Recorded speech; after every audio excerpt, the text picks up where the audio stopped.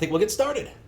The last time I got my arm back, and then I dithered on whether or not I wanted to murder everybody. I think that sums up what happened last time. Now I need to remember how I use these buttons. So Mushroom Forest. Okay, let's see. Double tap to run. And then the interact button is somewhere on my keyboard, and I don't know where it is. The problem with not playing a game after 2 weeks is it's easy to forget how you're supposed to play the game. I'm supposed to talk to some sort of mushroom person, I think. Or the forest spirit, I think is what I was supposed to be doing. Okay. What do I do? I want to interact. You're good? Excellent. Oh, hello again. Hooray, you found all of us. Okay, so they have the same basic messages from last time. Can we talk to this guy again? Do I have to murder this guy? This guy'd be hard to murder. Oh man. Hello again. I see you found your arm. Now you can enjoy eternity like the rest of us forever. Forever and forever and forever and forever and forever. And forever and forever and forever. And forever. Until you find something else to do. But if you don't, less that we have at the incinerator. Fair enough. I just jump scared one of your cats. Oh, you just got jump scared by one of your new cats. Oh, nice. Hope you enjoy. Hope the cats will settle in well. Seems like a perfect time to watch. I hope that's good. I hope I agree. I'm not sure I want to be associated with cat jump scares. No, maybe I do. Yeah, I think I'm okay with that. All right, let's talk to the forest dude since I'm supposed to talk to him. I'm the guardian of the mushroom forest. Oh yes. Here it is. The Reaper of Souls. I have been looking forward to speaking with you. Have you come for my guidance or my soul? I want to talk to you first. To put it simply, life is suffering. The living fear death until it's too late. That is how the mind works. But when life does not have a time span, I just noticed this fading things out. Does not have a time span. Becoming immortal is more of a curse than a blessing. It is torture for the soul. There is nothing to do with all this time. After thousands of years, you become docile. You become mute. There are so few things you can do in a physical form. It's almost like a cruel joke. You must take great strides to realize what must be done. Do you understand what I want? Do you understand I want to die? Yeah, you made it pretty clear. Good, good. Do you have what it takes to finish the quest? That's the harder question. What's up, Noah? How you doing? I'm still dithering on whether or not I want to murder everybody here. I'm going to say no. You must find the courage. To be both judge and executioner is a heavy burden. I cannot wait another eternity for someone else. Now. Shall we battle? No. I see. I cannot know your reasoning, but if you've made it this far, I suppose you know what you were doing. You know what I desire. You are the only one who can give it to me. Anything else I want to find out before I start murdering everybody forever? Like, I get the feeling the game really wants me to do this, and as such, it will be very difficult to avoid murdering everybody forever. But there aren't really any other areas I can go to that aren't the swamp, the castle, that I think I've pretty much cleared out of things I'm interested in for the moment. And what else? Oh, hello. No, what are you doing? Go and kill the forest spirit. You have to liberate them. You must liberate them. Alright, cool. See if he'll do that again. Knew it. Why are you not helping? There is no other way. Why are you ignoring us? Ah, okay. He wouldn't be so emphatic if there wasn't a possibility of another way. The Orange Mage is hiding in their fortress. Interesting. Oh. Mandatory fight. Or not. Go back to the hub now. Can't avoid murdering everybody forever, but you can still avoid murdering everyone for a while. Yep. How you doing, Kappa? Yeah, I didn't actually look at what you said there, Faro, because I was busy doing what the game didn't want me to seemingly didn't want me to do. Keep going, Red. Oh, I can go in any of these now. You did the thing by sheer accident? I mean, I really didn't want to kill everybody like it says right here. What's up, Sign? What do I do? Interact. Use Magic 8 Ball. It will help you in your mission. What is your obsession with me? How did I get into the menu before? Oh, yeah. You shake it, it says, the forest spirit awaits you in the mushroom forest. Oh, so I guess that just tells me what I should be doing if I opt to forget what I'm doing. Can I do anything with this? Still have my batteries. Oh, I have my batteries! I want to go get the thing from the guy! That's the thing I wanted to do. Screw this. Let's go give that guy the batteries. Little vampire is still hanging around. Why are all the doors trying to help me murder people, I think? It was this one? Finish what you are destined to do. No, not this one. Purple Mage is in the room with the Mirror of Truth. Damn, these doors are very murderous.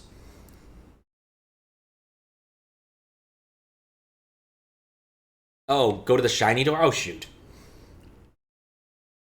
Wait, which shiny door? Oh, no. White Rabbit.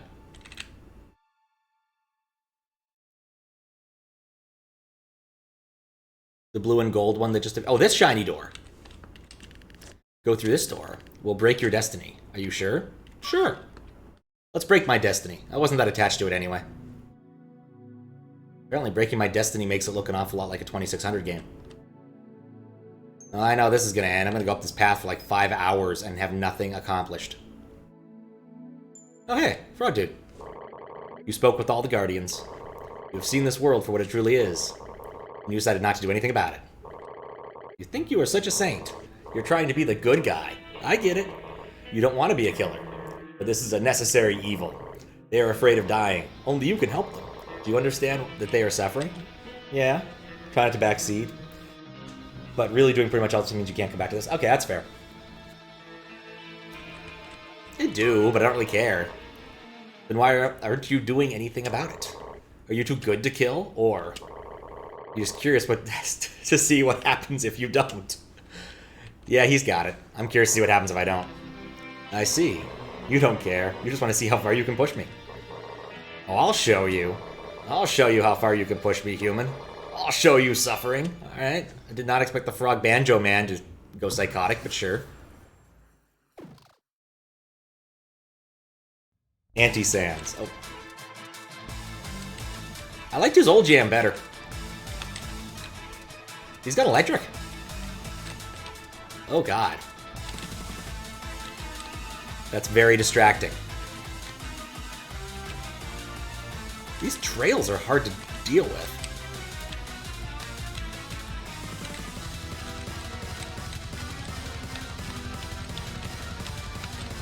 I am so going to die. I've entered one of the hardest fights in the game. Oh no. Like, I think it's teaching me all the things I need to understand, but the timing is going to be tricky. Like, moving over 3 there. Really needed to not take damage from the simple things to dodge. Let's try that again. Like, I was hoping to see the Banjo Frog again, because his jams were pretty good in early game. This is not what I was expecting, however. Yeah, I'm already toast. That is a tricky bit of timing. Beat this fight to get an alternate ending. There's like 6 endings. Huh. I mean, I assume this is the ending where I don't murder everybody. That's an ending I would like.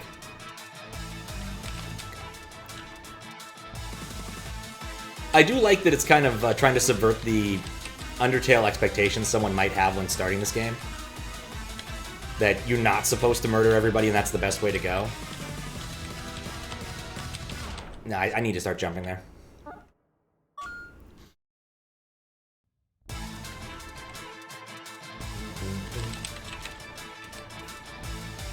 Probably should have done this when I still understood the battle mechanics a little bit better. You know, after 4 hours of playing last time. I remain optimistic. But I'm basically going to have to memorize this fight, I think.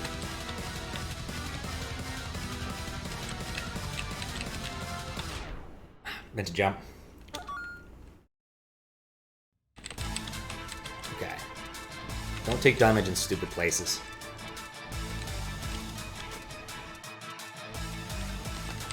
Okay, like there. This is safe.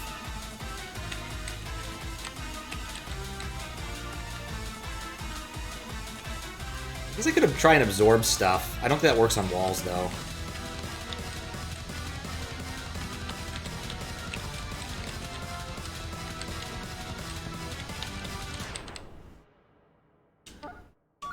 I also kind of forgot how you do that. I think you press down?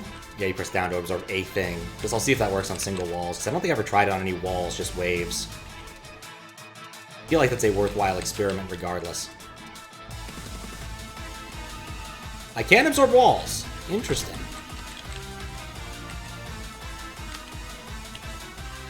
Interesting.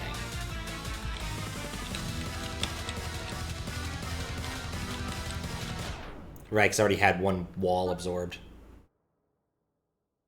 4 minutes and 10 seconds long, no checkpoint. Oh, Lord. Well, of course, for this to work, I have to stick to my guns and not murder the murder frog. I might turn down the difficulty for this. Well, I've mostly been on, like, what, normal difficulty? Or the intended difficulty. A 4-minute long song that I can barely get, what, 20 seconds into?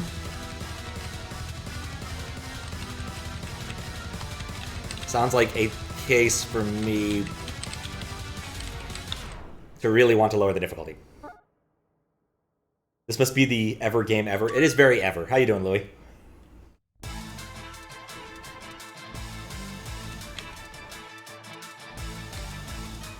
we go. I think I'm supposed to jump kick there. Maybe Panic Absorb? No, I don't think Panic Absorb ever works.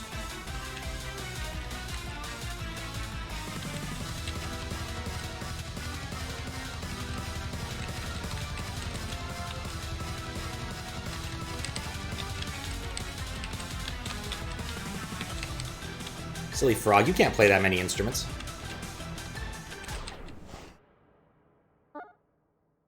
Yeah, I'm gonna lower the difficulty. I'm hard mode. Hard mode is the intended mode. We're gonna drop it to normal and try at least a couple. I'm gonna put it back on hard after this, but I'm gonna drop it to normal to see how this changes things for me. And immediately walk right into a wall. That is way faster regen. Holy cow. So, like, easy mode must be really wussy. Story mode, you just, like, have all the regen all the time.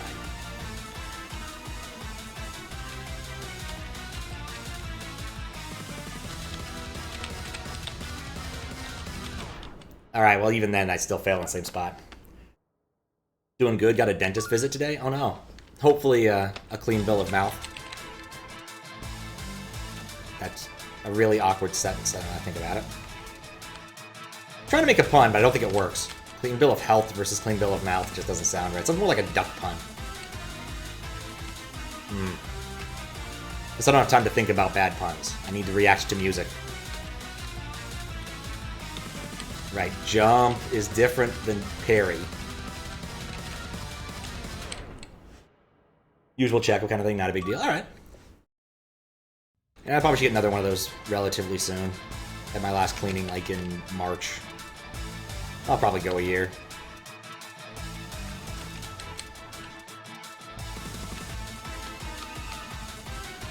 But yeah, brush and floss, kids. It's way easier than getting teeth cavities filled in later.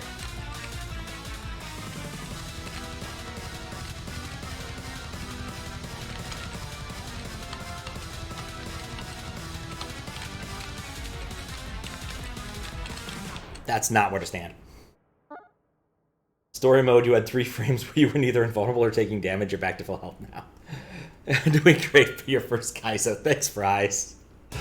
Thank you, Fries. How you doing? God. This isn't Kaizo, it's Frogzo.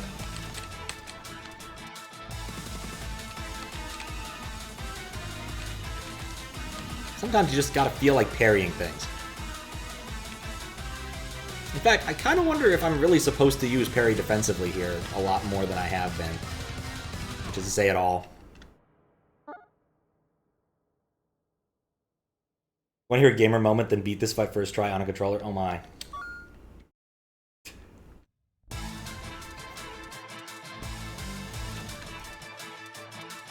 I like the discreetness of the keyboard for this. I don't think playing this on a controller would suit me.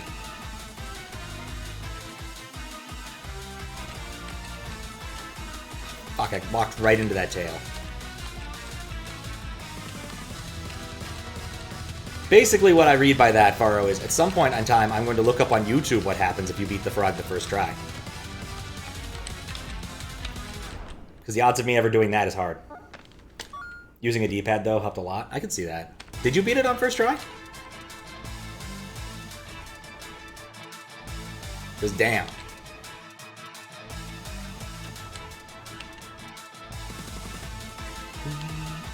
It's a good thing this track is awesome.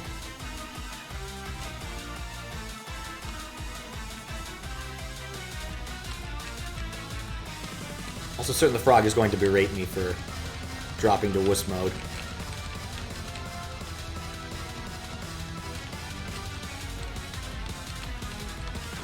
Dang it, I tried to parry it. You mean there's no difference? That's what you said? Oh, you think you beat the fight. I thought you said that, like, oh, my attempts to read quick have failed me. I thought you said that, that there was something different if you beat him first try.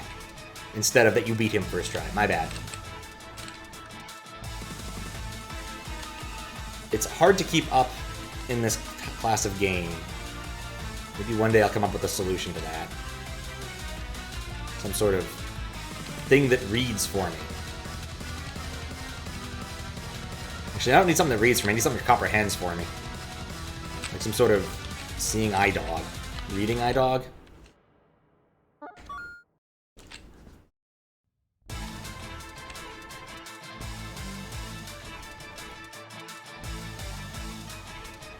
Some sort of walking clock. I really should try a jump there or something, because clearly what I'm doing is just always going to get me hit. Then again, I guess there's no guarantee that everything in this game is avoidable.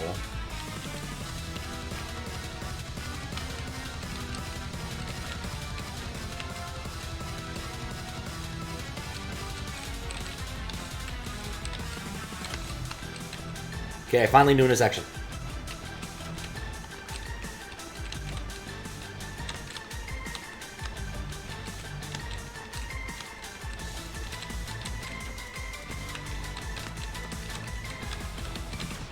Okay. One of the secret fights this game is very honest and flat out says, now's your chance to lower the difficulty and the warning isn't a joke, and that fight is very hard. What do you mean everything may not be avoidable? There's a no-hit achievement for every fight. Holy cow.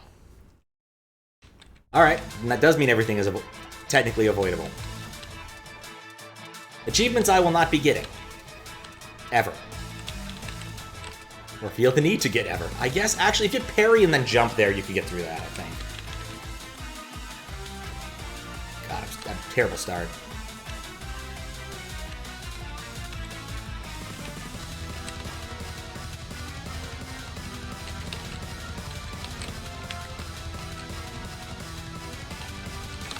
Regen save me? Nope. Said earlier, parry is a very good defensive tool. Yeah.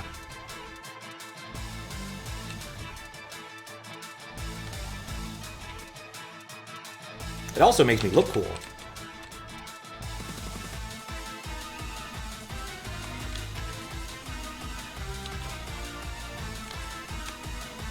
Come on.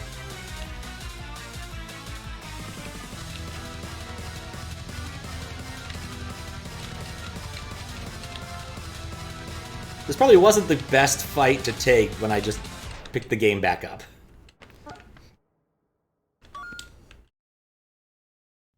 Ukulele, huh?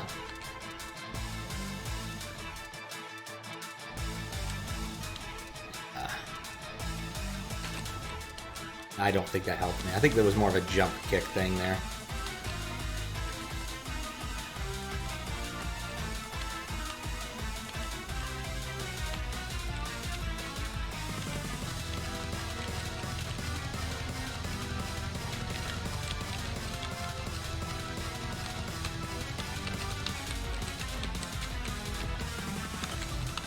Dang it. I just want to get to the other section. You know, the one where I can't see anything.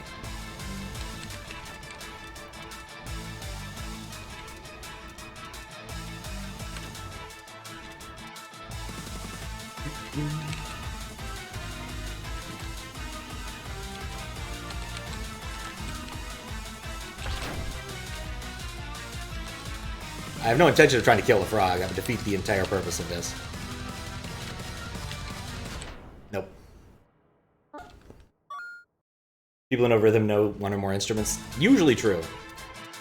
Some people learned rhythm from Rock Band and other Guitar Hero or rhythm-like games, though. There are certainly some DDR players who don't play instruments, I have to assume. I just like blowing purple.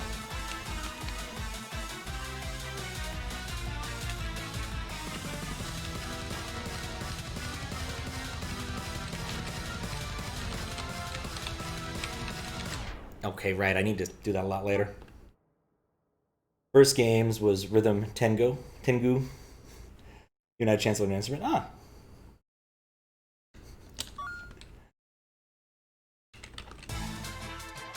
I was trying to think if I ever... Nah. Mother tried to get us all to learn the piano. None of us... It didn't really take. I think only one of us actually actively plays. Maybe my older brother.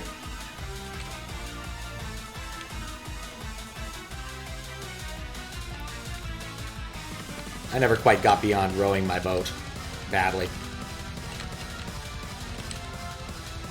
Wait... I see a path I wasn't trying to exploit before. Ah.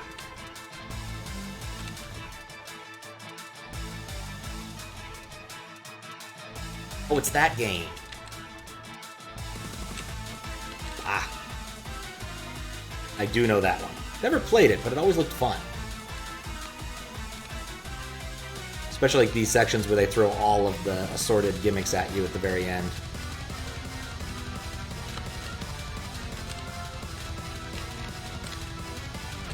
No, that does not work. Chad, you've taught yourself nothing else matters on the keyboard, on the guitar. Nice.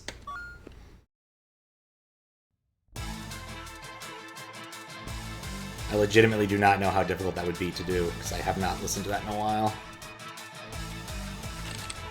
It's probably a bigger achievement than learning Sabotage on the bass, which I think requires you to play one note repeatedly.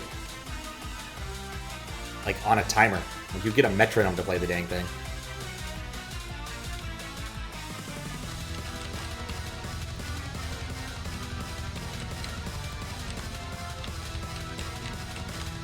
Like, that's what we would do if someone's like, I'm bad at Rock Band. It's like, no, you can beat this song. You can beat Sabotage on bass.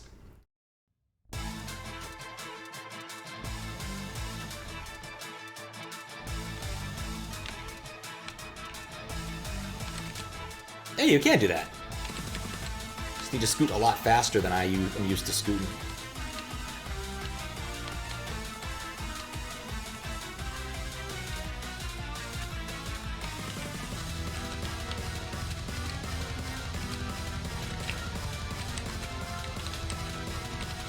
I think left side is still better for this. Hey, I parried.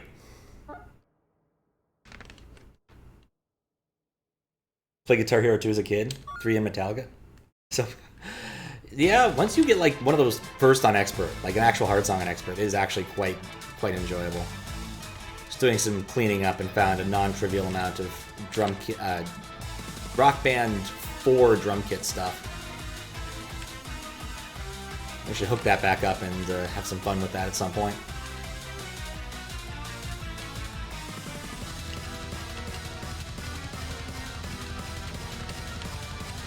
Okay. No, I don't like my plan here. Despite going down a level, I'm getting to the final part, the part where I...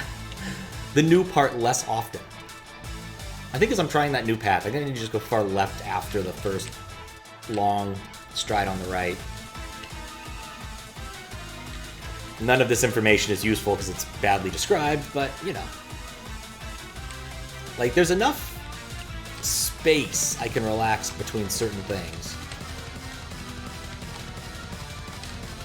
Alright, I want to be on the left here. No.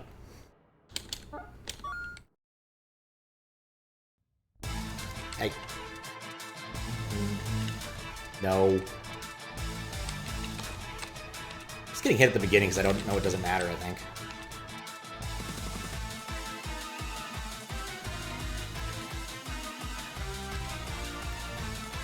Hope this ends with him playing the banjo.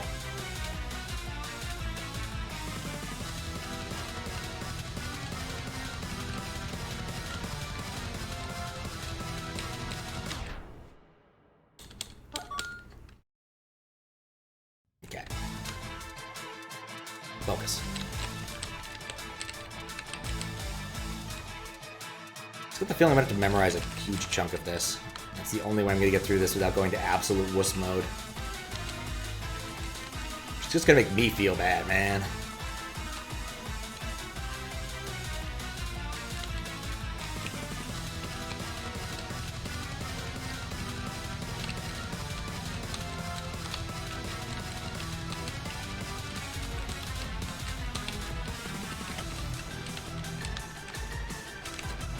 Okay, don't try to eat the black monoliths.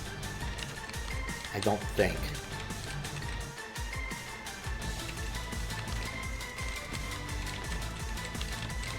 Dang it. I walked into that. I could have actually held that, but I walked into it.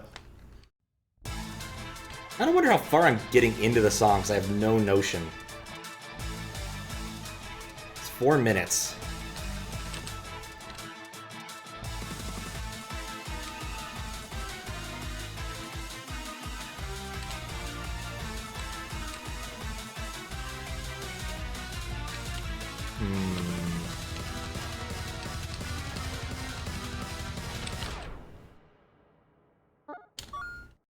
Well, Faro told me it's 4 minutes. This may or may not be correct, but it's probably correct. Because I don't think Faro has any reason to tell me the opposite of the truth here.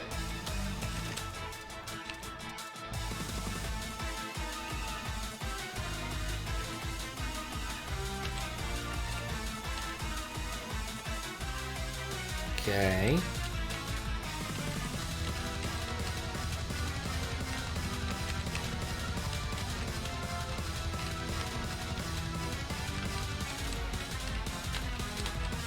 Dang it.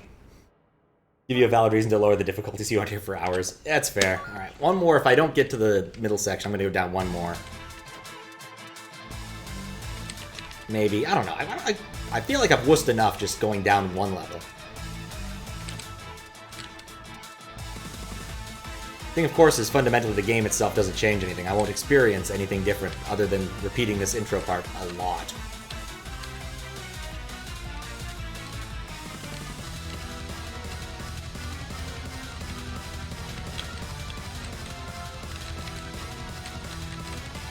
Really should be learning to parry. I think that would help me a lot more if instead of trying to jump over certain ones I parried.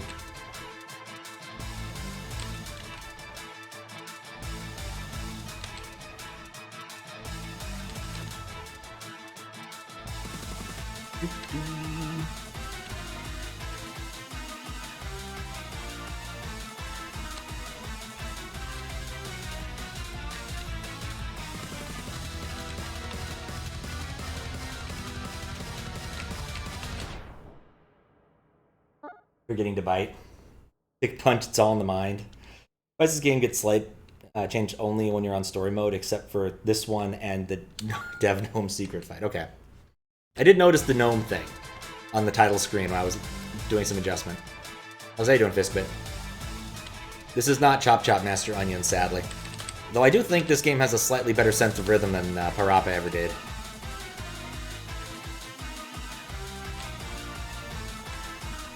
At least it will accept me rapping bad more often.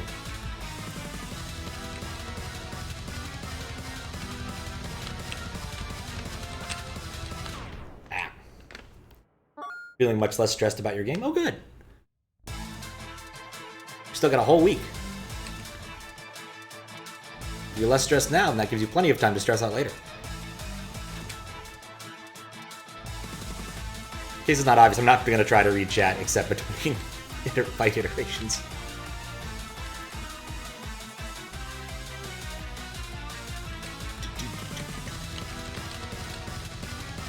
Keep getting hit by blue ones I shouldn't be getting hit by. Thought about trying Parappa? It's kind of cool. The aesthetic of that game is really nice. And there's a lot of fun weirdness that game embodies. But you need to play it on like a CRT or else the timing feels really weird. And even when you do play it on a CRT, the timing will feel weird. I just don't think it's timed well. Or it's timed accurately to the music, but not accurately to the screen or something. There's something wonky going on there.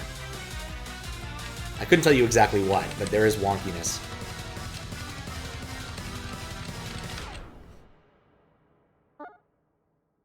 Next time you catch me doing SMW, have me do something. All right, let's come together. That's also good. Yeah, I noticed you got an overworld done, or some part of an overworld done, and that looked pretty cool. I like the fade out, the fade look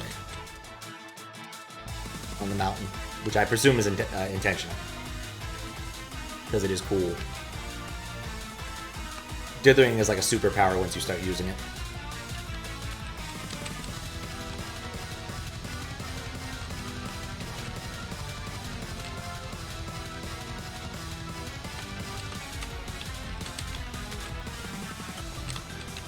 Okay, I have like half a second to regen here. Nope.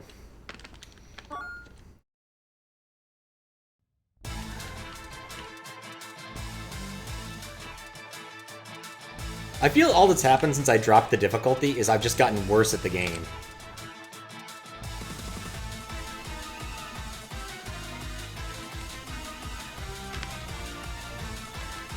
Though to be fair, if I'd known I was going to tackle something like this, I probably should have tried to do this right at the end of last stream of this, when the battle rules were more firmly in my mind.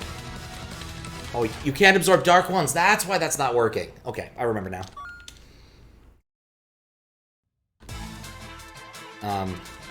Anyway, with any luck on SMW, I'll probably be back hopefully finishing up 10 tomorrow, so. And I've got Daizo's most recent Alpha Sphere entry claimed because I want to do that one. I don't like claiming things before I start often, but there's enough in the queue for other people to have fun with right now. But with OLDC and VLDC having come out with the compilations.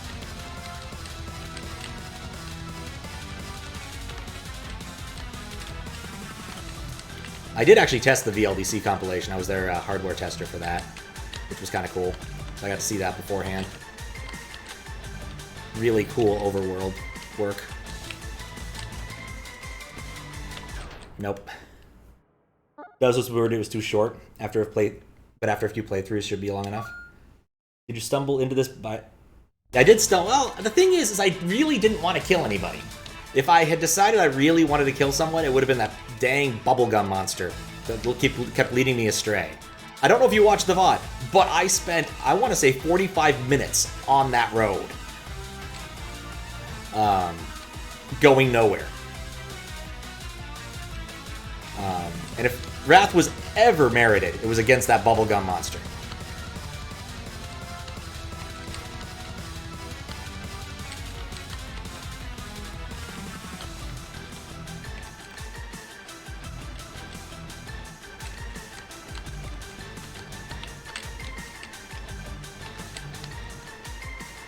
Come on, regen.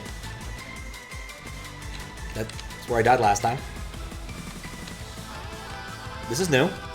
And a lot faster. And awesome.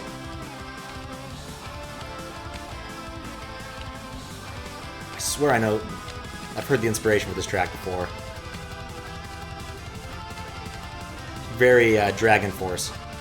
Frog Force? Frog Fractions. One of those things. Oh god, we're back to this.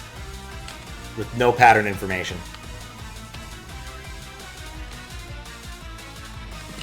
Well, I pretty much just panicked my way through the prior section, so I don't think I'd actually be able to repro that.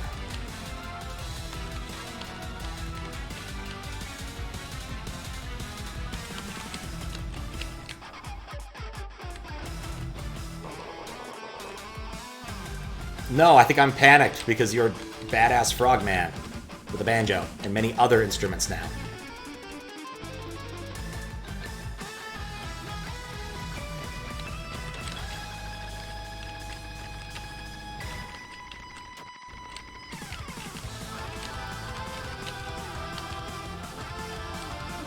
You can't see it, but I have a big dopey grin on my face when this track starts. I'm so fucked. Yep. Oh. You never get to fight the bubblegum monster? What, seriously? Oh. Oh, wait, there is a checkpoint. Cool! I'm so glad I tried to play the first intro again. You know, I might have kept it on the other difficulty knowing that. Oh well. This difficulty got me here. I will take this mark of shame and put it back to normal, or the standard difficulty afterwards. I definitely need to be pairing those ones. When I can.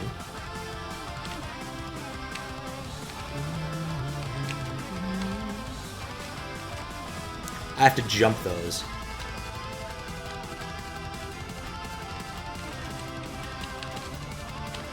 I really was hoping my invulnerability would last slightly longer. I can always go back. Didn't know because you beat on your first try. Fair. Fair. I don't think I'll be going back. I like this frog man. I don't like him that much. I also like glowing green occasionally.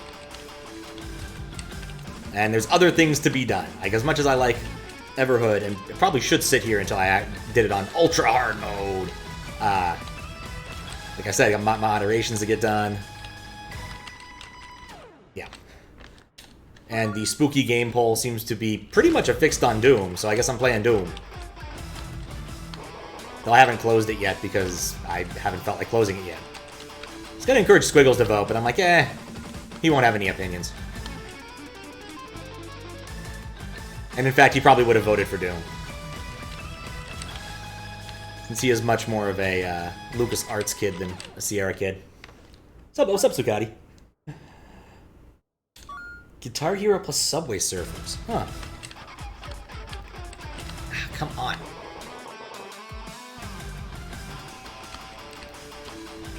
You know, maybe if I stop just jumping around like an idiot and actually try doing things that are smart, that might help.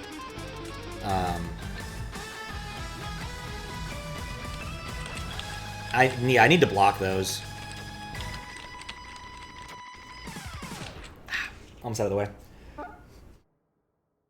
We can add some really spoopy games like From Darkness to the Backrooms. I mean, come on, let's be honest here. Do you think I would have picked any game for that list that was released in like the last 10 years?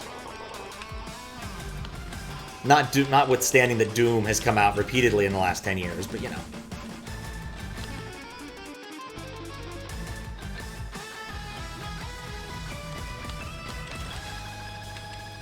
Like I think I said before, this may in fact be the most recent game I have played on stream. Like I'm trying to think if there's anything I've played that was more recent than this. Because this came out post-Undertale. I guess actually Super Win the Game might have come out after this, possibly. But that's the only thing I can come up with.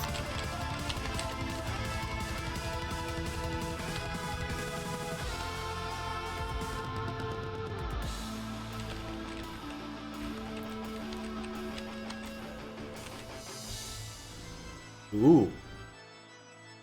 On full Spooky Frog. I know I asked a lot. You signed the contract. Ooh. Worthless human. Now, the suffering must continue until morale improves.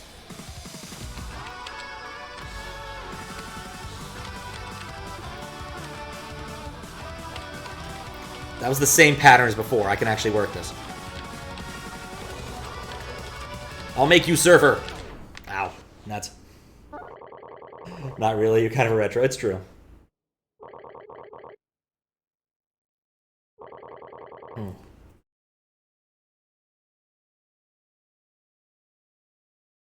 What's up, Earthmelon? How you doing? Got a spoopy mask today? Nice. Or spooky mask. The rhythm will continue until morale improves. That's a way better way to put it. Oh, right, I forgot the other thing. I can double hand this. Because Wasset also works, so I can use both hands to try and outthink this game. The question is, can I actually think with both hands? The answer is really no. I even know that pattern. It came from earlier in the game. I got my arm back, yep. That was pretty much near the end of the last stream in terms of things that actually of importance that happened. I got my arm back and talked to a lot of people. The frog tutorial happened. I found some interesting off-the-path stuff. I went to the Bubblegum Kingdom, which took me 45 minutes because I chose a very poor way to get there. And that's about it. I talked to a tree. Tree tried to convince me to kill it. I said no. And so now we're fighting a frog who was trying to convince me to kill everybody.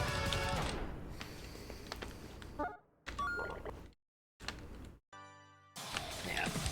I still feel like you could be better at this if you could use both hands, if I could use both hands effectively. You know what would be awesome? Two players, one keyboard for this. That'd be fucking awesome to watch at like a GDQ or something. Because it would just make the game harder. But you need a keyboard with proper like rollover and stuff, so you could actually pull that off. Not the average USB keyboard. No. Yeah, it was really encouraging me to murder everybody, but my general inclination is to avoid murdering everybody forever. I mean, even in Undertale, I killed 2 people and ate a couple people on the first way through. If I'd known eating people was a problem, I wouldn't have done that. On control, use your D-pad for moving, B for jump, and RZ. I could see RZ being really nice. Like right now, I've got both hands on Wasset. I've got Wasset on one hand, arrows on the other. And I think that I could probably do a little bit better if I jumped with my left hand. Just to free up an extra finger of thought. But I'm also unconvinced. I was doing, I think when I was parrying a lot more for like the medallion section, that it was helping.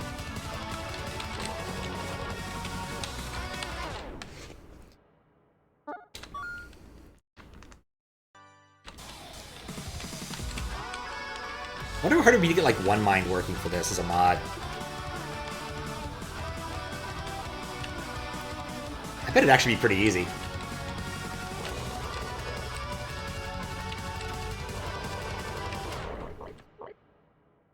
Wasset is a new one. Wasti? Oh yeah, I guess I can see that.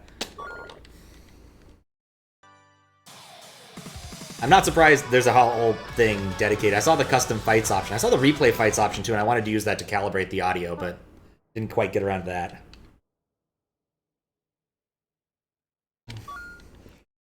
And by that I mean I tried the custom fight thing. It's like, no, you gotta beat the game for spoilers. I'm like, okay, fine. Or not custom, replay fight. Okay, left side is a trap. Try to stay on the right.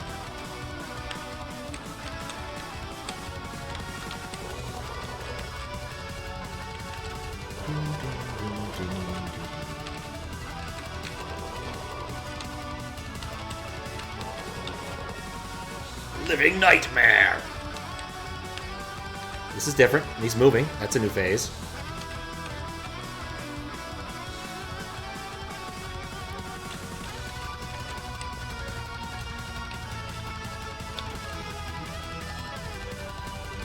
Okay. I see what's going on here. Somewhat see what's going on here.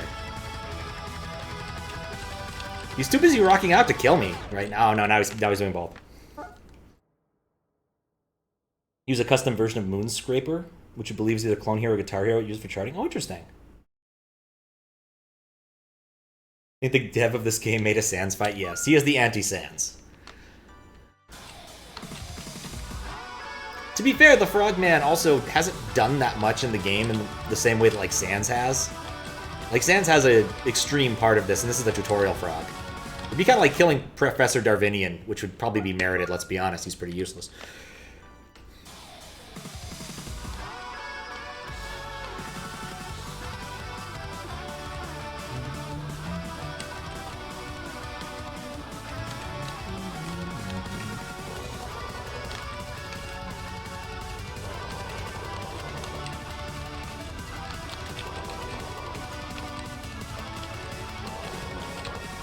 Yeah, right side is mostly easier there.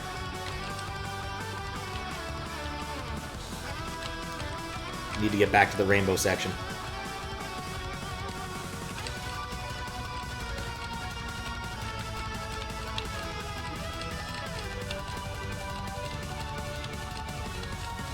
I like this section. It's good for regen.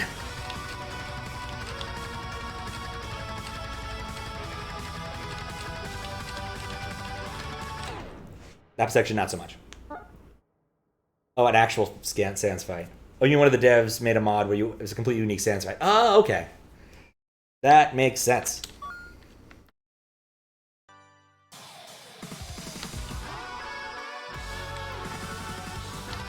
That makes a lot of sense. That's probably a pretty badass fight.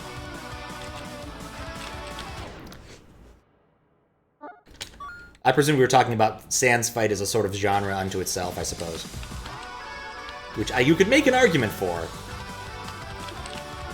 at least the TV Tropes page for, back when that was still relevant.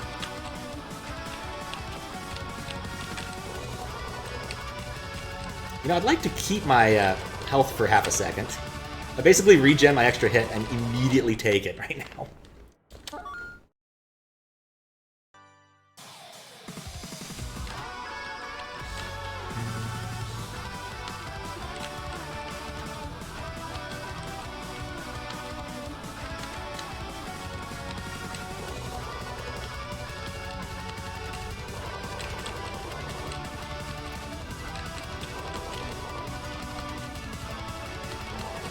I like this better, where I keep at least one of my hits.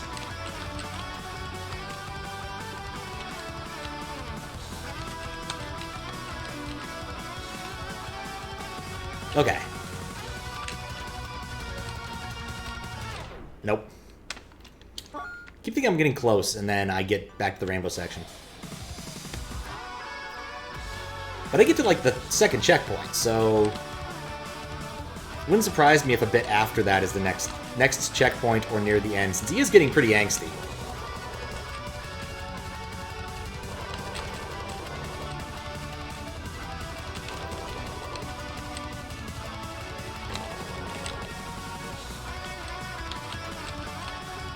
Okay. Into the tunnel. Back to the right.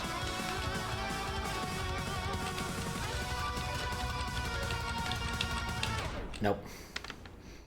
In Deltarune, you don't really need to Geno to fight the difficult bosses, but they do take some puzzling to find out. Not surprising. I mean, part of the reason I find that not surprising is just like, an awful lot of people probably wanted to fight Sans, but probably didn't want to do the plot things to do it.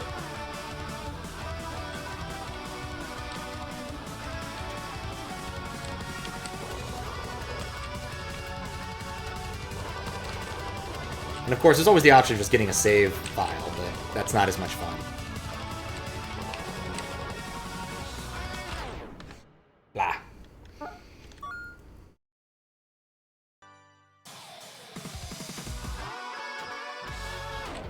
Alright, give me one sec. Bad time simulator with the one broken platform. Hitbox what? Passive ending of Undertale made you cry. It was a nice ending. It was definitely a nicer ending than the neutral one.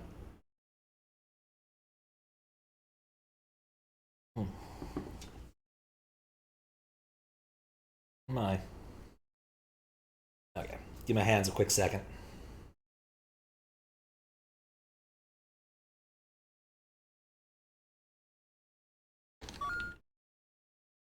You actually prefer how the fight feels in game?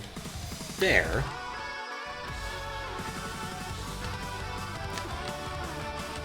I think it's more like some people wanted the challenge without the responsibility. At least I could see people wanting that. Like, I could see wanting to try that fight. I don't see myself wanting to bother with the whole genocide part of that. Genocide's a lot of work. It's as good of an argument against genocide as any other. Alright, I need to get in the tube when that happens. I'm safe for a second. Literal second. Blue Heart's physics are slightly different in the simulator? Okay. Okay. Trying to figure out how to have if the platform... Any platforms to play a Yakuza game on. I always have PC, but no, not much PlayStation.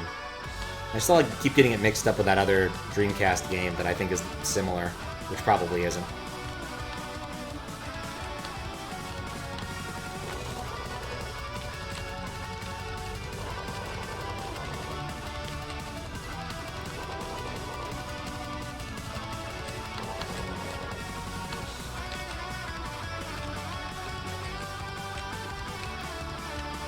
There we go. Someone's just off time.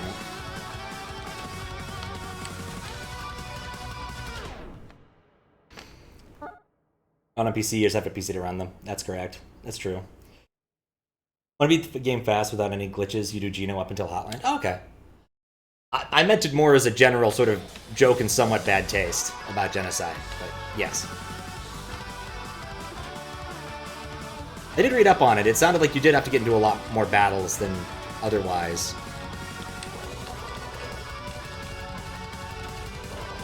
No.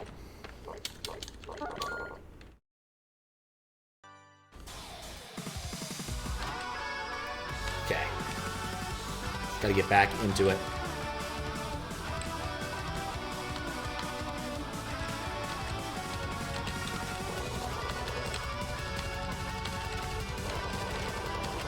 There's a much easier path than the one I'm doing, isn't there?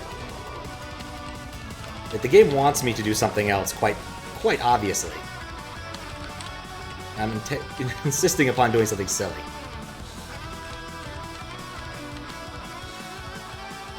Like, it gives me these nice rest spots.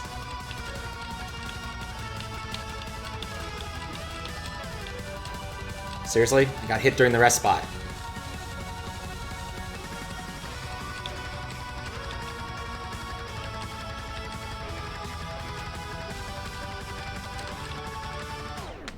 God.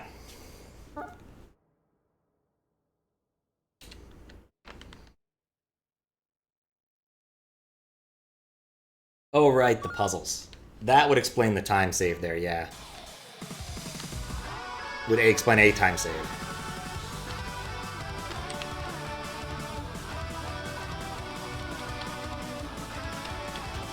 I apologize, I'm not keeping up with chat as well as I usually do. This fight has got me. It's got me in a metal mood. Me and Pat Boone. Which is a surprisingly good album for what it is. It's sort of a Lounge Against the Machine album.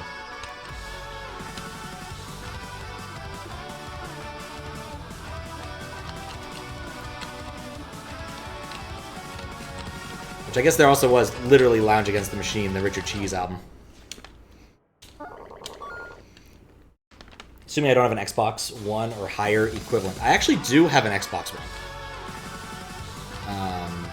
I don't use it much, but I do have one that was around. Like, early is probably not quite.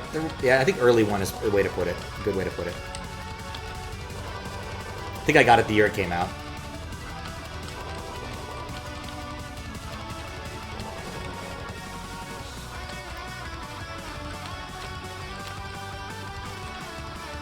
There we go. Relaxing tunnel.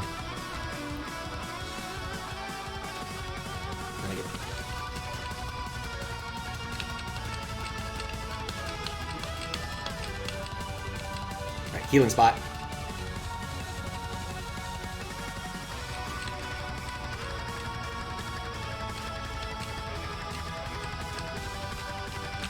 I don't know what to do there. Really? You know what your next request is? Fair. I mean, it's just sitting there. I hope it still works. I'll probably need to boot it up to check. But other than that, I mean, it worked. It worked last time I used it, but last time I used it was when I played Kingdom Hearts 3 last. Which, oh no, I guess I did play a little bit of Destiny 2 more recently than that. But not a whole lot more recently. I couldn't tell you when.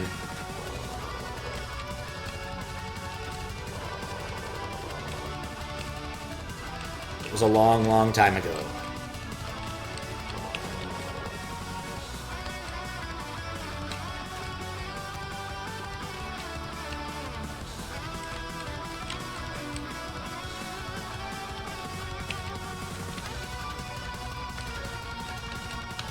Nope. 3DS games are hard to record. Citra is super great emulator. Otherwise, you'd request something from that once you get the chance. I am going to do a DS game at some point, but it's one that I think that where the extra screen doesn't matter so much, from what I went and looked. Max presently has New Super Mario Bros., the original, not the SMW remake, sitting in the queue. And, God. Yeah. So I think I'll probably capture that when I'm out on the East Coast in about a month or so. Do not make interconnected stories. It's not worth it. You want to make an Undertale RPG, but you want to have create a whole story because before you wanted to tie the story into your game and the story of a manga, you can't tell the same story. Yes, that sounds like you need one of those conspiracy boards with the yarn and the pins and the pictures to get all that straight.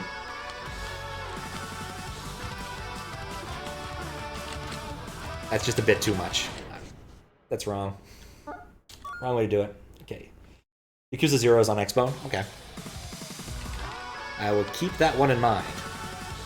I'm still always surprised that y'all request like actually really good games. Like my expectation when I put that up there was that I'd get a lot more Superman 64 type requests, which I don't mind in the grand scheme of things. Like I've played Superman 64. While it's not an amazing or fun game, it's not like physically painful or anything. I don't know why I chose the left side, but I think the left side suits me slightly better, at least when I'm not thinking about trying to play the game.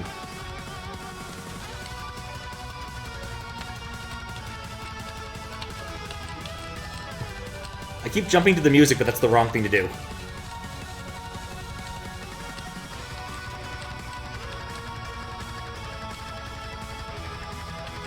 I do like the sheer amount of focus he has when doing that.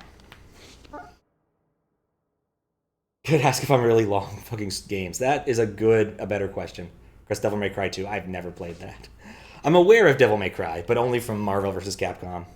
Bad games are funny, but good games are more fun to watch. That is true. It does depend upon the bad nature of the game. Like, Superman 64 is pretty much just funny to watch because it's kind of painful. Whereas, like, other bad games are actually kind of cool. Or at least have something interesting and redeeming behind them. And the closest thing to something redeeming behind Superman 64 is just the story behind the game. One of those, if you haven't watched it, you probably should go watch at least a few of the Let's Play Superman 64 episodes by Proton John, because he gets into what kind of happened with the game and why it's such a piece of shit. Because they made decent 64 games of that type. Like, one of the bigger problems is they didn't want, like, Superman hurting anybody, which... He's Superman. He does hurt people. He just doesn't kill many people.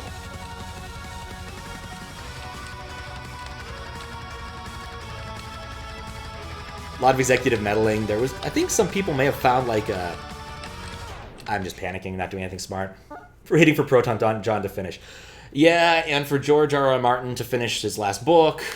And for, I guess I can't make that joke about Doom Forever to come out anymore. Like, I have full expectations that Proton John is probably not going to finish that ever. Like, he'll get hit by a bus before that happens.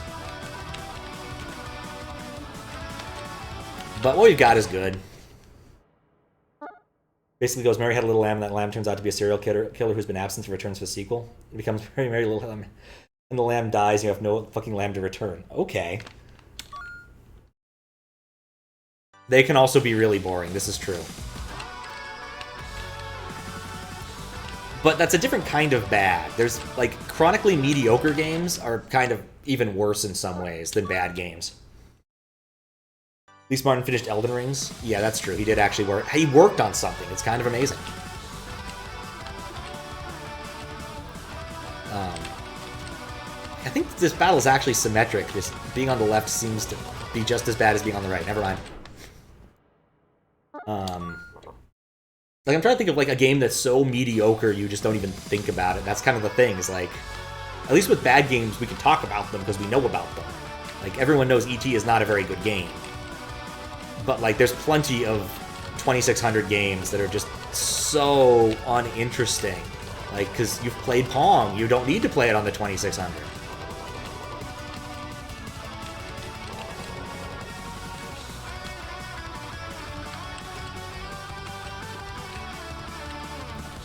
Go. Safe spot. I think I may need to rethink my strategy for this.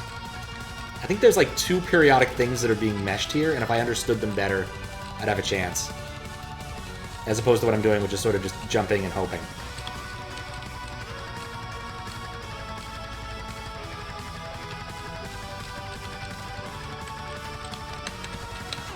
I tried to parry that one. 31 hours, and you won't be doing that alone. That's true in Yakuza. 50-hour playthrough. All, like, 10,000 Mahjong games. Your kind of bad game is Mega Man. Yeah, Mega Man X6 is... The Mega Man X games at least go off the rails and have bizarre, wacky stories. And still, ultimately, you're playing a Mega Man game. Even a mediocre Mega Man game is still an okay game, usually.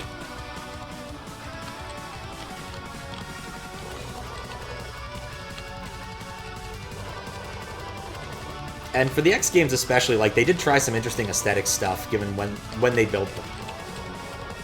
The later X ones, not the early ones. The early ones, they had, SNES aesthetics. But the PlayStation trying to do sprites over 3D rendered backgrounds and other things is kind of an interesting aesthetic you don't see much of anymore. Because why would you? You really don't have to do that anymore.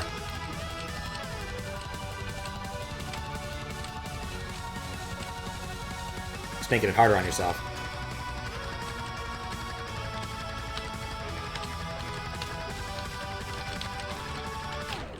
Two-handed freaking out does not help.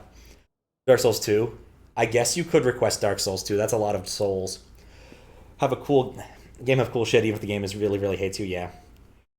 Modern schlock sports games fall into that. Oh yeah, Madden, whatever, sport, football 2019, whatever. Get past that part you keep dying at. Yeah, I'm still having fun grinding it. I'm not too worried.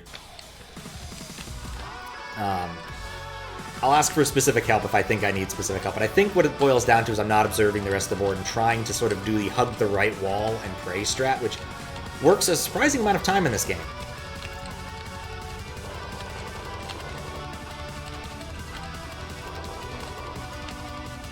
But is not working for me there.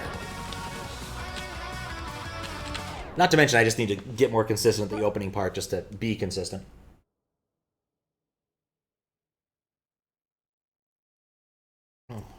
Have I played any Souls games or Jason games before? No, I have not. My little bro is all about the Souls games. At least last time I talked to him about them. He was playing this, what was it, like a very anime-based Souls game, but I couldn't for the life of me tell you what it was. It was probably made by Bandai Namco, since they do an awful lot of that stuff. Yeah. Has beaten the guy for game. Why does Mega Man X6, it was, hate you? Like, there's some games that hate you and make it very explicit, like, what is it, like Lisa, the Painful Game or something, where it's very clear that the intent of the game is to make the player unhappy with the game. Or Takashi's Challenge. Which, even if I wanted to, I couldn't play on stream because because I can't capture a proper Famicom correctly, and I don't have a microphone-enabled controller that's not physically attached to the Famicom I have. I have thought about getting some sort of RF converter for that, but it's silly. So, Code Vein, that sounds right. It can be funny and amusing when the game gives middle finger. That's what Lisa seems to be, at least based upon the Donkey review thing I watched. It wasn't even a review, he was just like messing around in the game.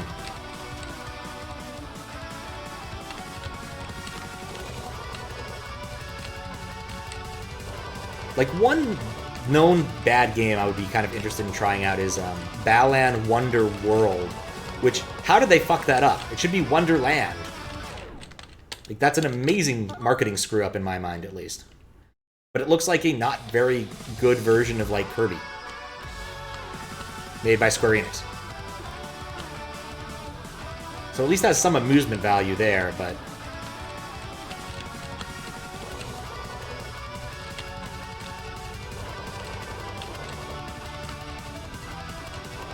other than that, I can't think of it. Also, the plot seems nuts. Absolutely nuts.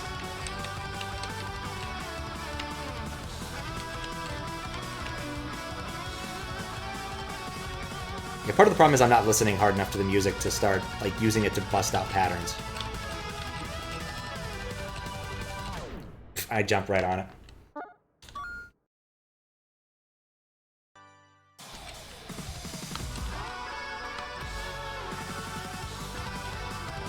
But yeah, everything about that game looks like it probably would have been an okay game for, like, the PS2 era, maybe. But in the PS5 era we're in now, maybe not so much.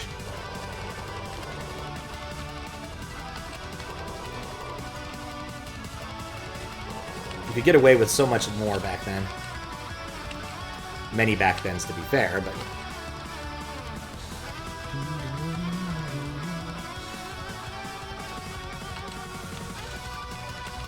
Yeah, toast. Toasted.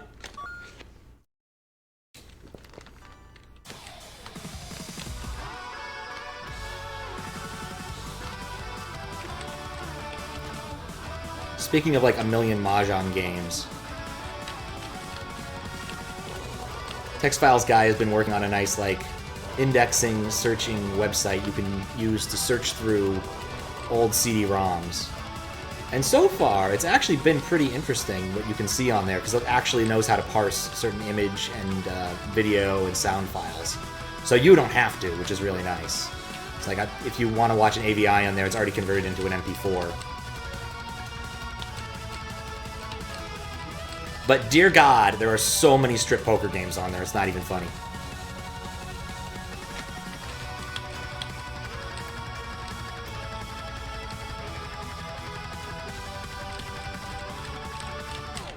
Nope. Seeing Medium Molecules' later stuff makes you sad, especially after LBP. Oh yeah, Little Big Planet, yeah. Recently made Dreams, which looks cool, even if it's not quite the same. Yeah, whatever happened to that? Like, Little Big Planet was supposed to be like the Mario Maker of the PS3. I remember playing it with some friends. Like, I don't remember if we ever like, played through the entire plot, storyline version. But we did do some online stuff that was pretty fun.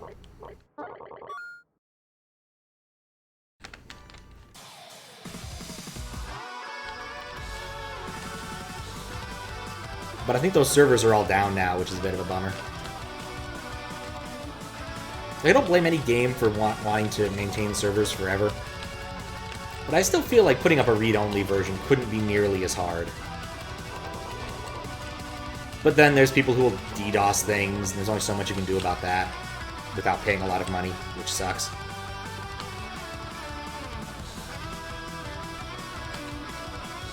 And of course, it's enough content that you can't easily just like say, here we go, here's all of this stuff on a CD, good luck someone else. Which actually wouldn't be a bad approach for some older games, where the content isn't too big. You just need to like modify your DNS settings to point at the new server. Unless they pinch certs or something. Which is, I think, generally now considered a bad idea.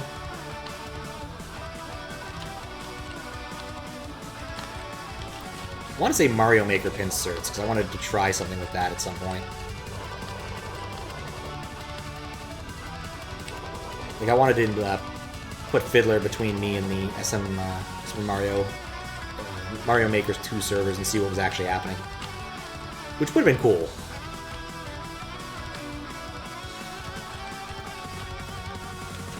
Though, was not successful. Alright, I think time for a short break. Has all the levels been in the prior game to be able to play, so nothing was really lost? Oh, that's really nice then. Besides being able to play the levels in the original games. X is a bunch of stuff which is really bullshit difficulty. It's littered with instant death spikes everywhere, blind drops, beating stages, makes a bunch of negative effects like lights going out, insects that block your shots. One of the stages literally just a boss rush of the same boss, and that boss takes forever to beat. Also, the bosses in the gate stages are fucking dog shit, like the virus that's impossible to hit reasonably. Skillish. Oh, man.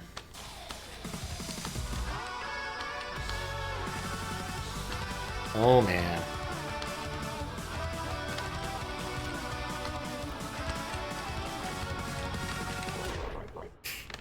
I'm definitely having a skill issue. Come on. I think I really should just be trying to block the blue pillars if I get back to that spot anytime soon.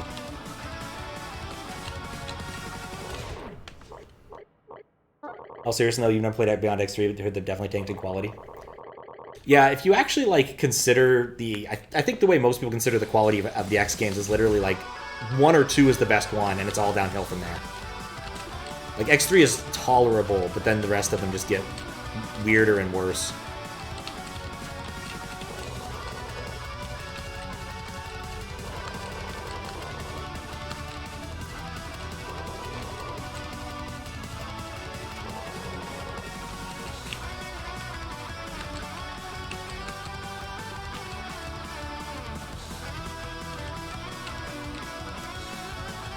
Next 3 has like the weird naming convention where all of the robot masters are now named after Guns N' Roses performers, band members, or something. It's really fucking weird.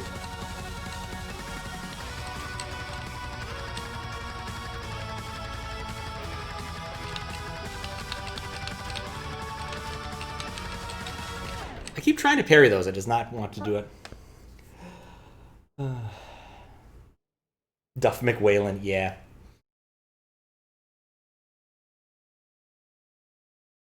100% cleared X6 and you might have a point. Yeah, the ride armors are kind of annoying, even though they are cool. One boss in the game literally just creates duplicates every single time. Blind ATB, Puff and Muff. Name is Tidal Whale, exactly. Exactly. Keep your duff out of my whale. Well, you see, even whales can't get enough of that delicious duff. It's doof. It's from Finland.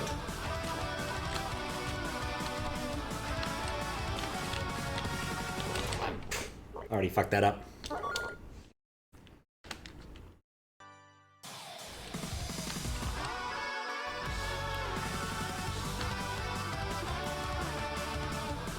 Okay.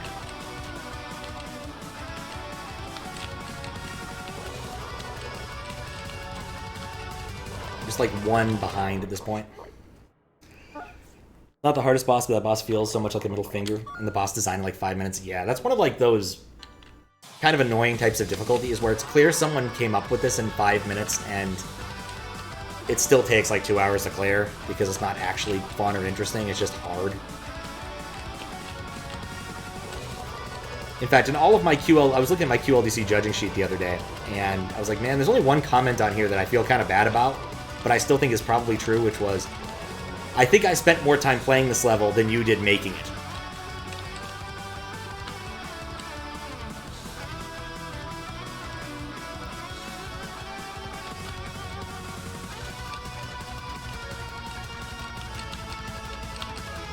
Oh, I need to hit there. Nifty. I wish I could like pause and look at the cording up ahead, but I can't. Like, this part's relaxing. Nope. Mega Man bosses have never been fair. I mean, most of them are okay, depending upon. Like, for Mega Man X, I felt like you could easily do a Busterless run, or just Buster run without too much difficulty.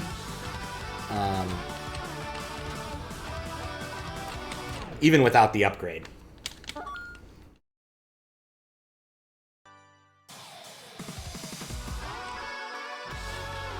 But yeah, first place, sure. Like, they're hard. The fact in Mega Man X, like, you can always crawl up the wall tends to help. At least keep you alive while you figure out what the fuck you're trying to do, which isn't great.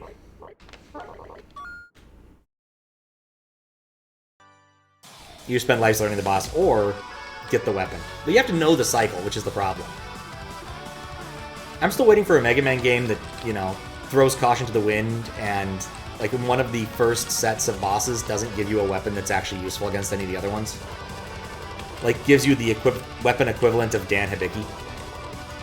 Like, it's just not useful. And then, of course, you can use this particular weapon to, like, one-hit KO a later boss trivially.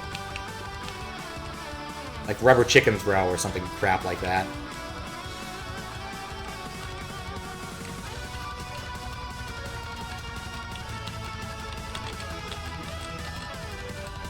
Okay, cycle 1.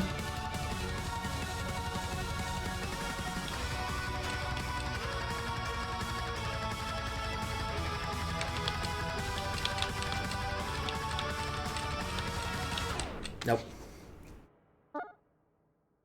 The bug net in Zelda. I don't think I had a problem with that in Link to the Past, but man, I don't remember too much about how I played through that game. Much to my chagrin. Probably one of those things I invested enough time in building my modules for I should do again. Or try to randomizer, which I think is one of the reasons why I've kind of like let that languish, is because I wanted to have it support the randomizer too. And never quite got around to testing that, which is incredibly lazy given it would take like all of 5 minutes. The problem is the randomizer is based on the Japanese version, so some of the things are slightly different than the English version.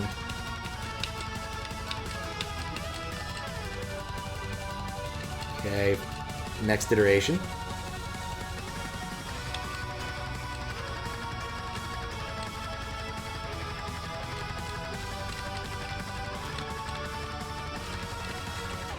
Dang it. I should just keep trying to jump there regardless. My invincibility might carry me through the bricks.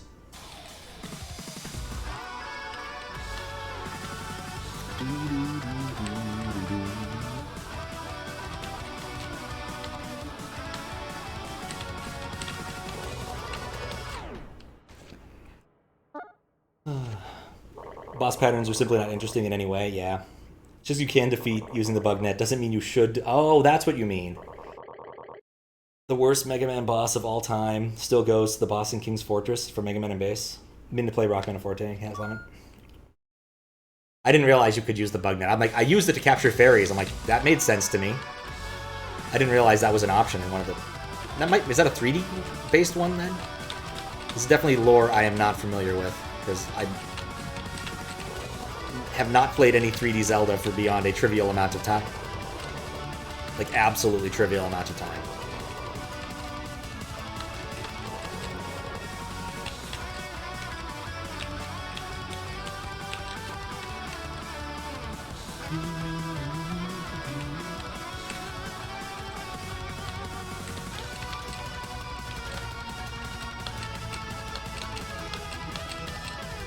Cool. Rest stop.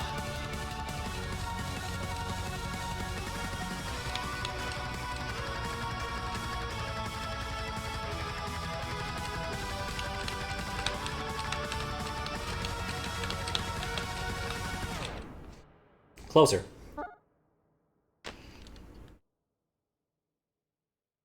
Zero reason to play as Mega Man. Huh.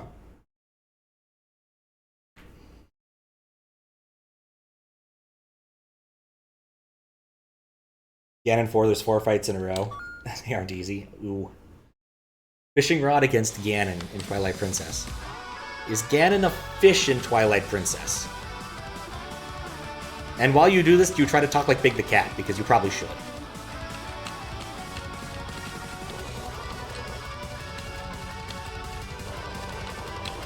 It's clearly the right thing to do. He's the only other fishing-based character who has defeated a serious boss that I can think of.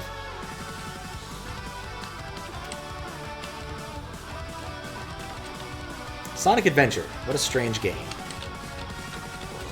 I still like it a lot, but I will admit it's very strange. And very much in Sega's sort of standard, why not add a fishing simulator to this game?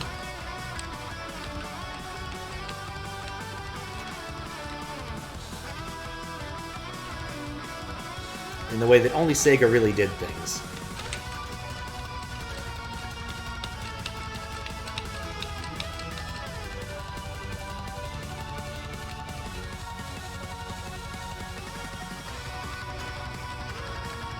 I think I'm starting to pick out the chord I'm looking for. Nope. No, I'm not. You have to fish the Triforce out of Ganondorf. That makes sense. Fishing and gunning were totally added to Sonic Adventure to show up the Dreamcast capabilities. Maybe. I personally prefer to believe they just added them because they thought it was fun, and it's Sega. They like to do weird shit. And sort of marketed themselves in that corner during that era. If you ever want like an interesting read about a really bad marketing idea that Sega had, look up, I think it was Beta 7, which is this weird internet ARG sort of story about a guy who beta tested Sega's new football game, which had a first-person camera, and apparently it made him start tackling people, which of course didn't really happen in real life because it's just marketing, but people thought it was so fucking weird they had to cancel the whole thing.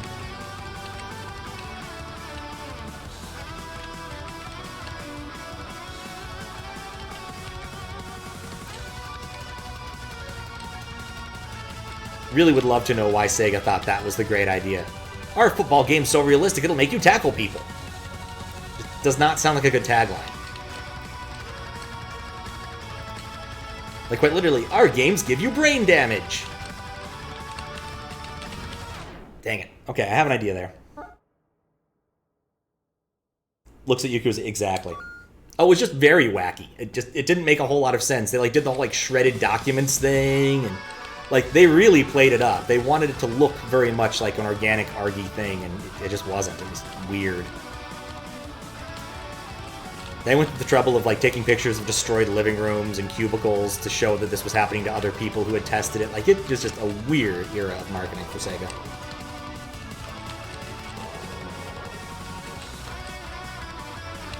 Once I'm going to get the tube here.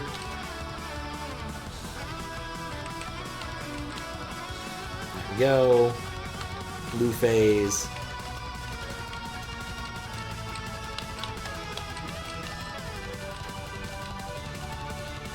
I like the blue phase.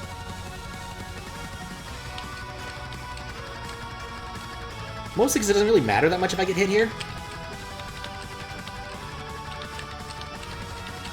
Dang, I meant to grab that instead of jump. It was the tackling of 87.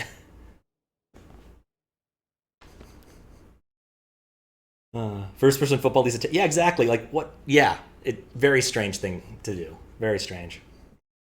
Shooter ads where they draw the parallel between teens shooting each other with toy guns. Becoming professional sniper after playing TF2. I mean, at least the sniper does have some lines that came out of... have some interesting lines that actually were said in real life. The, be polite, be efficient, and have a plan to kill everybody you meet was actually said by a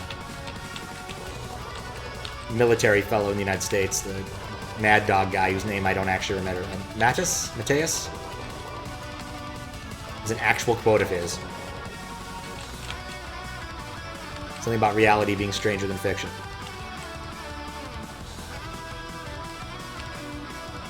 Okay.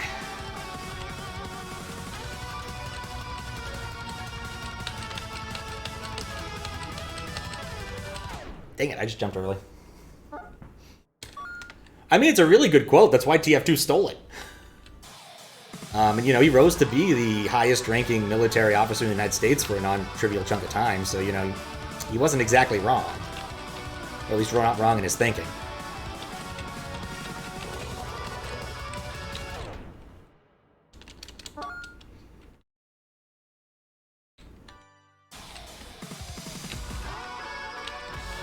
Okay. Man, it's a good thing I like power metal. I'm also further impressed that Faro did this in one shot.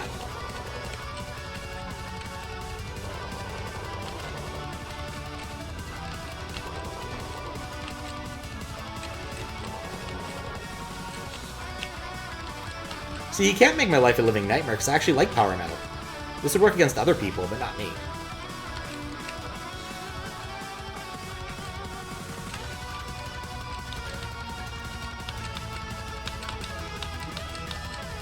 Okay.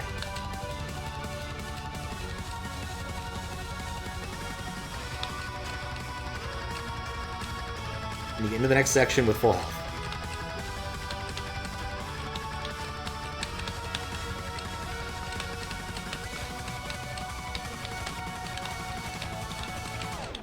Okay, I need to be switching sides when I'm doing my thing. That makes sense.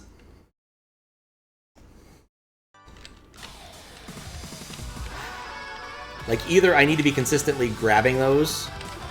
Like, I don't think it matters if I hurt him a little bit, as long as I don't kill him a lot. So I definitely need to be using my defensive capability there to avoid the walls, I think, and that would make it so my jumps are better. I just need to find the timing for it. Said man who continuously gets hit here.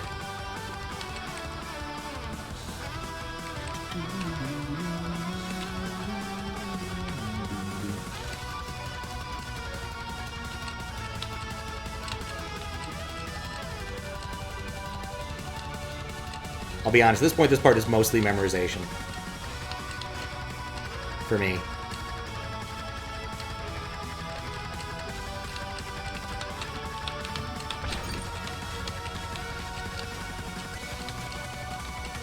Ah, dang it. I fell off. Progress of a sort.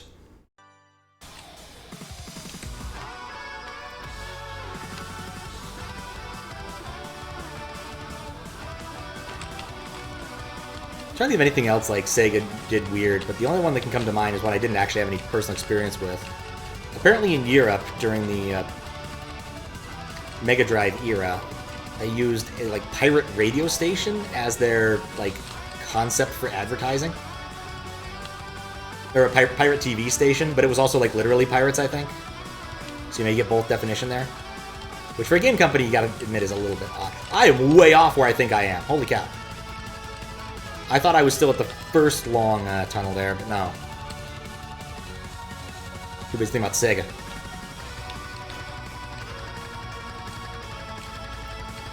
Okay.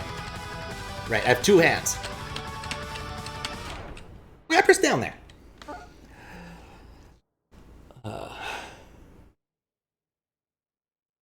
You have to avoid the notes. It's true. How you doing, Fedora? Yakuza has 5, and you quote, Yakuza 5 has a taxi driving minigame, a racing that same taxi against supercars minigame, a first-person hunting minigame. The entire game changes to a rhythm game halfway through and switches back after a chapter. Baseball minigame, all on top of the main brawling gameplay, a giant story, and let's not forget darts, pool, bowling, fishing, mahjong, slots, air hockey, running a noodle stand, shogi, karaoke, Virtua Fighter 5, and Taiko no Tatsujin. That's a lot of things. I mean, it just sounds like you only need one game for life. You buy Yakuza 5, you are set for life. You don't need other games. It's like having an Action 52, except it actually has 52 good games on it, as opposed to one almost good game. And by almost good game, I mean passably good game. Okay, one tolerable game, I suppose, might be the best way to phrase that.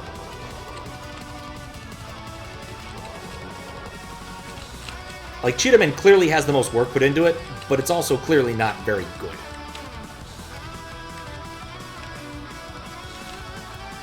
There we go. Or one of those CDs you'd get back in the day that was like 500 pieces of software, but most of it was all crap shareware you didn't want to play anyway. They tried to teach you to play Mahjong. I mean, I think Mahjong's not all that different than Gin Rummy, you just need to know the different pieces. But I could be wrong. Like, if you understand Gin Rummy, I think you're like 90% of the way towards understanding Mahjong.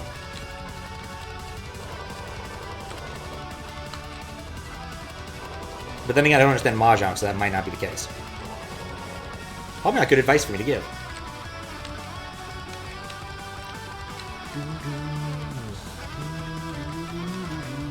Why did I walk into that?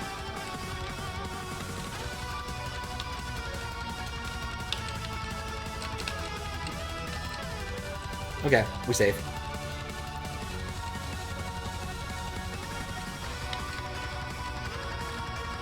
I guess speaking of, like, giant compilations of software.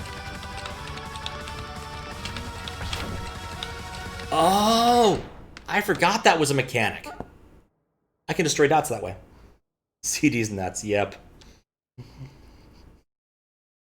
Tried learning it, actually. The baseline isn't too hard, and the sets provide bonuses. Basically have to be learned by heart. Oh, different kinds of games have fashioned rule sets. So, yeah, fair enough.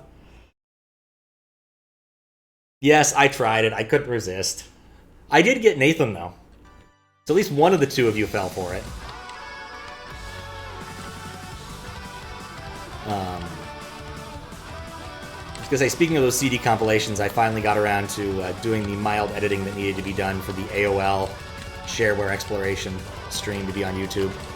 Mostly because there's a few spots where I need to deduct the audio because it was physically painful to listen to, having the Sound Blaster 16 freak out about something. It was only after I did one cut of it that I realized I'd messed up and didn't mute another part, which was really annoying.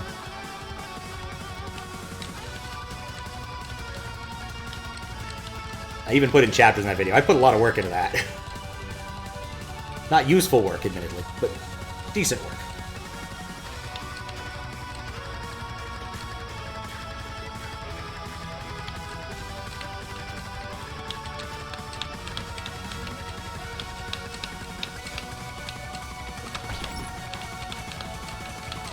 Okay, I need to not stay in that lane.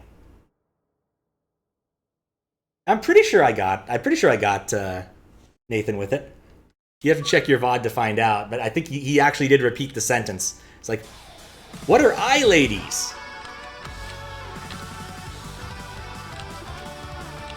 So.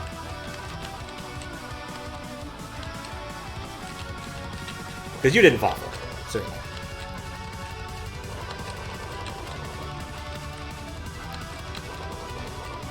Okay.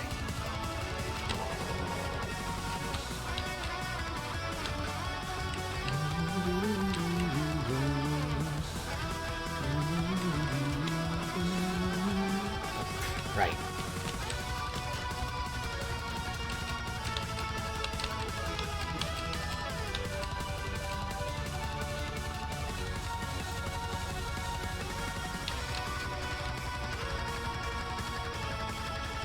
New phase.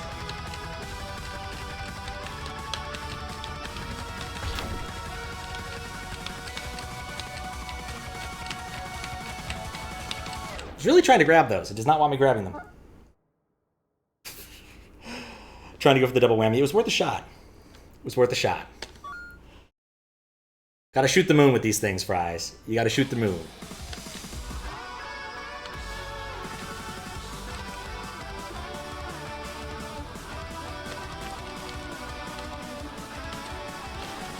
I really need to observe that pattern more, because I think trying to stay on the right side is probably what's killing me. Even with my new grab the blue ball things that occasionally works, if I remember to use my left hand. Alright. Beverage time.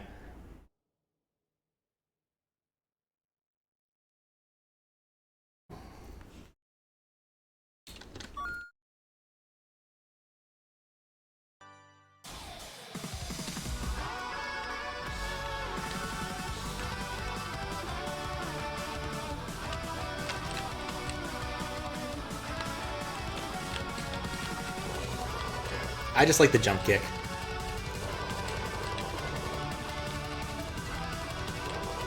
It's probably not the best thing to try and execute randomly, but it does seem to be a lot of fun. I always get hit by that because I go left instead of right there, which is an easy fix if I ever get around to it. But it doesn't matter, because as long as I can survive this section, it doesn't matter at all.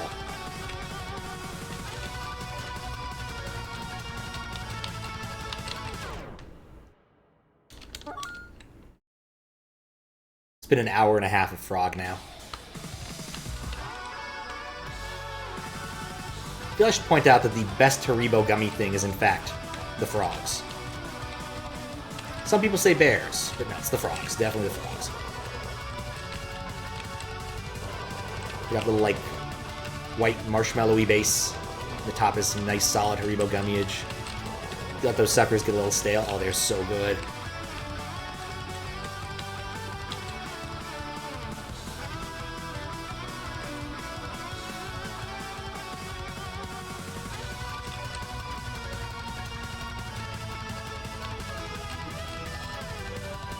Fine, this is the easy part, and then the next loop.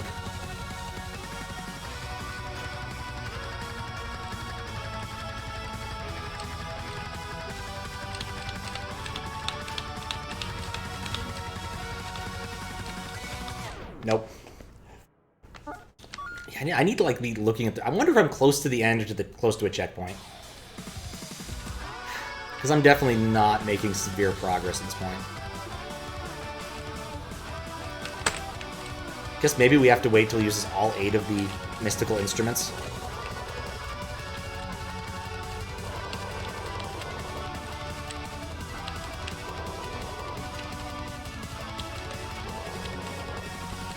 I just saw the block of text. I'll respond to that. I'm deaf.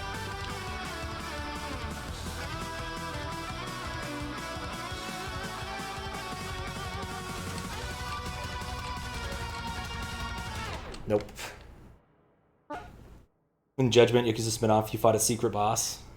Throws an infinite amount of grenades, some stun, some hurt, some permanently reduce your HP. After that phase, he whips out his laser swords that shoot laser rings at you and do a fuck ton of damage. After that phase, he whips out red energy gloves that send out so many projectiles and effects that the frame rate drops like 15 or lower on the PS4.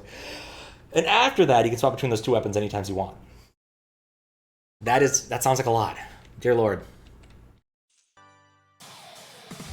If nothing else, at least it's a JRPG to some extent, so if nothing else, you can go and like level if you're having trouble with that, I have to imagine, but still.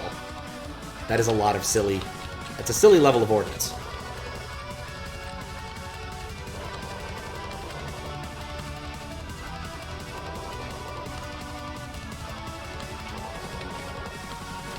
Well, I was gonna hit by one of those. May as well be that one.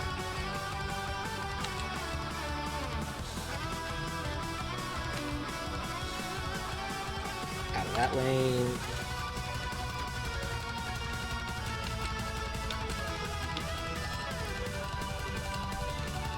Chill.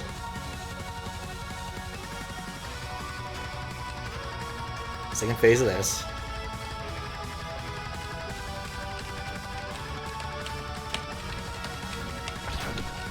Oh, I can use that to destroy the bullets later. Oh, that's another thing I can think of. There's like 8 health bars. Oh my. Speaking of JRPGs, the song that plays in that fight is called The Last Assassin 14 Symphony of Judgment. Like when the game has the balls that jump that kind of monster on you? Yeah. Good old actual super bosses. I don't know, I do appreciate when you can actually beat them through like actual, I don't know, pluckiness as opposed to coming up with a grand strategy. Which is pretty much how I have to deal with the super bosses in Final Fantasy V. Because while it's theoretically possible to beat, like, Omega, you can't really beat Omega through pluck. You actually need to have a plan. Then again, it's a turn-based RPG, so that kind of comes with the territory.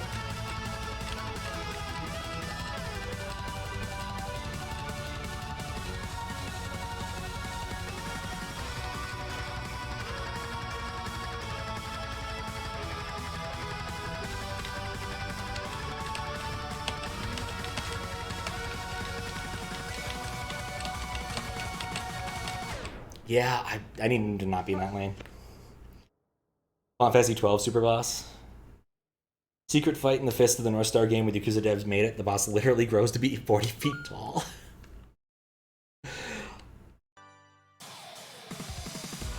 Isn't the Yakuza games like supposed to be vaguely realistic, or am I mistaken in understanding its setting?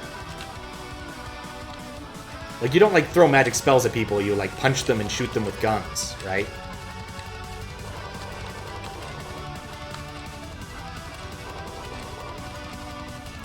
Guess you just said laser swords, so I guess that kind of tells us, informs us of what's going on. Most part grounded reality. Unless it's Ammon. Okay.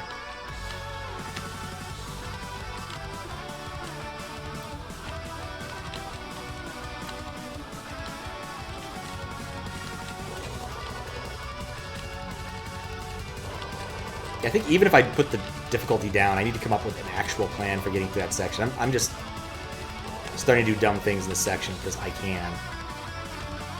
Like, I know enough of where I can kind of sit to avoid problems now in this first section.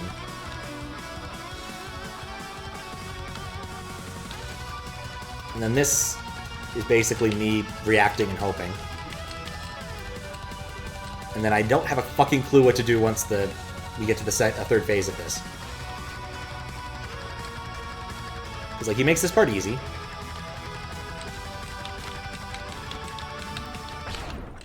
What? What hit me? Huh. Japanese spoof. Don't know about Japanese humor, it's kind of special. Ammon's a special boss you fight in all their games. Okay. I mean, Japanese humor can sometimes be difficult to understand, but can also be incredibly easy to understand. Depending upon where we're at. You love me some Gaki no Tsukai.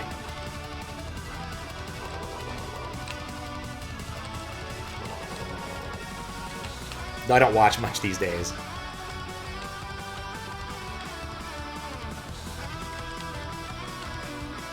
Okay. No! Yeah, Silent Library, that's one of the things they do. The assorted no laughing whatevers. As well as some other, like, special one-time events.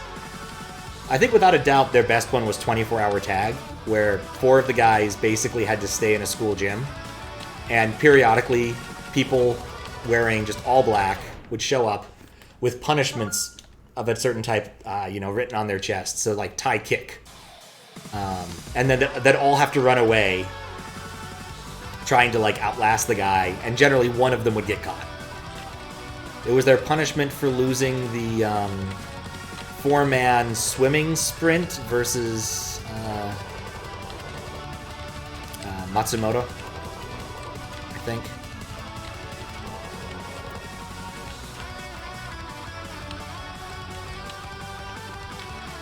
There's also a weird bit in there where they're divvying up a sausage, and it's just really awkward. I don't know why that was the thing they decided to do.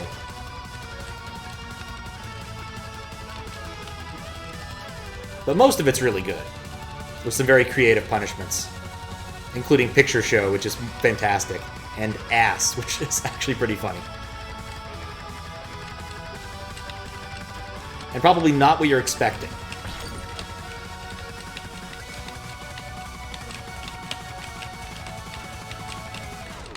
Wait, there's a fucking middle lane that's just free. What am I doing here? One of the secret fights in Ammon fights in Yakuza is a rapid-fire rocket launcher. The secret of Ammon fighting 99 Shadow? This is ridiculous. Yeah, pain and humiliation. Typically.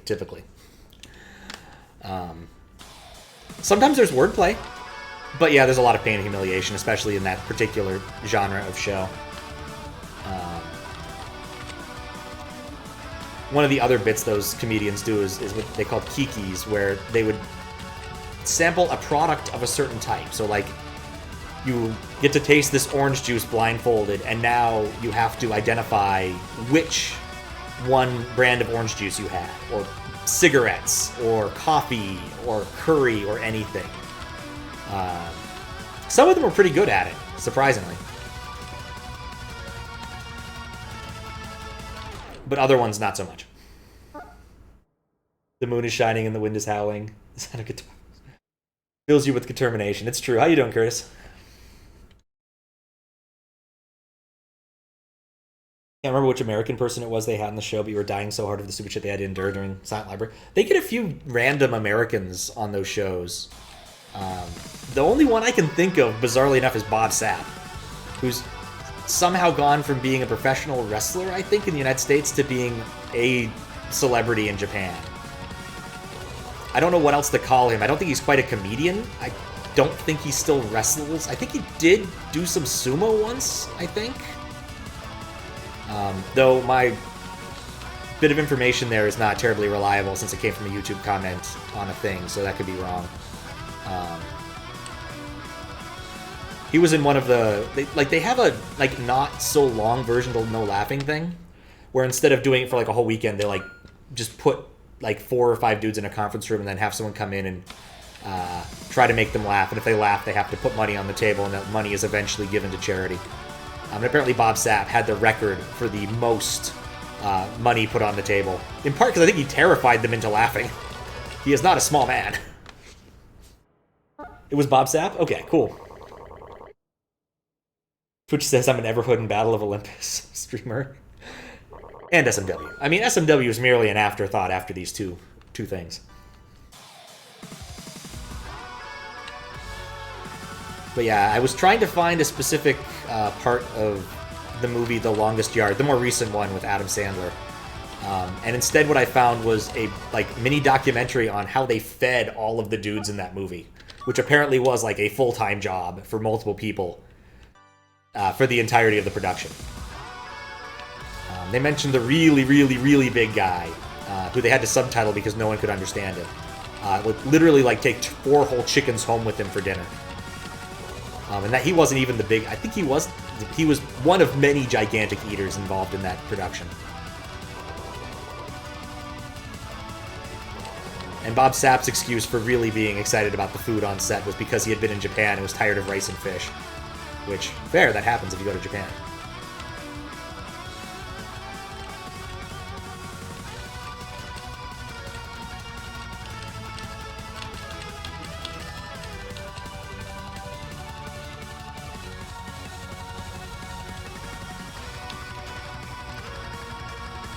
I'm watching to see when that lane looks like it becomes clear. Oh, right. This section changed. Doing good. Morning coffee and at service. How's the game? Is this endgame? Not exactly. Seen the SNL sketch with Chris Farley on those game shows? I don't think so. Oh, I think I've seen one. Like, he's on a Japanese game show and he's utterly confounded. Yes, I think so. So this isn't... This is like a secret boss, I think would be the right way to phrase it.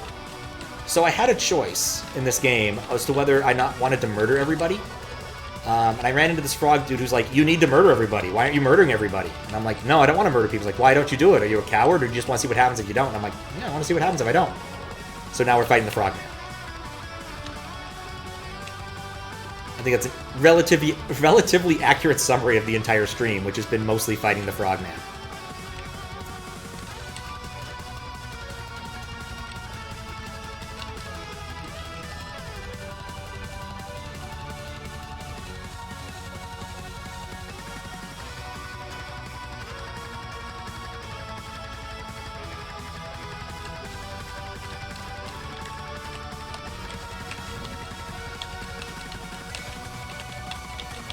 Nope, that is not a clear lane. You can't speak the language of the torture at the end. Yeah, that sounds right. Sounds completely right. I mean, an awful lot of people in the 90s, I think, basically did that joke, like The Simpsons when they went to Japan. When they're on a Japanese game show, and Homer, like, gets struck by lightning. He's like, it may look like he's fine, but he's being cooked eternally. And everyone politely claps.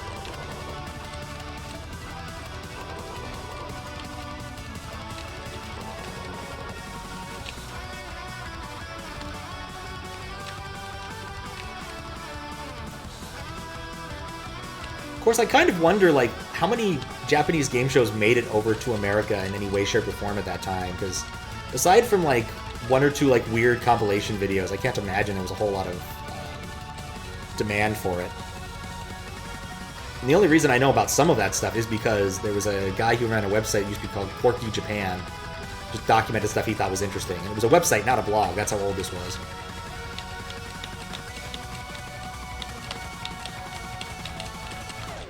Alright, yeah, no. And the Japanese game show that was on this, like, random tape that he had found was Natsubi, which was a game show, not even really a game show, I mean, hard to describe it exactly, but basically this dude was locked in a room with nothing but a stack of magazines and a pen, and told, yeah, you can live off contests, right? And so he did. He spent all day, every day, filling out cards. And anytime he got a, he won anything in the mail, he was excited and did a little song and dance about it. He never won any clothes, so he was naked through the entirety of this. So they had to constantly censor his junk. And they used an eggplant for it, which is why they called him Natsubi. Make crispy rice treats? Ooh. I do like me some Rice Krispies. Those are treats. Those are tasty. Haven't had them in years. I did find out that after, like, one of my siblings was born, my mother completely lost any desire to eat them. Like, just could not even want to taste Rice Krispie treats. But she still made them for us, which I appreciate.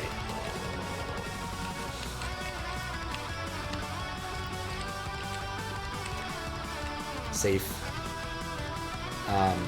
But yeah, it was interesting. He never won any clothes. He did win some rice, which was sort of the big deal. He could get rice, and then he had like a tin can that he would cook it in on the apartment's heater, and he'd eat it with 2 pens for chopsticks. It just sounds like incredibly demoralized. Like, it sounds like a terrible way to live, really. But he put up with it. I don't know if he ever had a career afterwards. Keep thinking I'm going to be able to do that. Now eating that ball. Imagine if they made this impossible and pacifist just to force you kill the frog. I can see that happening. I don't think it is, of course. But it's possible.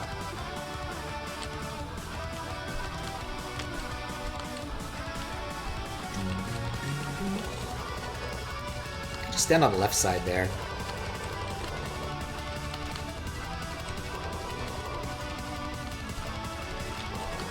The funniest thing is that they moved, like, a few times the media apparently found out where he was living, and so they had to move him, but they didn't move all of his stuff.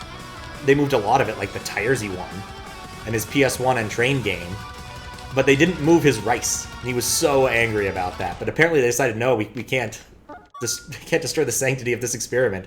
You just have to be hungry. And then once he had won, they actually took him to South Korea for a little, like, respite. Give him a little vacation, show him the good life. And then they put him in a South Korean room and had him do the same thing again. Like, the whole thing sounds like the kind of awful, like, 1950s, 1960s psychology experiments you get to read about in the books. With, like, no serious plan. It's like, yeah, we'll just, you know, do this to this guy, see how much we can actually, you know, torture him before he finally kills one of us.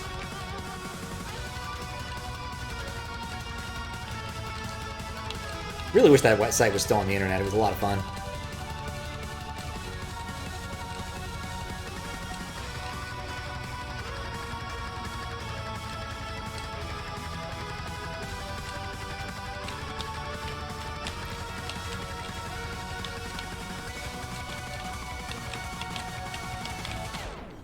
Okay, no idea.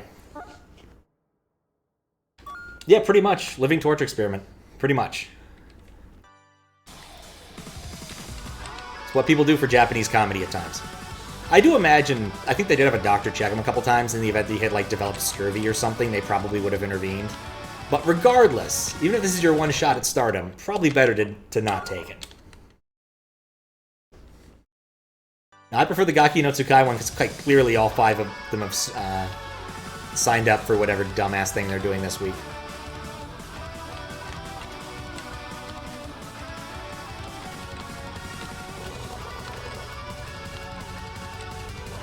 Though sometimes they have to add a 6th for when they need, you know, more people. They had one challenge that was kind of fun where they had to try and all 5 of them dress up as different color Power Rangers. Well, Go Rengai, but basically different colored Power Rangers. And they weren't allowed to communicate their choices, and could only, you know, you could only see what the other people were dressed up like as you were doing your, you know, Power Ranger posing, Sentai posing. And so all 5 of them had to wear a different color. And the odds are really bad on this if you actually do the combinatorial math.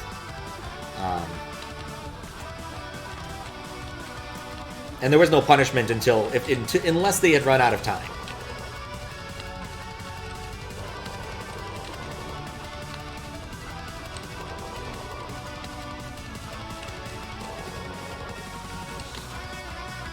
I just like that green pillar so much, I run into it every time.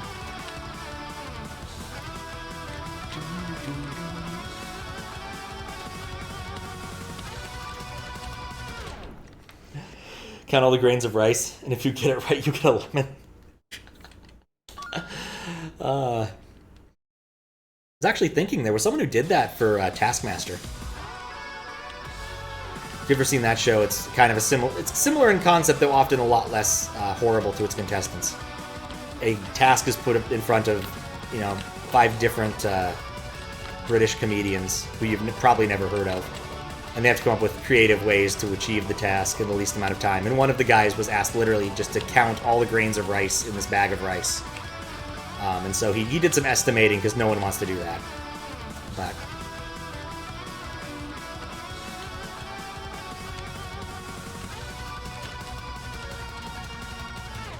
dang it. Only seen the UK version? Yeah, it's the UK version I'm talking about. It was one of the earlier seasons that did that.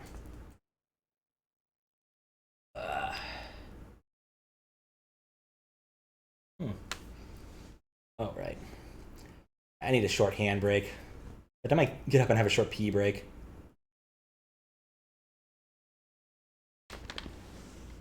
Don't mind lowering the difficulty. I think I might. I've been at this for a bit.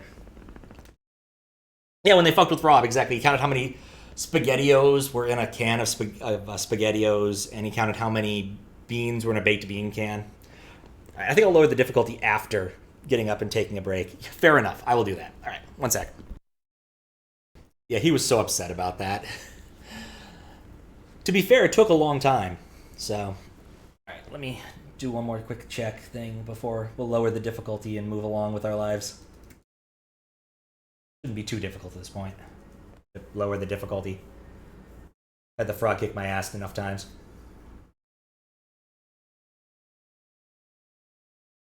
Alright, let me re-rig this. There we go. Alright, let's lower the difficulty one more. I'm bad at this, and I'm fine to admit that. Let's see how this affects my level of regen. And whether or not that changes whether I can beat the dang thing. Like, usually what happens with this is there's one bit where I just get stuck. Okay, one, I definitely have more HP. A lot more HP. I think it takes 5 hits instead of 4 hits instead of 3 hits now. Okay.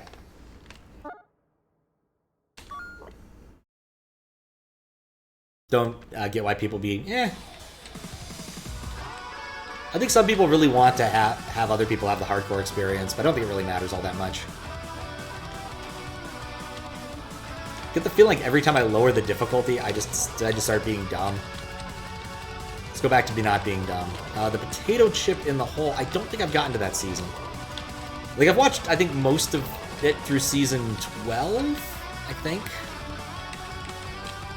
I forget exactly which season I'm on. I really need to start watching it again. I actually paid for it because I got tired of waiting for it to show up on YouTube. The current season, the only that I'm on, the only thing I can remember from it is there is a rather large American black American woman who's on the show, but I don't remember any of the other people right now. Let's see if my strat's here.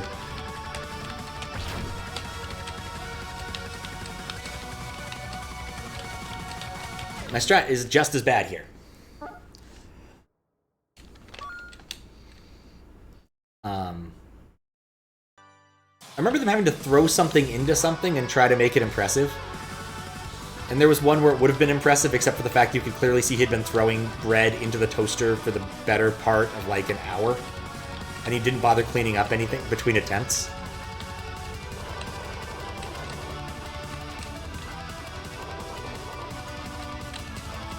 My favorite person to watch fail was definitely Nish Kumar, because he just failed in so many terrible ways. Like, there was one, I think, that was like, get this coconut the furthest away from the Taskmaster house without stepping on the ground. So most people put things down and got ready to throw things nice and... God, I've gotten worse. Carefully. Nope. He just gets outside the house, chucks it, it hits something, rolls back to his feet, and he leaves. It was just an amazing amount of failure.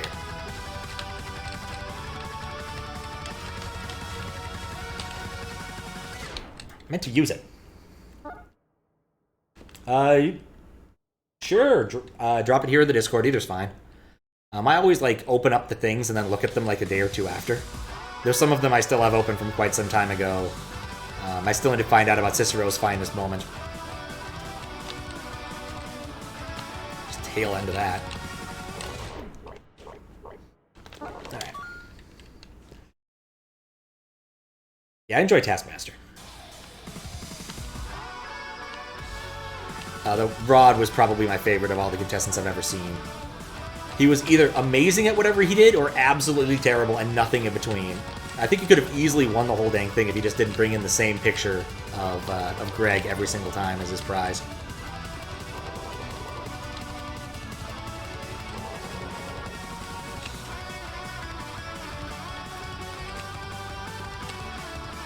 But I also suspect he didn't care much about winning. He just wanted to mess with Greg.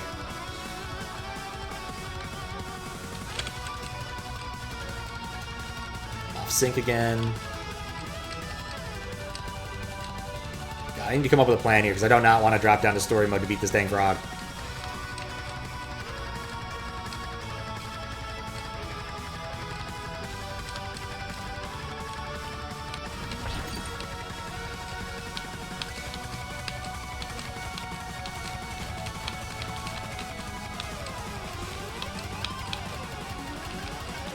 Okay, at least the middle part doesn't have the walls. Posted it there. Yeah, exactly. They're in real life friends. Though, admittedly, after some of the stuff he did on Taskmaster, I would probably have some difficulty with that, especially the bit where he snuck into Greg's closet to record him sleeping, which is pretty dang creepy. Which was the point, but still. The Wall by Pink Floyd. Yeah. Well, this is the bit where we came in. I have listened to The Wall. I might even have it on LP. No, maybe I don't. I don't know if I have any Pink Floyd on LP. I actually have a lot of records. It's just my record player is so annoying I never use it. In fact, it was free. Because Squiggles didn't want it because it's so annoying he never uses it. Or used it, so now I have his old record player. And I really should just upgrade to a proper new one. The problem with it is it has an autoplay, mechanism, but it's very convinced that it's done playing every time I put the stylus down to the record. It's kind of amazing how crap it is.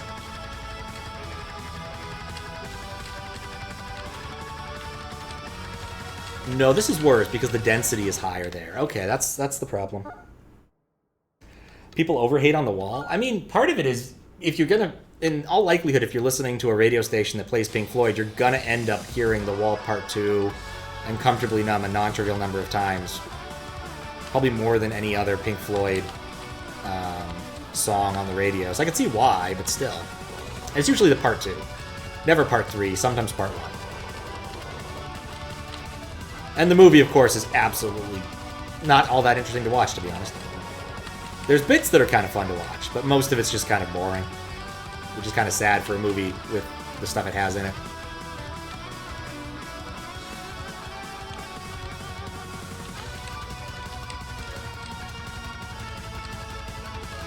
Okay. So basically, if I go in the middle, I just have to deal with having double the notes to jump over. I stick on the side, I get the walls. I don't think there's any winning here. Okay.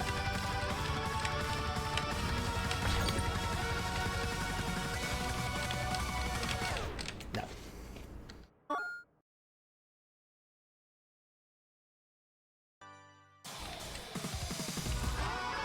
Dang frog.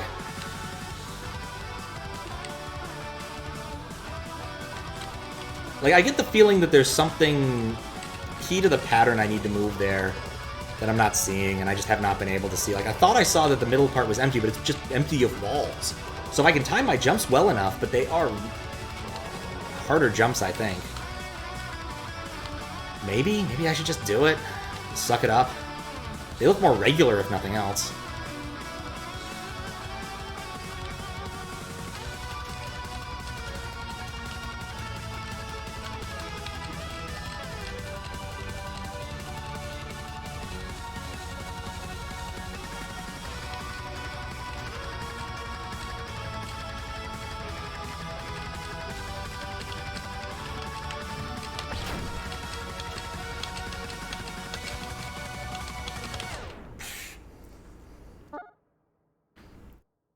People do not usually complain about Another Brick of the Wall Part 2 or Complete Numb. They complain about the album is poorly paced. Yeah, okay, that's fair.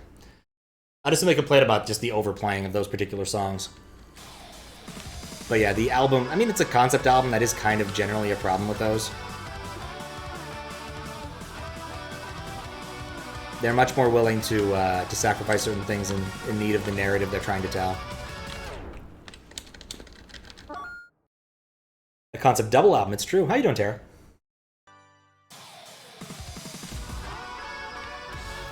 Yeah, and double album makes it kind of worse, because at least in CD form you can listen to all of the songs in order without having to get up and do anything. But with a double album, you've got to get up and change sides 3 times at least.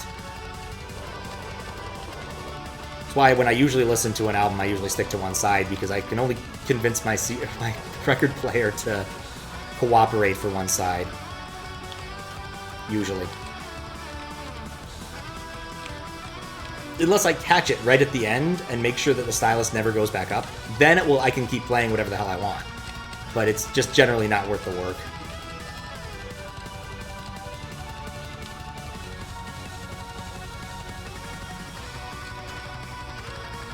Okay.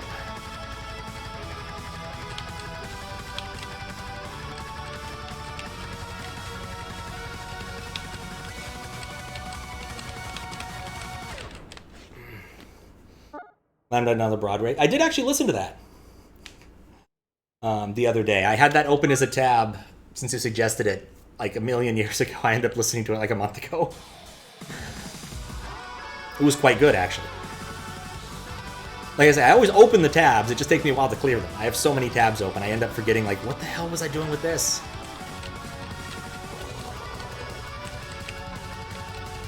But I always get around to them. Just takes forever.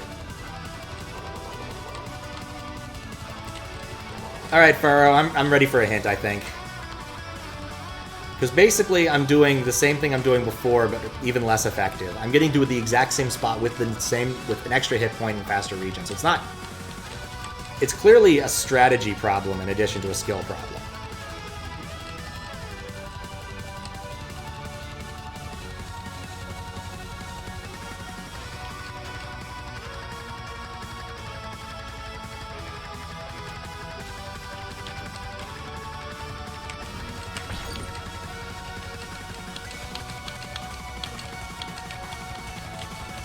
Oh, the middle even has... Those now. And there's a line in front of you on the board when to attack, to jump or parry an attack. That's probably something I should be doing. I'm looking really far up. And that might be one of the problems I'm having. I'm gonna assume the line in front of me is the important one, which might be why that... Like, it's one of those DDR things, is eventually you stop looking at the line and you start looking, like, up, if that makes sense.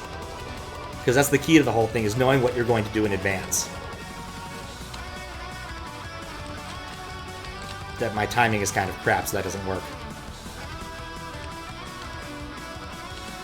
And yeah, for parrying, I think I'm expecting the parry animation to last longer. Because it's a parry, not a grab. That's the other thing to think about.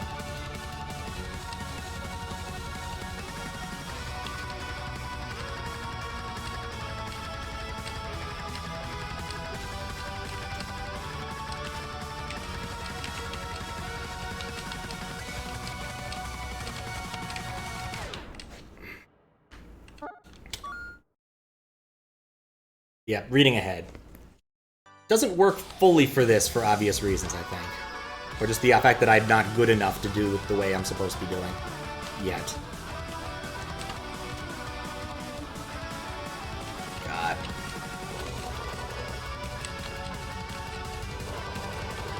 Like, this gives you an egregious amount of regen. Like, I could just not get hit continuously for, like, a second. I should be fine.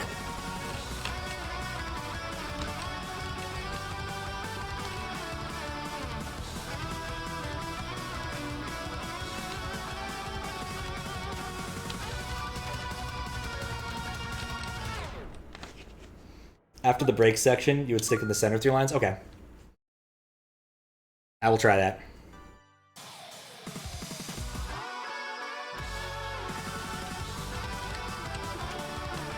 If you gave me save files for the Geno fights, would I play them? Well, not right now, I can tell you that much. Maybe? I don't know. I have to think about that. I'm pretty happy leaving Undertale where I left it. If that makes sense. The story's wrapped up nicely. And given how much the frog is kicking my ass, I don't know how much I'm interested in trying to fight Sans right now. Okay. Center 3 lines.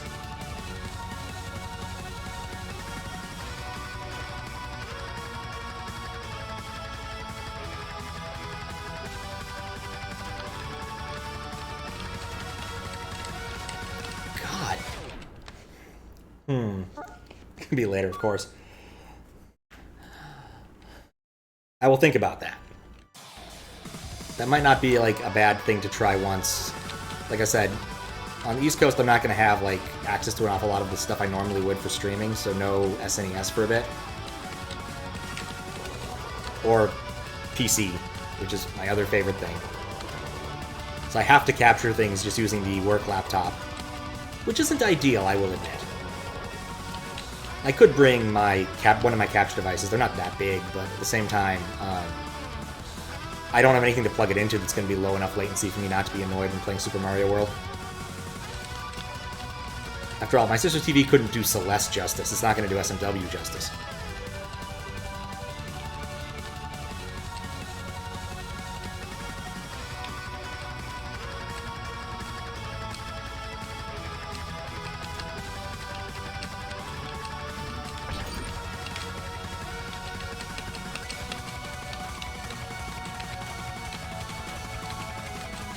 I do not see how that's going to help me better.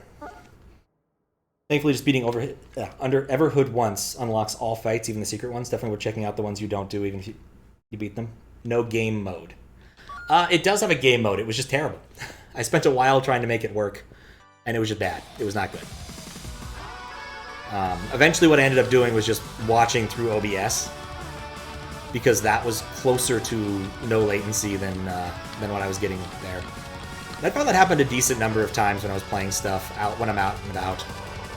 Like, streaming mobile is not easy unless that's actually your shtick. Let me phrase this. I'm not, like, using a phone or anything, but, like, when traveling, if I want to do a stream, it's kind of difficult. And there's a good argument for it, just because, like, when I'm visiting the East Coast, I still go to sleep a decent margin past when most people do, and who I'll be visiting.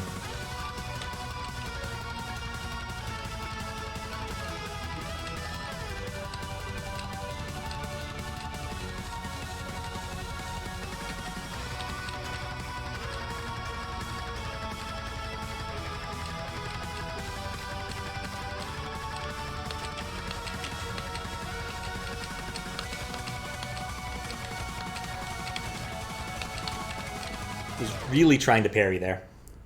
One skill you got to build up is parrying for defense, even if you jump immediately afterwards, since it gives you more time to react to the thing after when figuring out what it is. Okay. Yeah, I really want to parry for defense for some things, and I'm not doing a good job of it.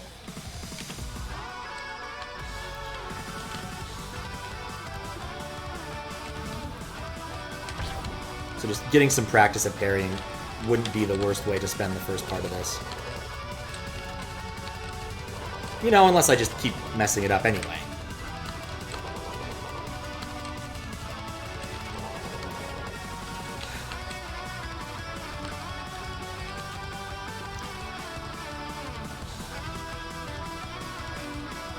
Should have just titled this 2 Hours of Frog.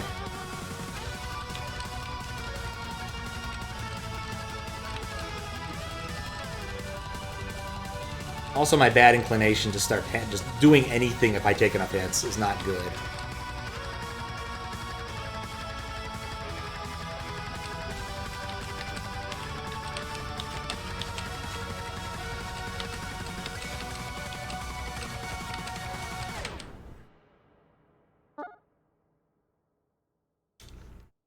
I'm reacting after and figure out where's safest. Okay.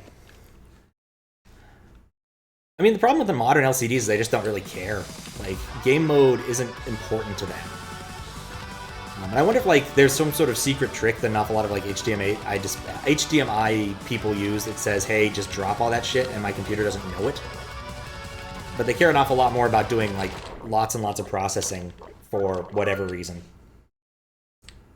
Portions of the break where the center is better and left to right is better? Okay. Yeah, it's clear that there is, like, a pattern here where I'm supposed to kind of go move from left to right in accordance with maybe not the main jam or the main jam, one or the other.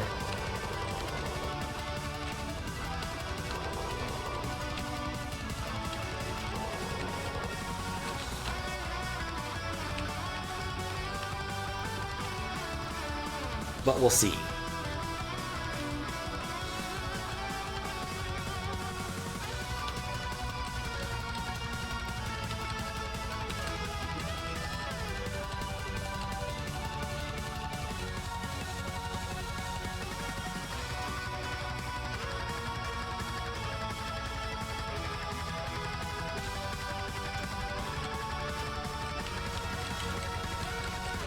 Definitely not.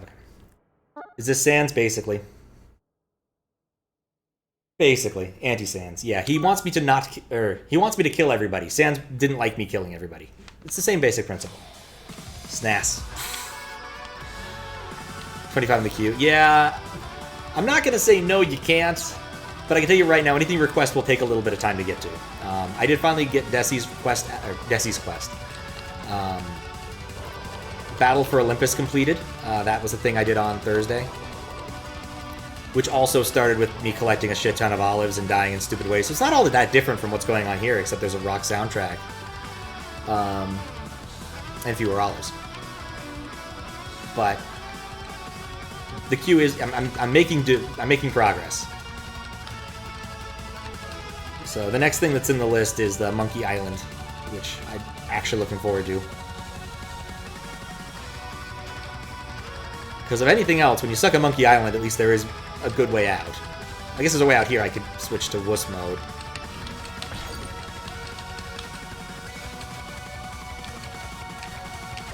Dang it. Versus a good time, though. I've heard good things. Yeah, FF3 and then Superman, and of course, Zelda. I might just need to suck it up and just play the raw version instead of doing the ROM hack thing first. It's going to take enough time as it is. So, basically, come December when I get back, if I have not completed all of the hacking I plan to do for that, I'm just going to say fuck it and we're just going to go.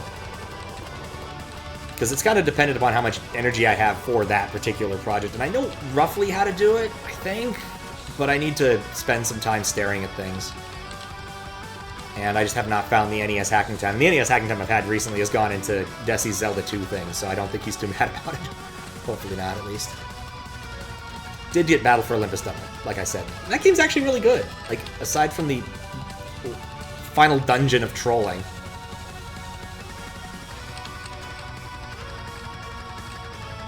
I want to eat that first one. That's the goal here.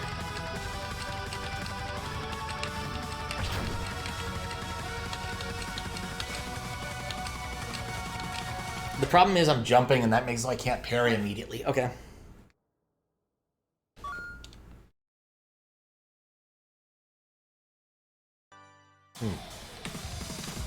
But yeah, it's one of those things where my ambitions do not match the amount of time and effort I can spend on things sometimes.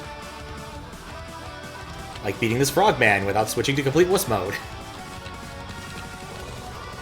Cannot believe you did this in first try, Faro. Then again, it wouldn't surprise me if you learned this a lot better than I did. I tend to, for these sorts of games, fall into some bad patterns where once I learn something well enough, I don't exploit new mechanics. It's kind of like when I beat a good chunk of Space Chem without using flip-flops. Because I realized I could. And you definitely need flip-flops in Space Chem at some points, eventually. But I think I beat the entire flip-flop chapter without using it except like once.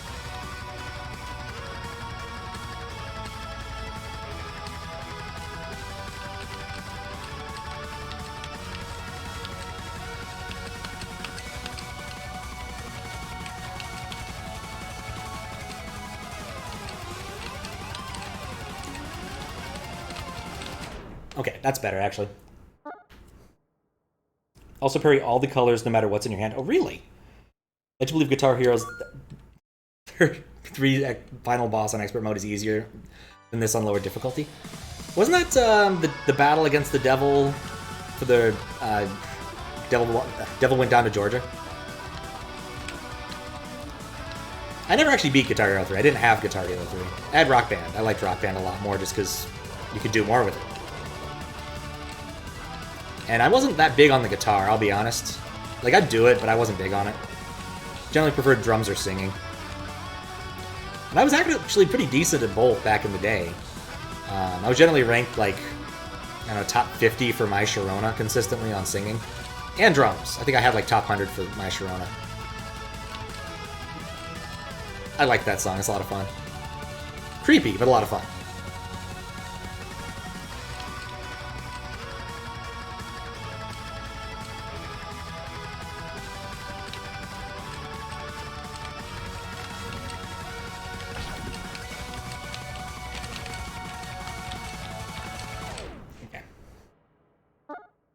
Old friend of yours says you can sing, but you doubt him. I mean, the only way to know is really to...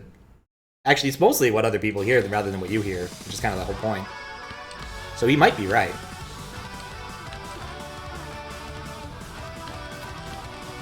Yeah, I think that my mind was too much in the... If I don't And this might be because of how I did the tutorial fight, that I can't parry alternate colors. Like, once I have blue in my hand, I'll just get hit by green, is what I'm thinking. Even though that doesn't make a whole lot of sense, if that makes sense. Rather than dropping the combo, it just hurts me, is what I kind of expected.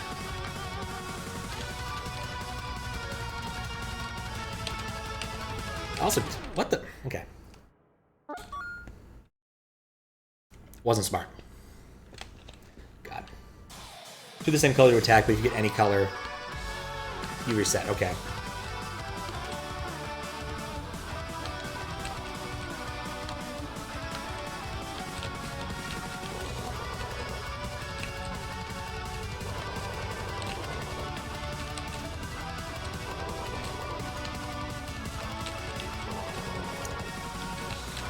Okay, I always get hit by that one.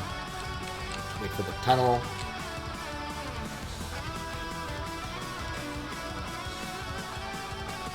I'm really hoping the section after the break section is either the last section or I get a checkpoint after that, because, man.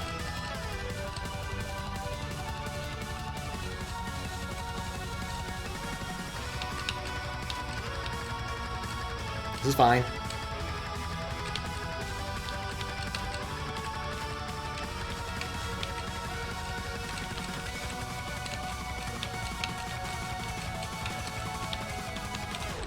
Okay.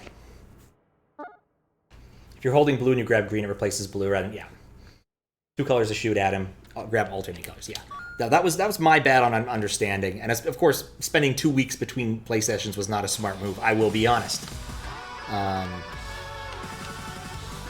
Like, I did want to, and I was planning to hopefully do something, get some stuff done last weekend. But once I got back from the Portland Game Con, I was basically dead for Sunday, and then I had plans to try and get some other stuff done yesterday, and Friday. Instead, I did puzzles. Squiggles came over, Snyder came over, and another dude came over. We did some puzzles for a bit, which was nice. Since we haven't done puzzles forever, and we're way behind on our puzzle boats. There's been a whole boat launched since the last time we got together. And Puzzle Boat 9 is almost here, too, so... There was a fun puzzle about a Mad TV sketch. The Midnight Golfer sketch, which is just ridiculous, and I highly recommend watching it, because anything I'd say about it would just be kind of spoilery and not as funny as the damn sketch itself.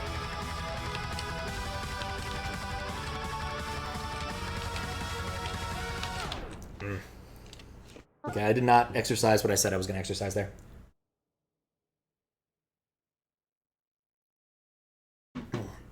I should have been at this for 2.5 hours. Good thing I started earlier.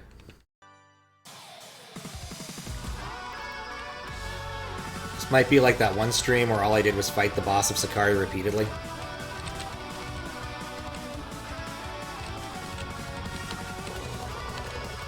Oh, you can do that without jumping. Huh.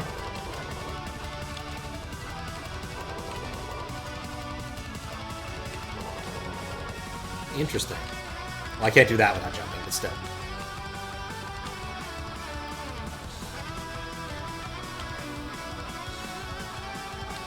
I'm very good at snatching defeat from the jaws of victory.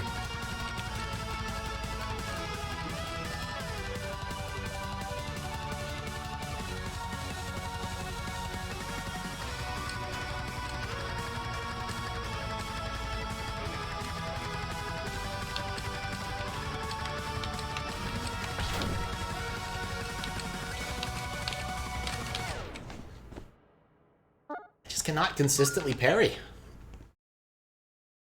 think the window for it's just small enough that I'm doing it a bit too much ahead of time.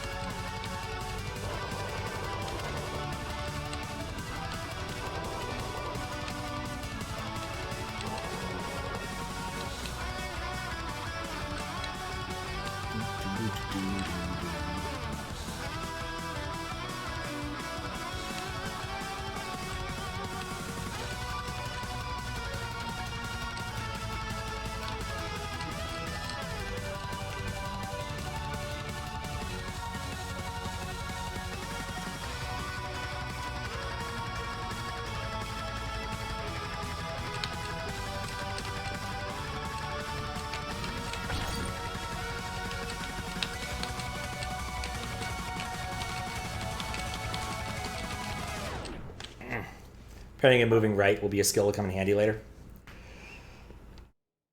Practice parrying at the beginning so you've practiced that needing to die again at the end. That's fair.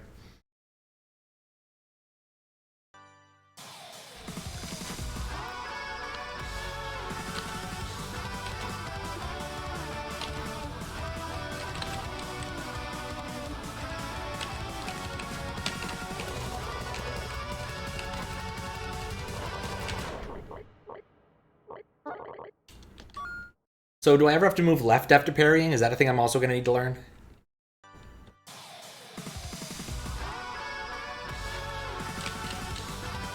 I think I successfully parried.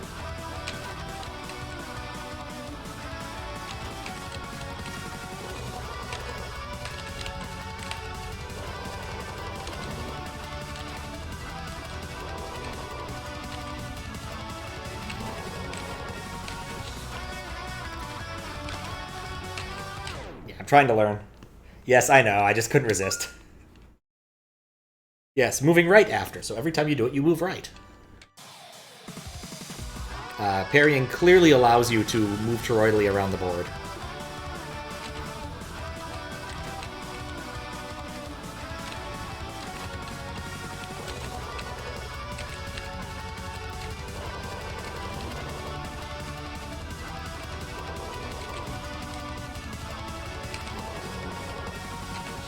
Yeah, I'm trying. I'm not succeeding very well.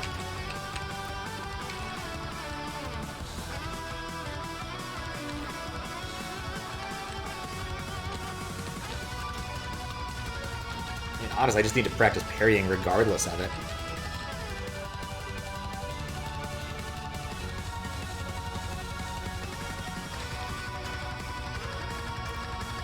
Kind of chew gum and walk at the same time. Everyone knows is impossible. Okay. God. Yeah, I think there's something like 5 hours of me fighting that one Sakari boss. It's a 30-minute like boss too. Like every time you fuck up, it takes a long time to get back to the end.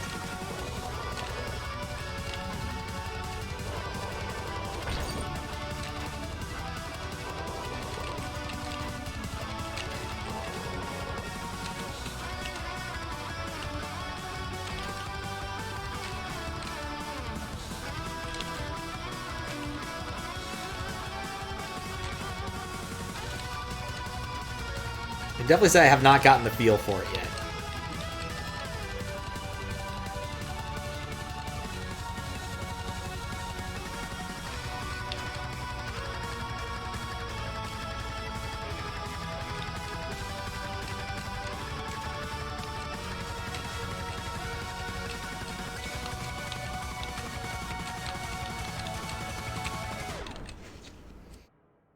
Then Eevee fixed it. Yep. I think they changed it so you don't have to fight the first phase, after beating the first phase once. So you can go right to the second phase, which is nice. It's still a long boss fight, but at least you don't have the, like, I know exactly what I'm doing and feel dumb for having to do this entire thing over again feel. But I haven't played the newer version, so I don't know for sure how it works. I think Lazy's picked that one up. Still need to finish 10. Which, I looked at the VOD for that, and I spent 2 hours trying to climb the mountain, and that's the second room of that hack. This final level. Which feels very much like this. I feel like I'm doing something that shouldn't be this hard, but I'm making it a lot harder than it should be.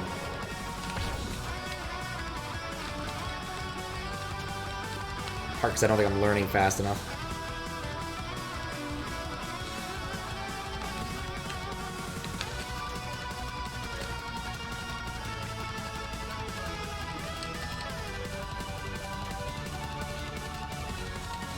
Just gotta relax.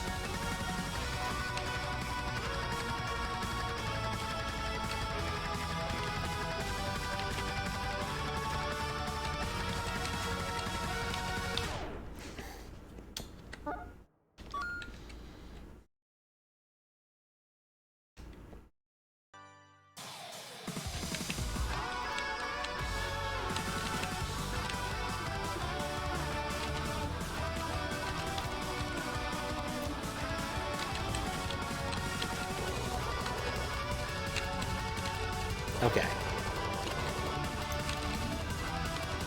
Like, I think I'm at least getting a little more consistent with it.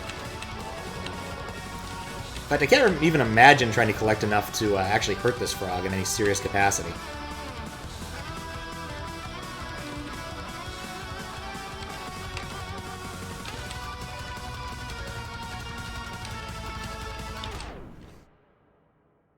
Alright.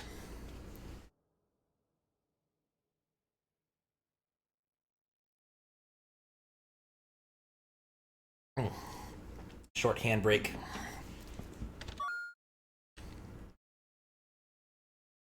I do appreciate y'all have watched me spend 2 hours fighting this frog, not very successfully.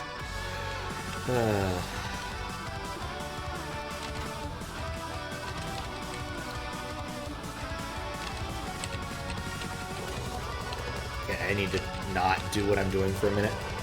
The regen give me. I was trying there.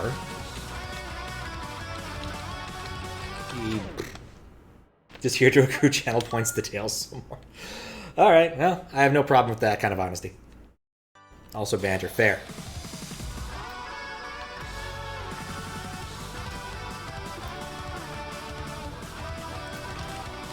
I think Big the Cat and this frog would get along. They both got that like country aesthetic. Like, you know, both of them would totally enjoy watching the Beverly Hillbillies. Or do you think Big the Cat would be kind of dumb about it and like try to catch him with a stick?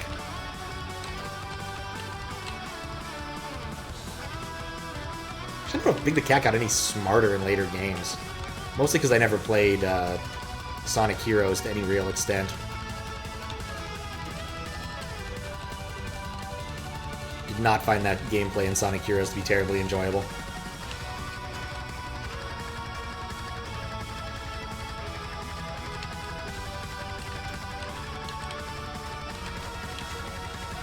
I just keep forgetting what I'm trying to do there.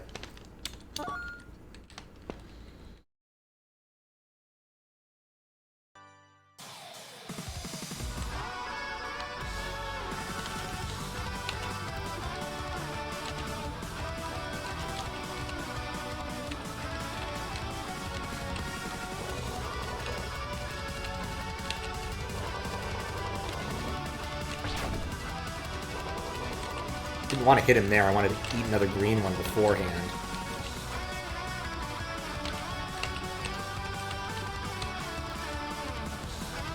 I think is when I start doing this, I start neglecting jumping, which is, like, also important.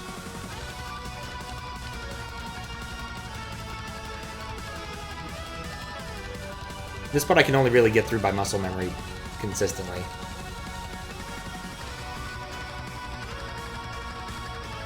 I wonder how fast I can parry. That's pretty fast, actually.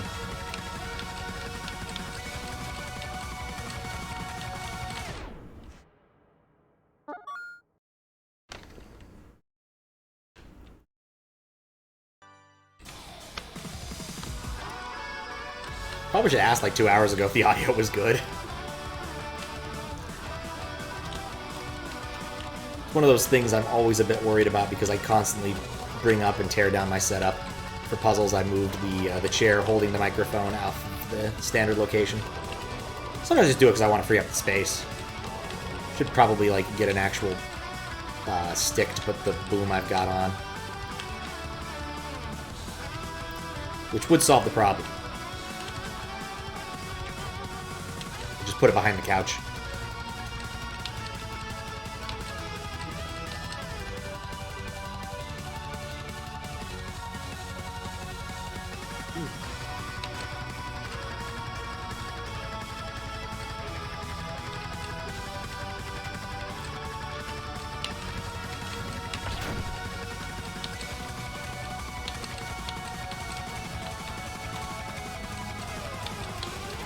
Dang it, almost regened. Pretty good? Okay. Yeah, maybe one day I'll invest in the proper streamer accoutrement, but not today.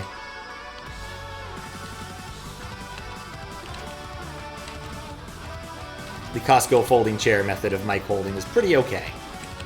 It's Especially because this chair has no other purpose now that its back is broken. That's the one bad thing about these Costco chairs. Like, they're adequately comfortable, but, like, the backs break if anybody ever leans back on them. Which you're gonna do. It's a folding chair. Like, what else are you gonna do?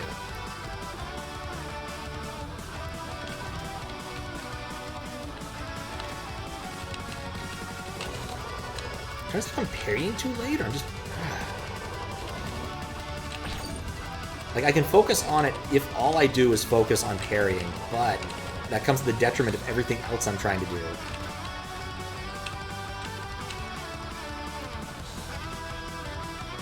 I'm gonna guess most players who decide to fight the frog probably do so after, like, actually killing some things. Or a second run through the game. Maybe I'm getting better, I don't know. Should really try to absorb those, because they're absorbable.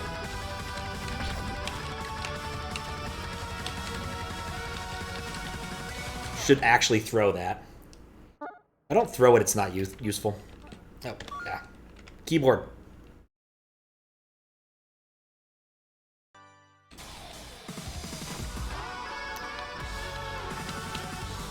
Guess the other silly thing is I've been watching the countdown parts of 8 out of 10 Cats Do Countdown. I'm not really sure how that show exists. Because, like, the countdown part requires a decent amount of either verbal or mathematical intelligence. And most of the contestants don't ever seem to exhibit either of those things, except for John, who consistently wins in those when he tries. Mostly because he's good at math. Sorry, English. Maths.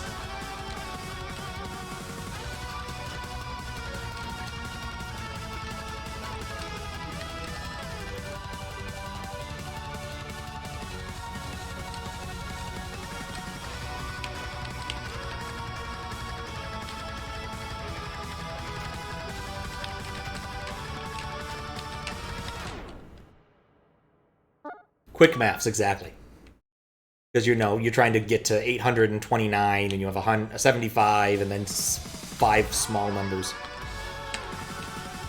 Used to play something similar way back in the day. We called it crypto, but I think it has a different name, where you deal cards, and someone would pick a number to try and get to, and you had to prove you could do it using various mathematical operations.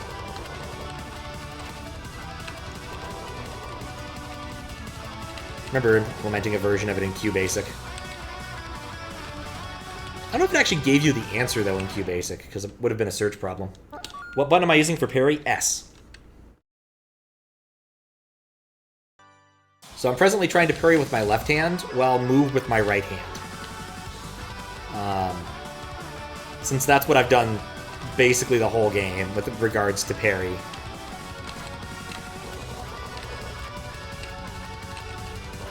Unless, like, S is a terrible key for parry, in which case I should probably stop using it. The S is for stop.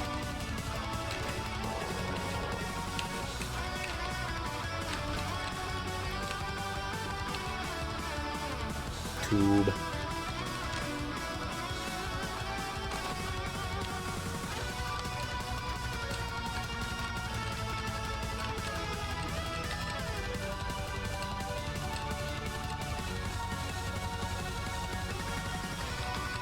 I think actually, instead of paying attention to what I'm doing there by looking at the patterns, I think I'm mostly doing it by the song now. That's not good. Arrow for space and yeah, I'm using the up arrow. Well, technically the down arrow since I moved these keycaps. The up arrow for jump. Space is jump? Huh. Not convinced. Wait. Oh my god, I didn't... How did I not learn about that earlier? That's so much more comfortable. Huh. Yeah, that's, that's a good point. I feel marginally better with that one. I've been using up.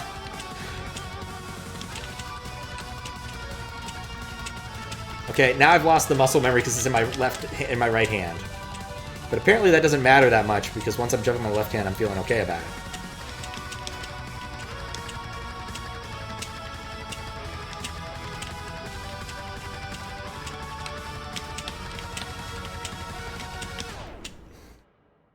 Maybe. Try that again.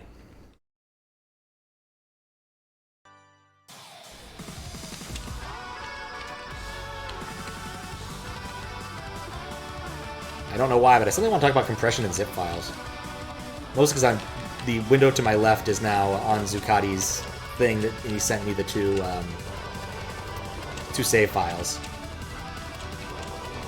And they have slightly different compression ratios. And I think it's interesting that zip files have persisted so long, since they're not, like, great at what they do, but they're such a useful standard at this point that I doubt we'll ever really move from it. There are far better compressors out there. And zip doesn't even handle inter. It doesn't use multiple files to compress more to get better compression. It's kind of interesting that way because it just didn't plan for it. The non-obvious reason for that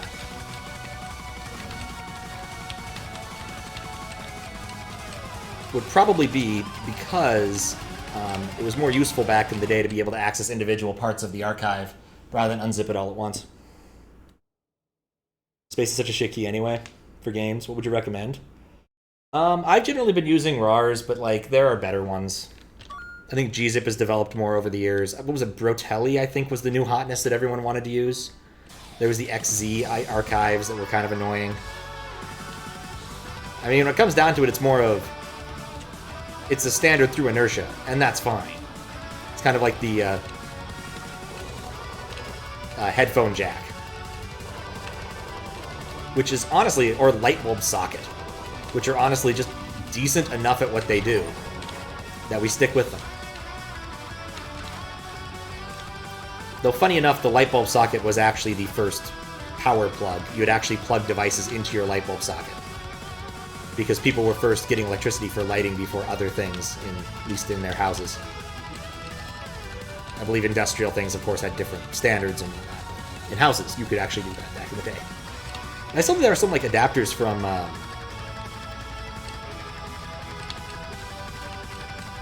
light bulb plug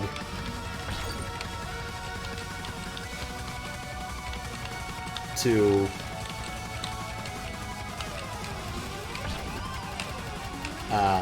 the standard 3-prong that we know and love. 7-zip, yeah. ISO isn't a compression format, it just is a disk descriptor. And the disk descriptor itself doesn't actually tell you how you should lay things out on the disk. It simply tells you what the file system should look like. You can have an ISO burned to many different disks by different hashing mechanisms. The reason I know this is because I used to play Monster Rancher 2, which if you wanted to get specific monsters, you had to burn disks very specifically. Though eventually people found a way around this using like Disk Juggler, where you could manually set the subcode on a given burn.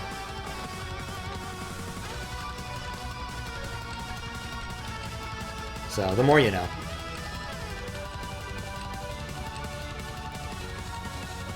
It was a fun game back in the day. I looked for my copy, I couldn't find it, and that really bugged me.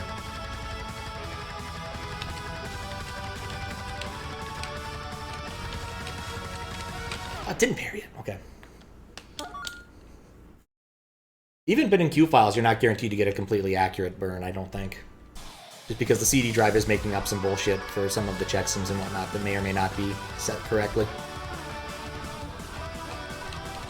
I run into this problem when trying to burn PlayStation discs of all things. I have a better solution now, but still.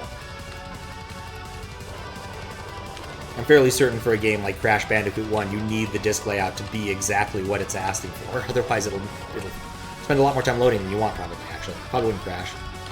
Those guys were clever. It probably wouldn't crash if that happened. No pun intended. What do I get for not... Man.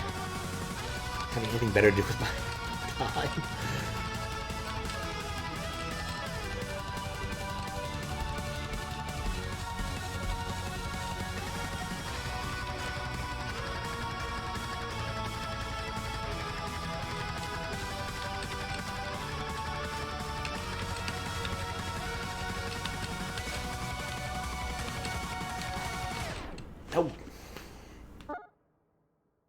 Put your head together.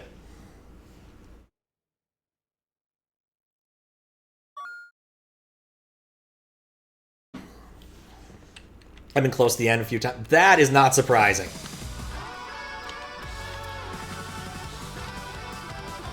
If there's one thing that's a common strand of me playing any game here, is I'm very good at snatching defeat from the jaws of victory.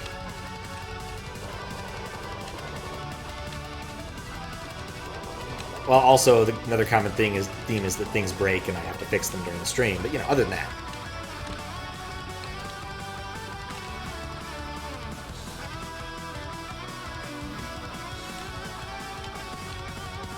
Oh, I was actually way ahead of the cycle. Either way, I think if I can get past the first cycle of blue things with parrying them, and then the second one with parrying them and then move, I think I'm in a decent spot. Like, hearing that I'm close fills me with determination, no shit. So.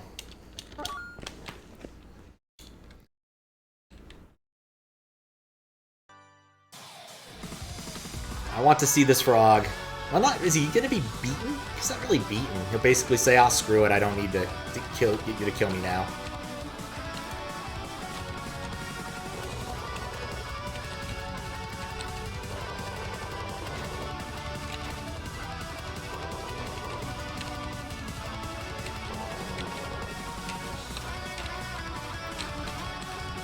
Still feel like my parries are really crap.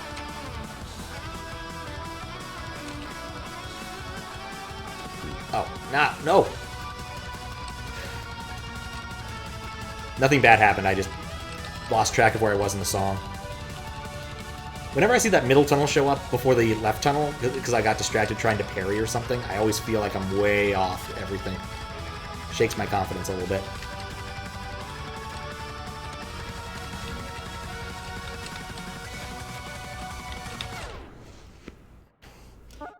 When you get a full charge, don't wait until you're right in the face. If you shoot too close to another one, it'll spawn on the other side of the obstacle. Really? That's good to know. You just kind of warp it through. Like shooting someone through a wall in a bad first-person shooter.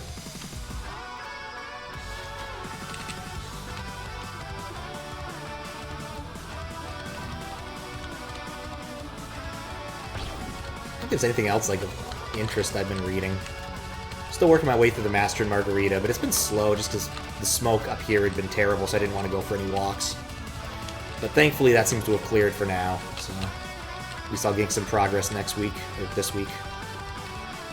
D&D was fun. Ended up fighting starting a fight against, what was his name? Crap, I forgot the name of the actual goop from Fern Gully. The pollution monster formerly known as Tim Curry.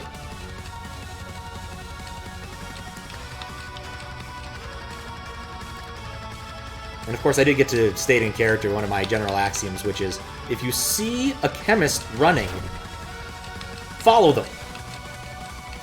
Because in all likelihood, what they're running away from is something you don't want to be messing with.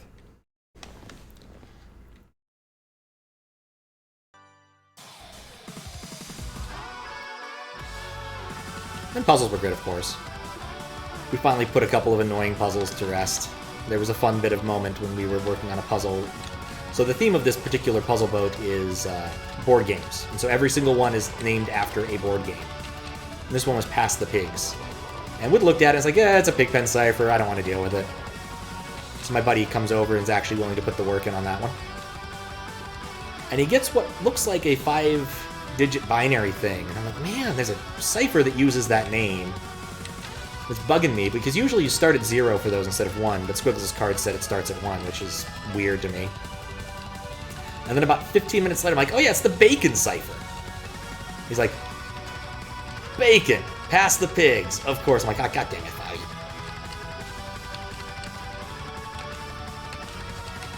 But it was nice to put that one to rest, since we had that one open for a while. And in a while, I mean almost a year. Maybe at some point I'll take a picture of the dead puzzles pile, because it keeps growing. I think I've kept it from when we were working on Puzzle Boats 3, 2, 4, 5, and 6. 6 and 7 now, I guess, since we're on 7. And it's non-trivially thick at this point. I mean, I think we're reaching like, what, 6 inches tall or something? And it's standard printer paper, most of it. Most of it printed by my laser printer. Because I hate inkjets. Like, seriously. Inkjets are the worst. The dang ink cartridges cost more than the printer. They print poorly. Though admittedly, the color printer did fail me a bit on a puzzle about fish. I could not identify the red-colored fish for the life of me. Turns out there were like 3 different red-colored fish.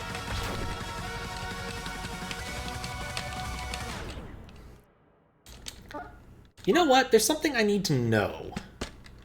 Something very important I need to know that I haven't learned yet. Is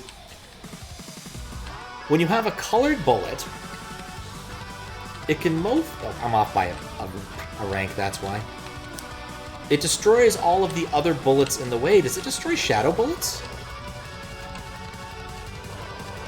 Because I think that might be why I got hit there. Because I was looking at that and I'm like, why did I get hit that first time?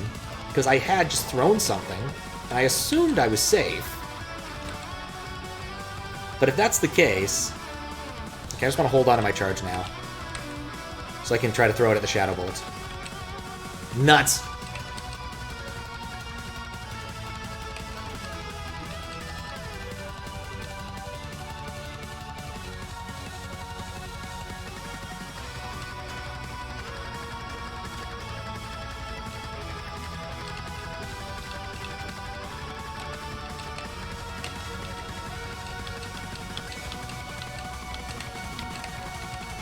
Should have thrown that when I had the chance.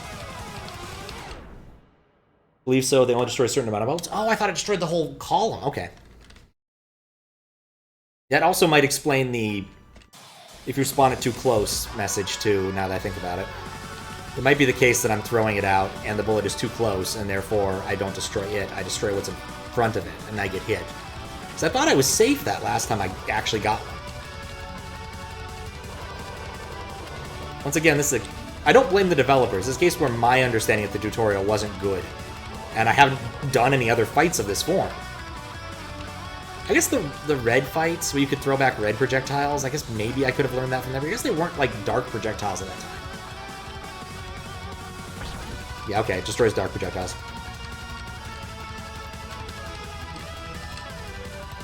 I have a lot more health when I'm at that level.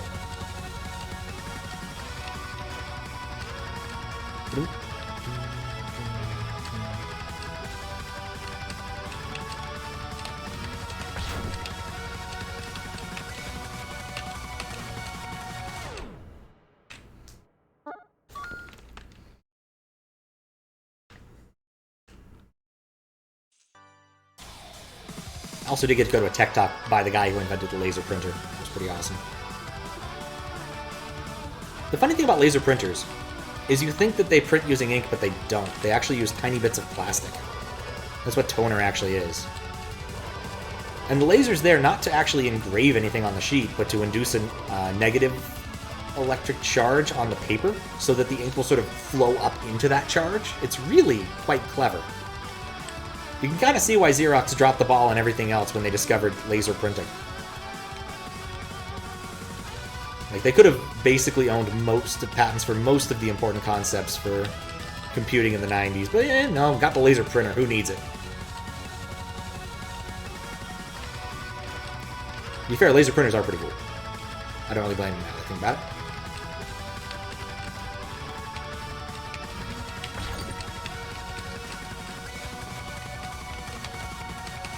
That's my other problem. I think I'm not exploiting my invulnerability well enough.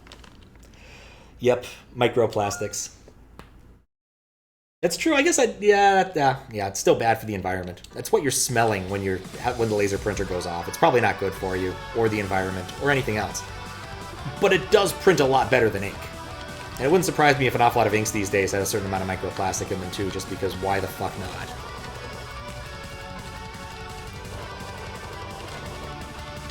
But it's also a category I don't know much about, so there are plenty of natural inks. just because we've been, you know, writing on paper and other things like paper for thousands of years. Like, you know, I know that the Egyptians used papyrus to write on, but what the hell did they use to write? Like, what was their ink source?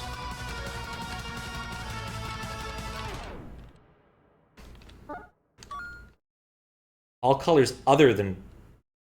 Wait, what? Other than blue. I thought I couldn't absorb the...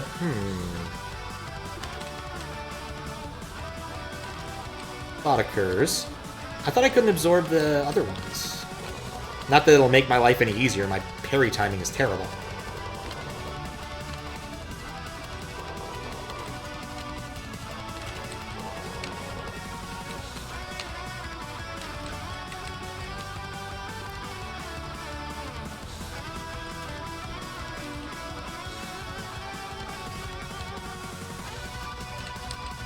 Do these count? I wouldn't be able to tell here, would I? I don't think I can parry those, no. Those must be blue, for the sake of our argument here.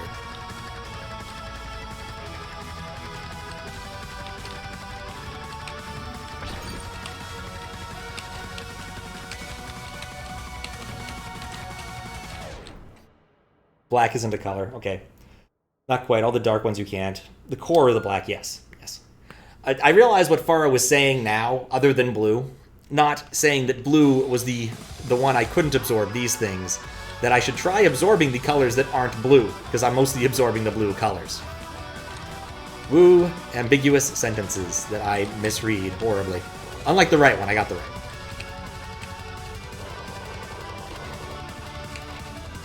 I just need better timing.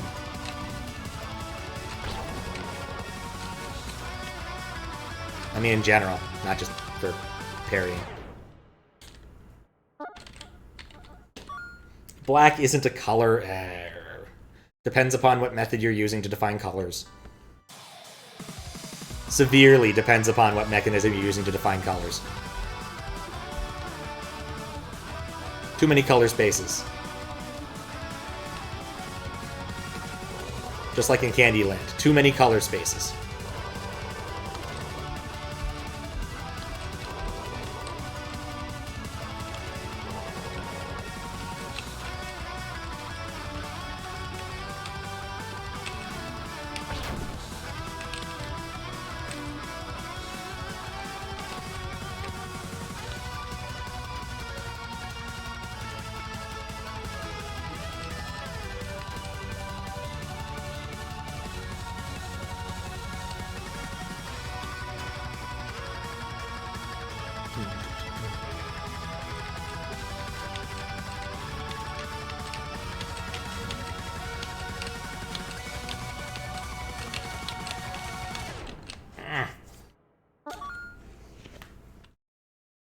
I mean, the thing is, I was a child once and had those arguments of semantics that were an awful lot of fun to have, I will be honest, at the time. But it's one of those, like, there is no good answer here things when you really get down to it. And arguments of semantics are only fun if you're actually enjoying partaking in the arguments of semantics, which most parents were not. Because really, it's this kid is trying to show off how smart he is. Not that there's an actual point to telling me, no, black isn't a color, it's all colors. Or white isn't a color, it's all colors, or the absence of color, or whatever. Your LCD is doing something to color the screen, it's a color.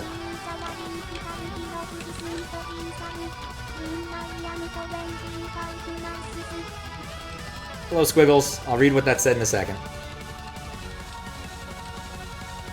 Hopefully.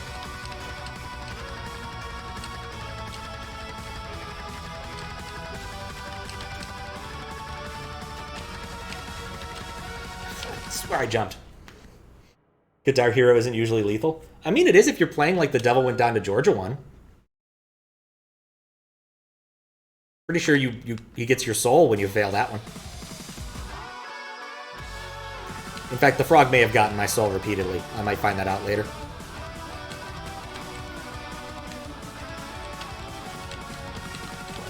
In fact, he offered me this golden arm if I beat him.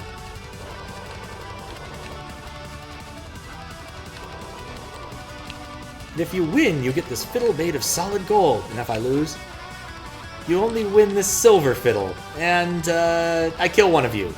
Him.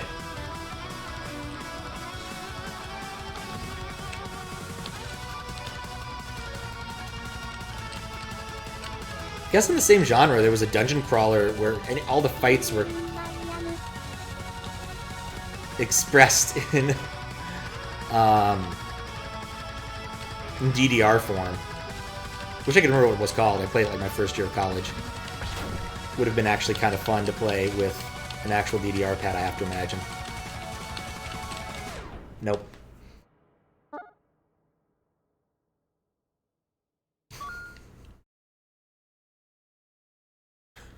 Deal, right.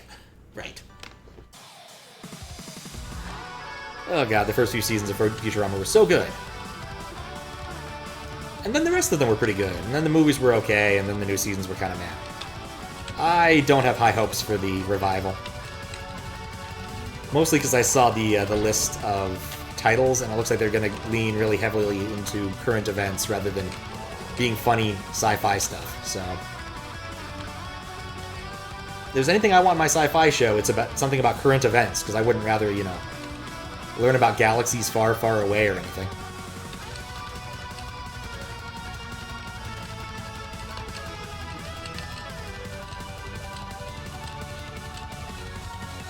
Also, that YouTube episode was really bad.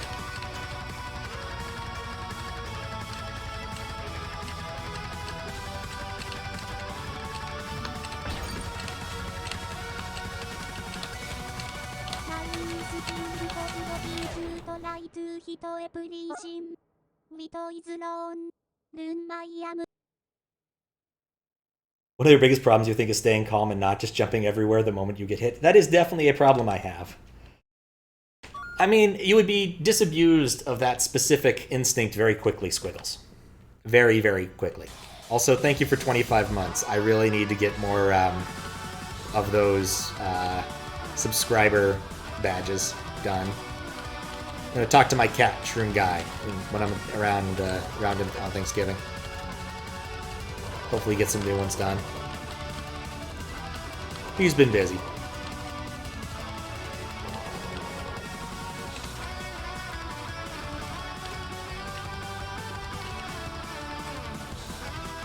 In general, I have a problem with not panicking.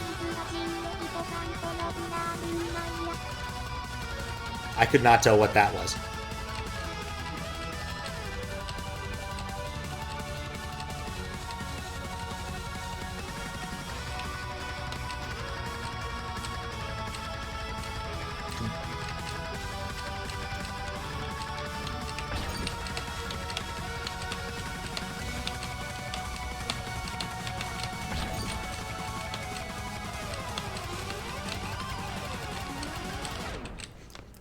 Play this with a Guitar Hero controller.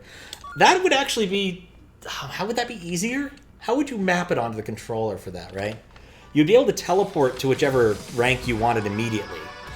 But jumping, how would you express jumping and parrying? I guess with using the strum bar, maybe? Let go for jump? Yeah, that'd probably be the most reasonable, be let go for jump. I thought I started filtering out the names. I could have sworn I did that. Maybe I stashed that code. Because I did that for Zelda. Maybe I only did it for Zelda.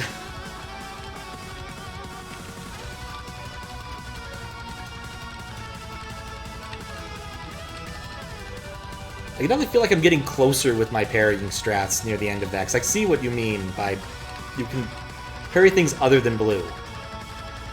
Like, it gives me a run where I could parry all of them. I should just try to parry all of them.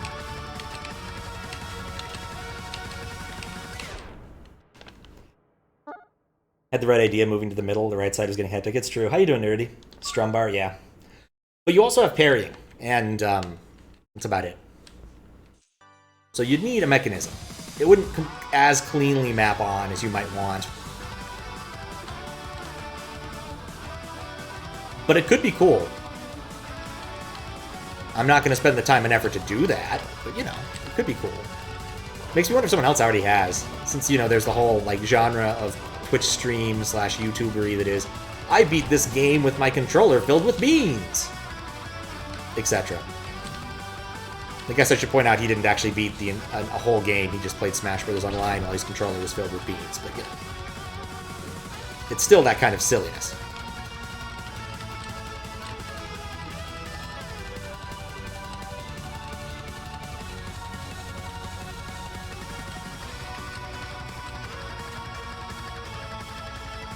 Why beans? I don't know. So I still get hit there, and I don't know why. Yeah, I need to get out of the middle when that starts happening. Doom, have you seen the Eternal Cylinder? You've been pouring a lot of time into it? No, I haven't. No! Filled with Beans was not a comical exaggeration. So the YouTuber in question is Little Z. He's an Australian Australian Smash player. And him and his friends do a lot of silly things. Not just like... they've expanded outside of the genre of just playing Smash, but Smash is still his wheelhouse. It's usually Smash plus some silly gimmick. The best of which, I must say, is you lose, you cosplay. Where whenever he loses to a character in online Smash, he has to subsequently acquire a cosplay for it and wear it while playing Smash Online until he loses again. And some of these are pretty good, and some of these are terrifying. His King DDD is truly awful, and I really wish it didn't exist. But other ones were pretty decent, like his Mario wasn't bad. Pokemon Trainer was pretty decent, but like those are easy because they're relatively human, and DDD is a giant penguin who's built like a fridge.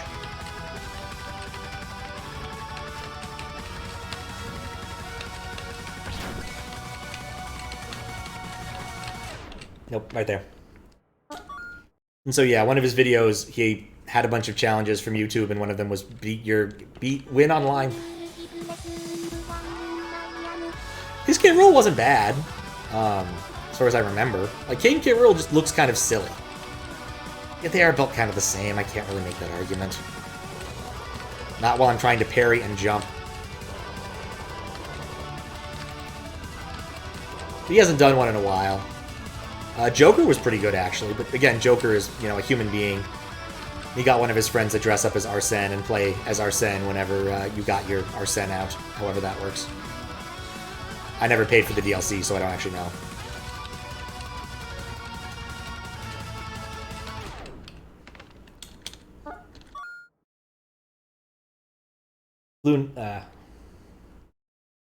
First blue note appears on the left, far left. I can't even see the far left side, I'll be honest. Like, I think what I need to do is I need to stay on the right side until the second iteration after I get past the... You can get past all of this if you parry good part. And then go towards the center, I think is the right way to play. And I think that's what I almost did once. But...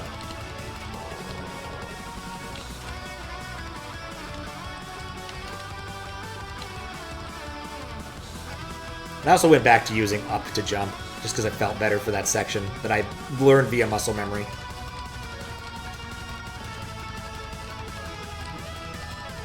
Like, right here, I don't think I can do this part without using my middle finger pressing jump.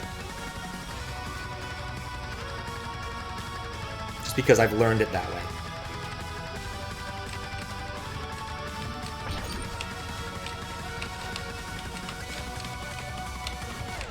Right, multiple parries.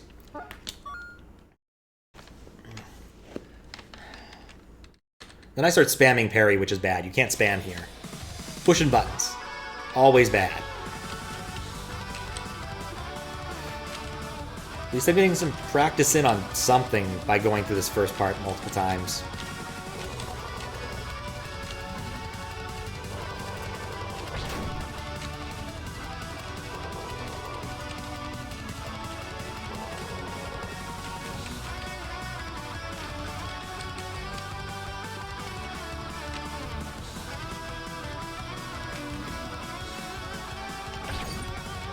I did not successfully parry that. Okay. Short break time.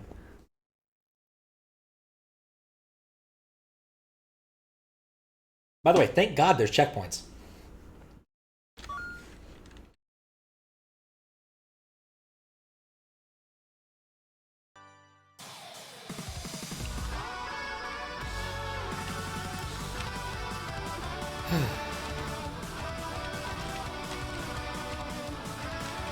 And they were baked beans. I guess I should point that out.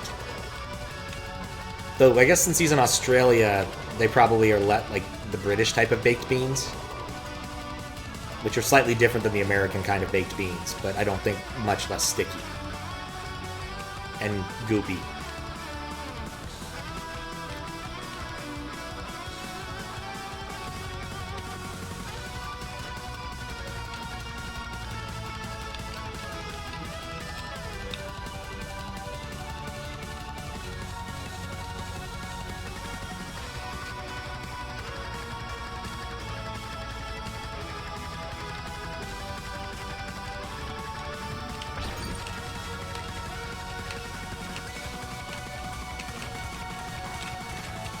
Nope.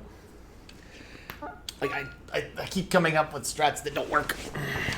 Or really, it's the same strat that doesn't work. This might be all I do this evening, is fight this frog. Fighter frogs. Tell you right now, next stream title is just going to be Battletoads. Really, what I might just need to do is spend some time offline learning to parry. I'd say that, you know, I'd back up all my saves, so I've got to turn on the save file backup thing, which hasn't been a problem so far. I haven't saved yet.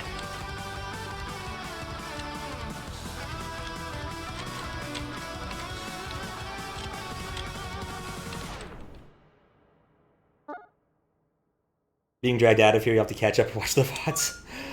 Alright, don't blame you. See you later, Faro. You might not miss much. Might not miss much at all.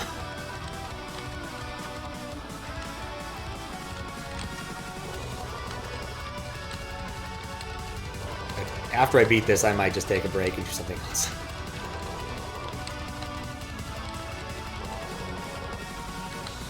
It's on my list to beat 10. I might just do that. You believe in me, thank you. That somebody does.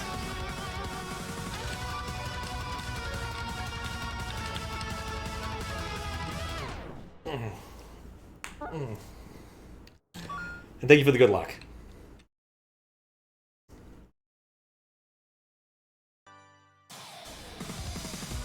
I'm definitely going to save after beating up this frog. Maybe I should have just killed everybody else instead. That might have been easier.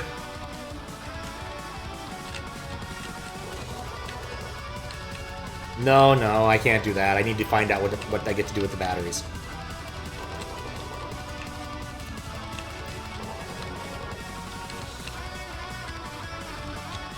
Far more important than actually murdering everybody.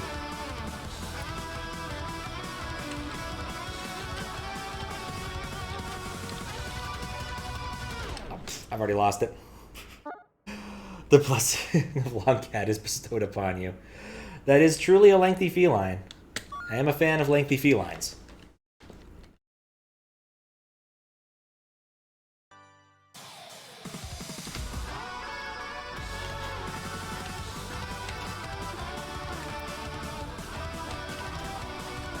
Recall a description, I don't know if it was a Japanese translation or a Japanese person, so like, God, I wish I could remember, it was so good. It was like, expression of something and lengthen when describing what Longcat looks like.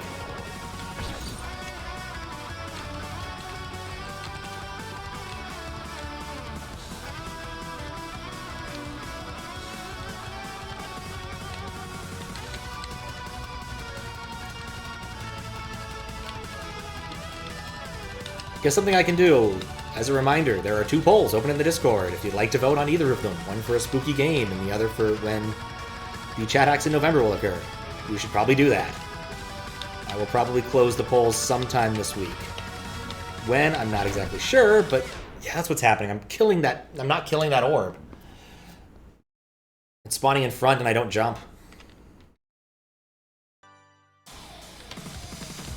But there are options to vote for.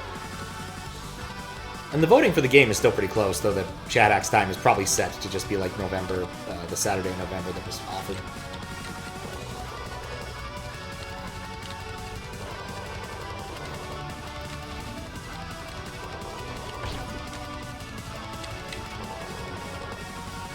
I should check something.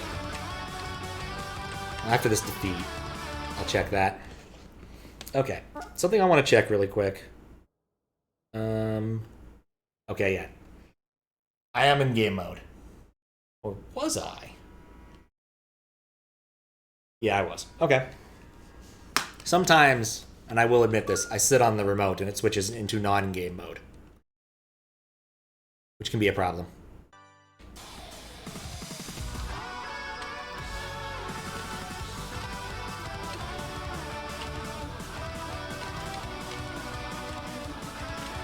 I need a USB keyboard if I want to do that. I'm not bringing a USB keyboard with me there. Also should fix that. Whenever I do Twitch emotes, it doesn't fully scroll the screen entirely for chat messages, and I don't know why.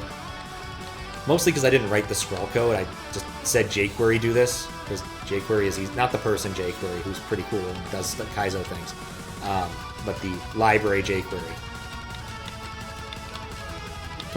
I tell it to just scroll down. It mostly scrolls, but it has problems with pictures. I don't know why.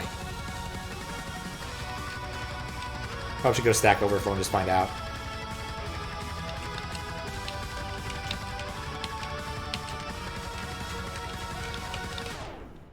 I'm just spamming things. That's not working.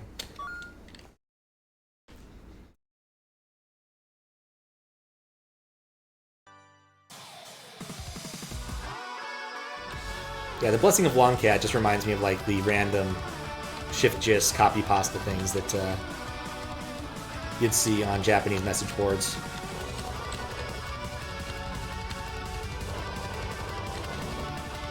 Like the table flipping cats, etc. Or the beef ball rant, which is always a fantastic one.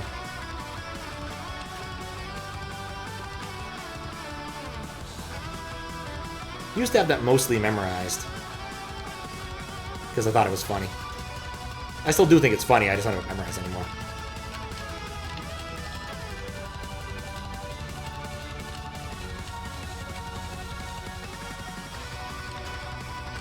I'm fine, there's another bridge.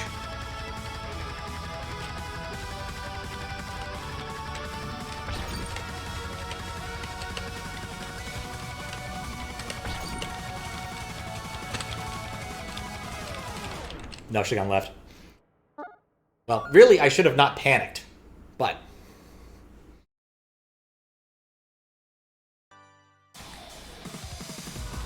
Can you, like, find a practice mode, or maybe just go grab a clear save from somewhere so I can just practice this a bit off time? Because clearly the parrying thing is causing me a lot of trouble, and I'm not learning it fast enough on the job. And I have plenty of compiling time this week. So... some of which I need to put into doing other useful things, but most of which I can expend however I feel like it.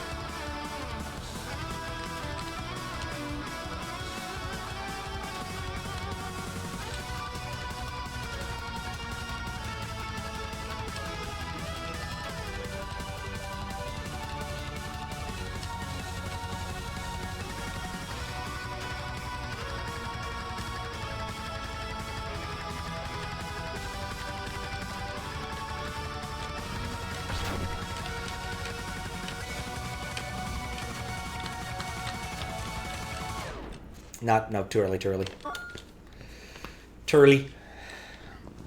Let me thread that there so it doesn't hit the dang chair.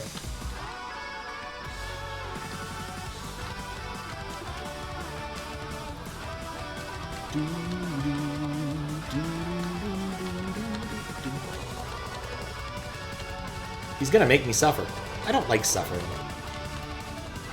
You know, all of this text makes a lot more sense now, given how long I've been at this. On the other hand, there are worse ways to spend eternity than fighting a frog in a musical video game, I suppose. Sisyphus had to push a rock up a mountain. Prometheus got his liver eaten daily. You know, this could be a lot worse. He used to have a nice shirt with Sisyphus on it. It was the mascot of the security team at Google for a while.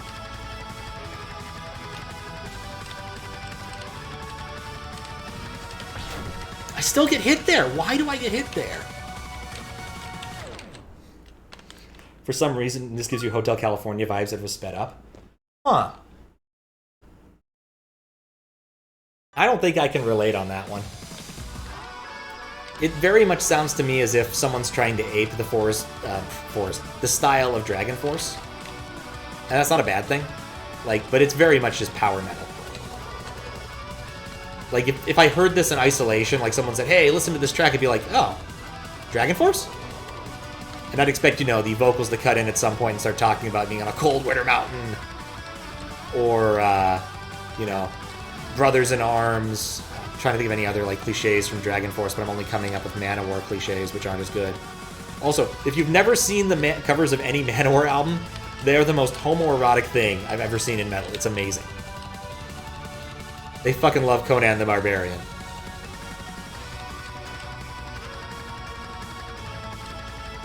But of course, Manowar was always a bit silly.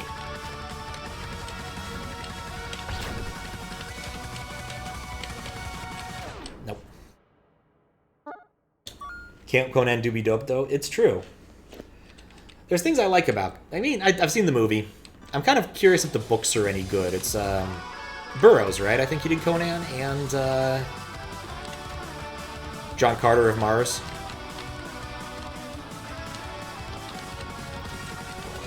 Amusingly enough, one character from the Conan universe of comic books ended up in Marvel vs. Capcom, and it wasn't Conan. It was Shub-Niggurath, whose name I can't pronounce because I don't have 8 tongues. So I can only do the human vague approximation. But it was a tentacled eyeball monster in Marvel vs. Capcom 3. Probably 2. I think he was in 2. 2, yeah.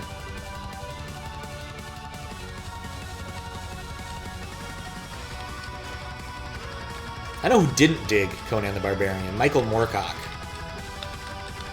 In fact, his entire Final Fantasy epic series was very much anti-Conan. He very much hated it. Playing the old 360 game based on Conan? Oh, nice. I didn't know there was one. It was a good era for hack and slashes. Yeah, Moorcock really did not like Conan. He also hated Lord of the Rings. He wrote a famous essay comparing it to Winnie the Pooh, which I've read portions of, and I can't really say he's wrong,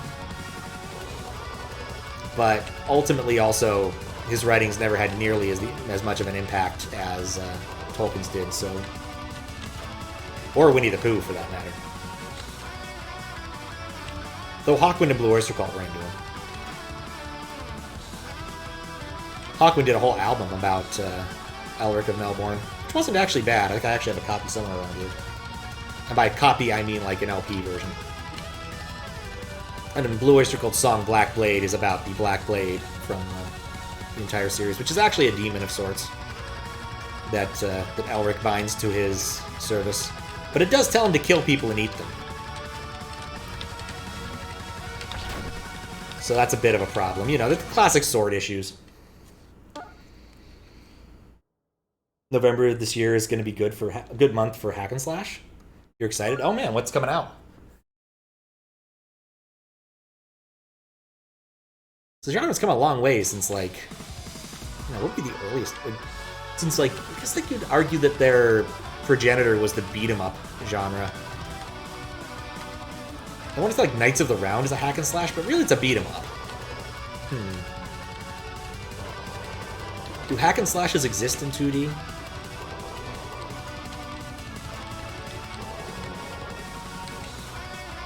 Maybe I don't understand my genres at all.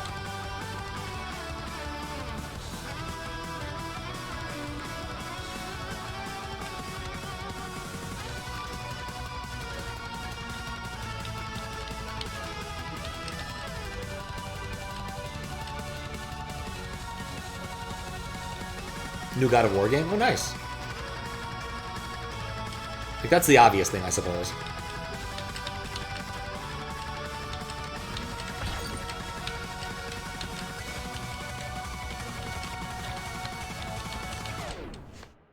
Just blowing my parries. Game called Evil West. Gungrave Gore. Gore? Huh.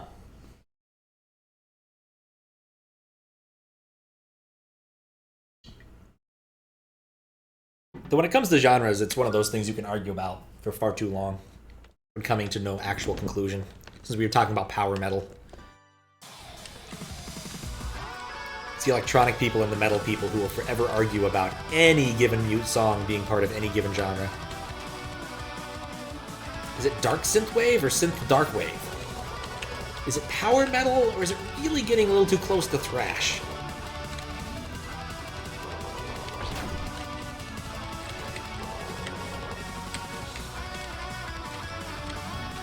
Is it Casio core? Which has nothing to do with Casio World.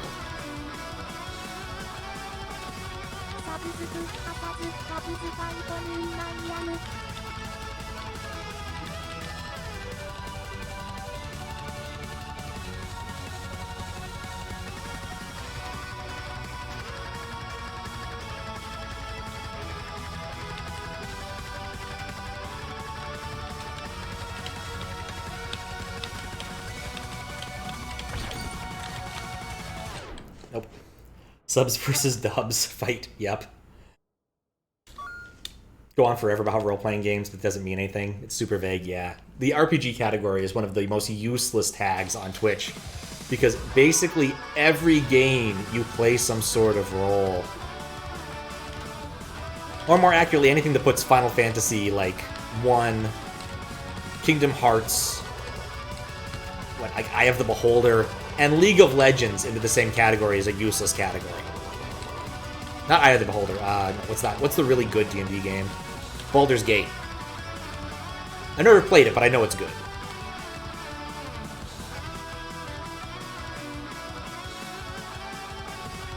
Like, that's one of the reasons why I knew their enforced tag system was not going to work, because I actually tried it in, like, 2012.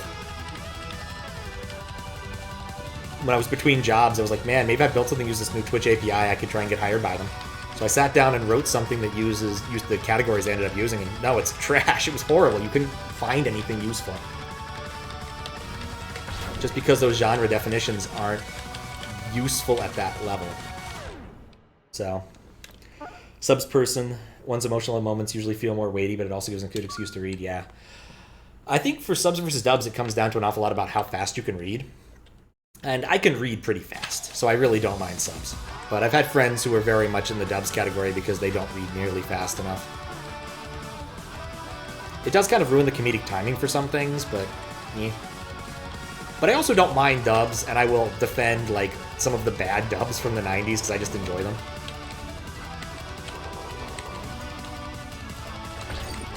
Like, I still like the Dirty Pair, sort of Dirty Pair dubs. I think they're perfectly fine for what they are, especially given that it's sci-fi comedy and doesn't have to be all that serious.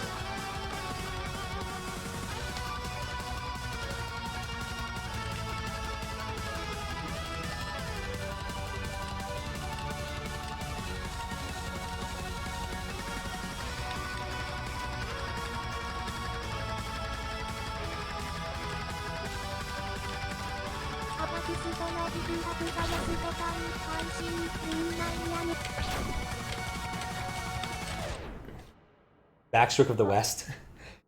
I mean, Backstroke of the West has an excellent dub. You've heard it, right?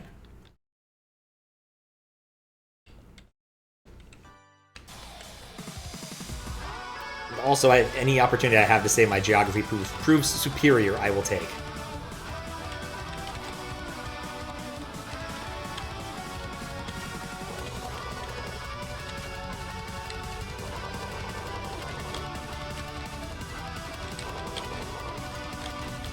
So bad at fucking blocking. Then again, probably should have learned this timing when not fighting one of the harder bosses. Because it's a visual timing, not a sound timing, too.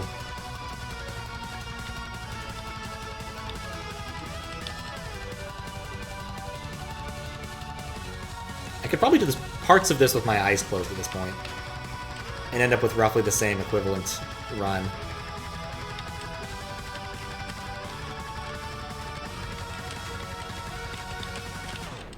Nope.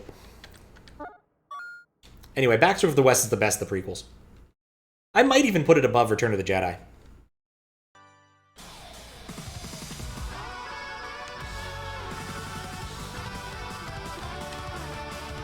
Because, like, Return of the Jedi just kind of treads ground it's all tread before, and Ewoks are annoying.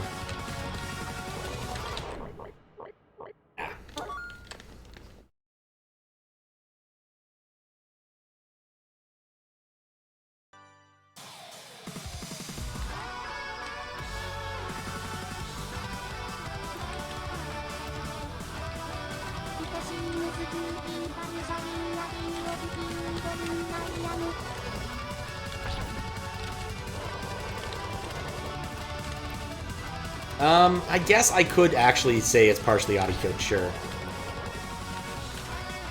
It's more that I'm still relying on a visual cue for it, when I shouldn't be at this point for certain things. Like, there's certain parts of this I have just muscle memory now.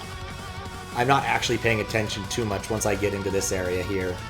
Like, I could probably read chat adequately and take little enough damage to succeed at this part. Then again, the bullets are sparse enough, it's possible I could actually just get away with tanking most of them and still get through the part mostly unscathed.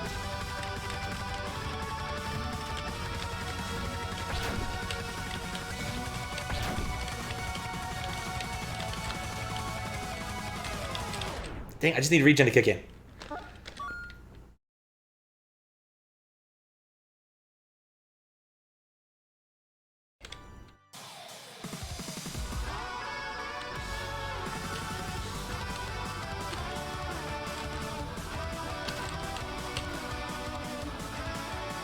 Stealing these when I can't see the result doesn't actually help me much for understanding what I'm doing. I think I'm getting marginally better, but I'm not saying I'm mastered it.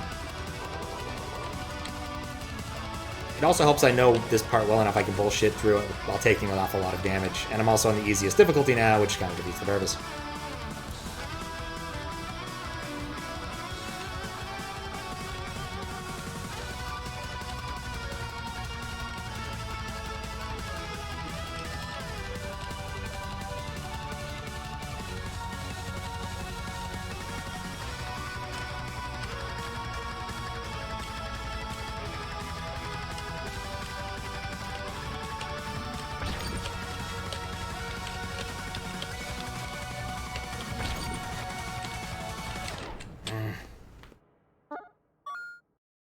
Getting better at that blocking at that part, but not good enough at blocking at that part. I'm spamming rather than hitting. I'm pushing buttons. I'm also hitting the X button for some reason.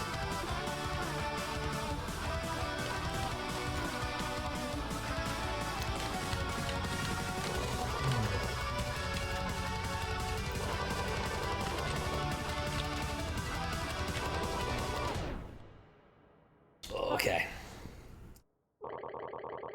Short break. Nothing's changed there.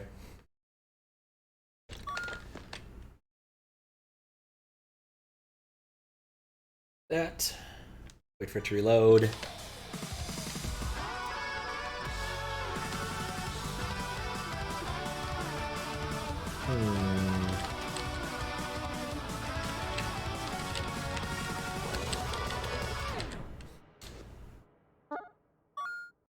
Alright, gotta get my head back in the game.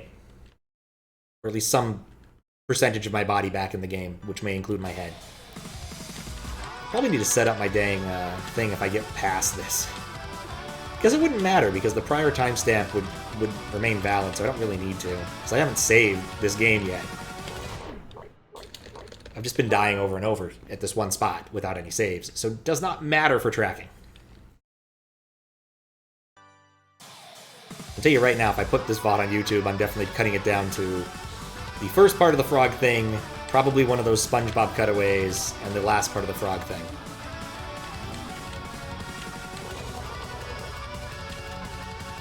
Ain't wasting a whole upload on just losing to the Frogman.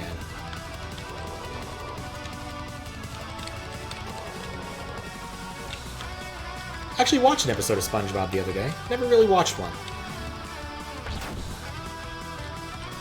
It was Sailor Mouth. Nintendesi recommended it.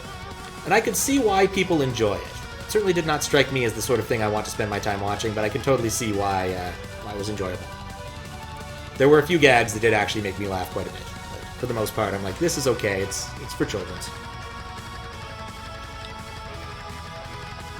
I missed the boat on that one.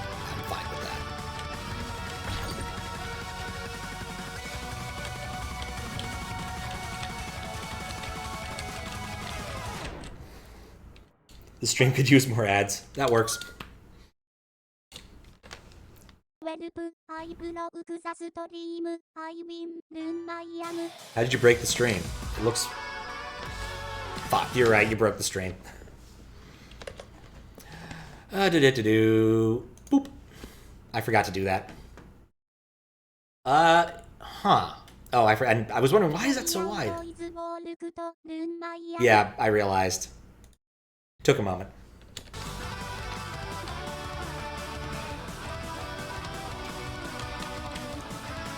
Okay, Squiggles, if I get this before you go to bed, would you definitely clip it? Also, the mouse is there now, and I can't do anything about it. Well, actually, I could. Yeah, I have two hands. Why did I move my left hand off of WASD onto the arrow keys for this? There was no point in doing that, because WASD works just fine.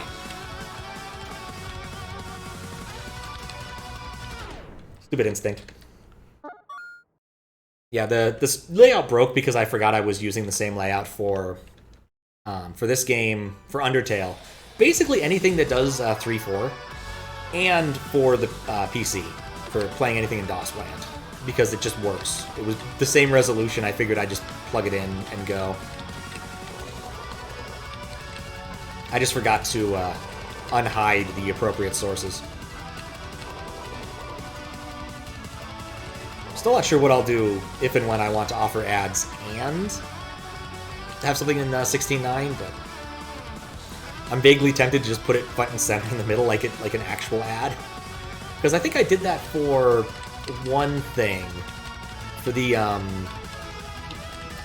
Archipelago thing, I think I just had the ads right there. And since I could look at OBS, I just procced them straight from OBS. It was a bit silly.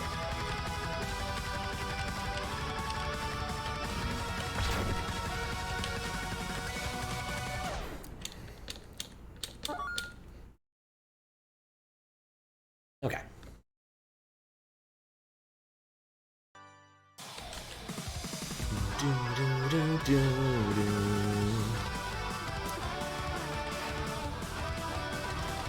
Oh man, you'd be awesome. If someone hacked this into a really long level, a la Cotton-Eyed Yolpy.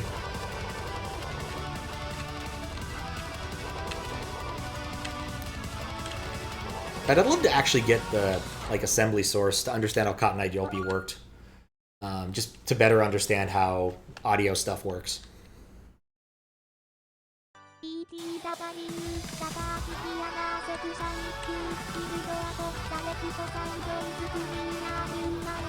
Okay, I'll try that. At this point, I have no shame in doing basically anything to win aside from go to complete baby mode.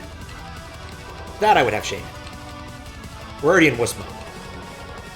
Which makes less of a difference than I was expecting. Like, ultimately, I haven't gotten that much further because I'm on wuss mode. Compared to when I wasn't.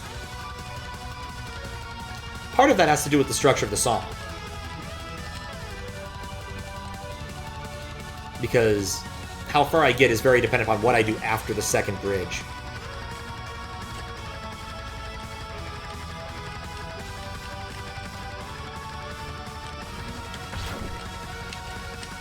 Okay, you know what I think's happening? I think it's destroying the bullet, but it still has a collision thing to it. Like, I keep getting hit when I don't think I should, and it's bugging me, and I don't know why. It's very possible I'm wrong, but I swear I'm getting hit by a bullet that I don't think exists after I throw out, like, my one spam bullet. It could be the thing Faro said, but I don't think it was that close.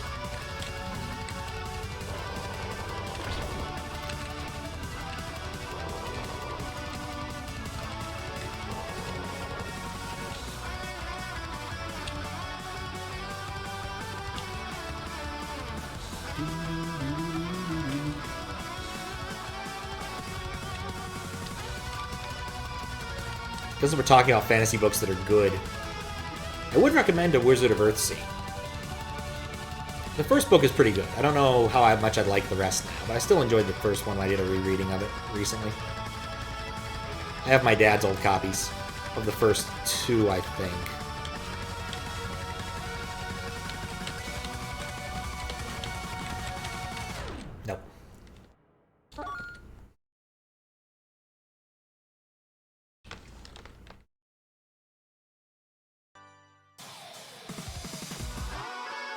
boy.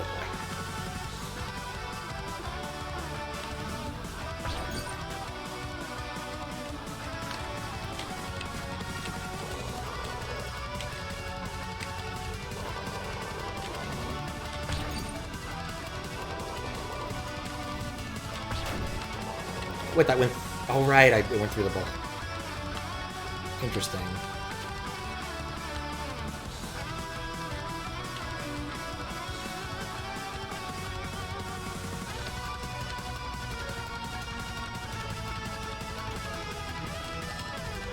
There we go, we're fine again.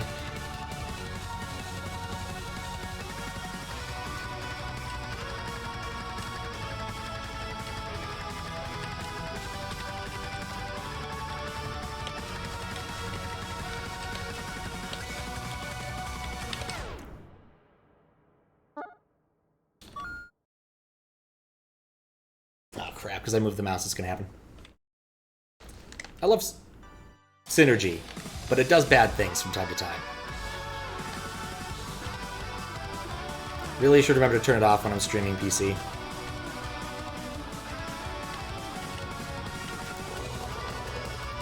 Probably should also upgrade it since I'm still using like truly ancient versions. I paid money, I guess I'm owed upgrades. At least to some extent. Though it's open source software, I can just download it and compile it. It's one of those pieces of software. It's like, learn how to compile it or pay. I've compiled a program or two in my life. I feel I could do this. The question is, do I want to? Given it's Windows, it's probably just put it in Visual Studio, press F5, and be happy with my artifact.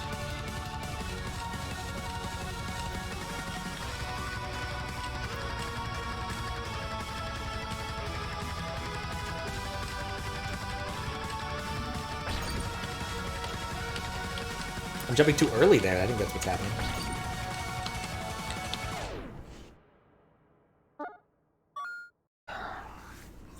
Wonder how much further I am to go. Faro said I got close a few times.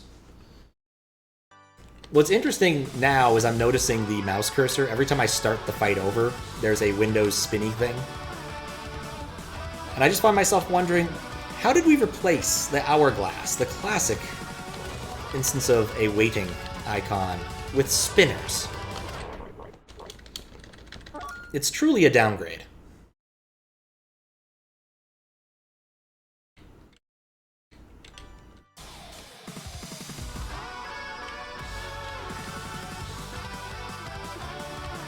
Just, it's not as good.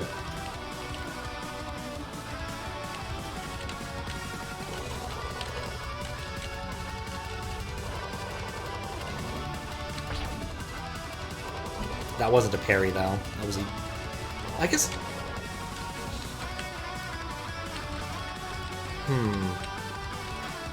Now I don't actually know how that works.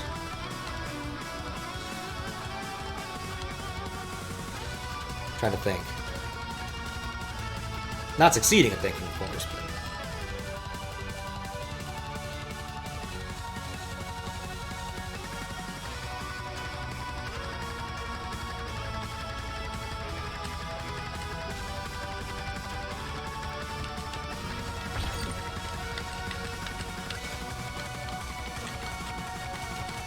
All sides are equally chaotic. I see significant progress has been made. Nope! Nope, I think it's going to be one of those evenings where I do one thing, and then I'm going to call that good on this front. If I beat this frog, the stream is basically going to either... I'm either going to move on and do something else, or I'm going to be done for the evening. Because all I've done is fight this dang frog. Not very well, I will admit.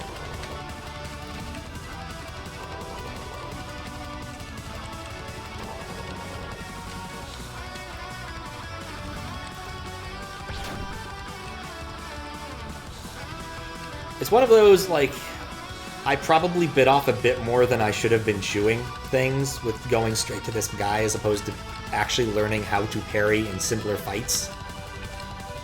And since, like, this is the only fight I've taken since the last time I played, which was about 14 days ago, because I know exactly how long ago it was, it wasn't one of my better ideas. Start panicking when I get that hit, but I don't see. I think it's gonna throw it, and then I don't jump immediately, and I need to jump immediately to avoid damage. So I haven't considered trying to, like, weave in and out there either. There's an option there that I haven't really been pursuing. I've been kind of doggedly going for the same strategy, which is probably why I've been at this for 3 hours.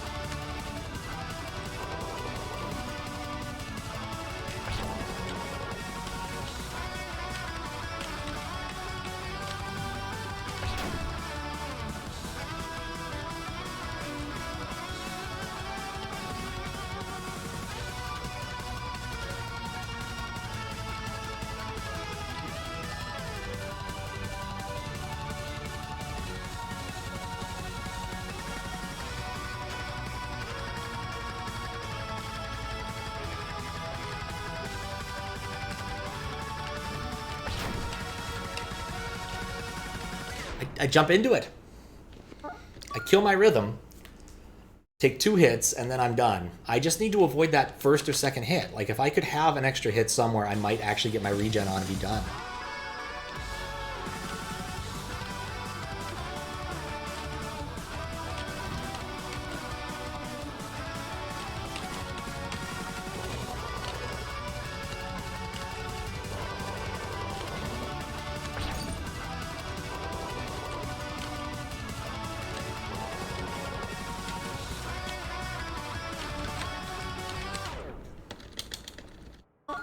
Okay. Gotta clear my mind. Think of something else. It's not a fighter frog. I actually get the feeling it's taking longer to load every time I do this for some reason. Which I do have video graphic evidence of it being the case or not. I can say what's not a good book. Definitely never read Ready Player 2. The first book, I was amazed they actually bothered to make into a movie given how bad it is. The second book is terrible. I would not recommend anybody ever read it. It's still probably going to get made into a movie, but at least Spielberg will round off the awful edges and streamline the plot somewhat entirely so that it doesn't spend 2 hours talking about nothing.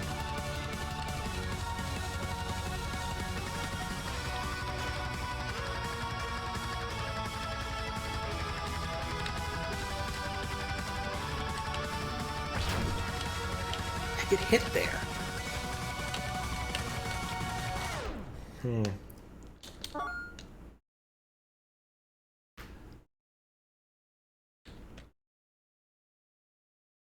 Okay, that's getting weird.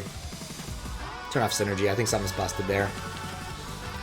Like, I really get the feeling I probably should restart the dang application now because something is odd. It keeps flickering between that and OBS occasionally, which isn't good.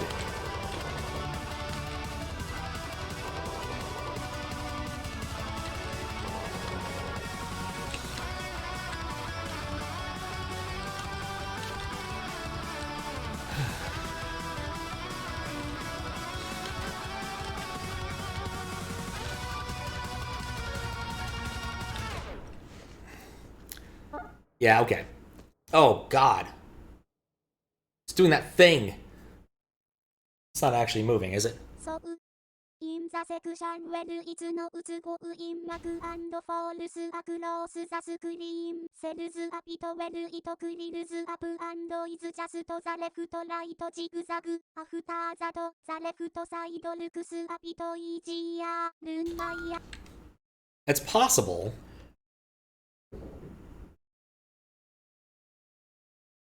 Like, if I wasn't afraid of losing my my checkpoint, I would probably restart this program now. I think that there's something going off about it, given how long and the fact that I'm seeing the spinner. Maybe because I pushed the mouse far enough to the right. On the other hand, the gameplay seems the same, given that I keep dying exactly the same ways, so I guess I can't blame that.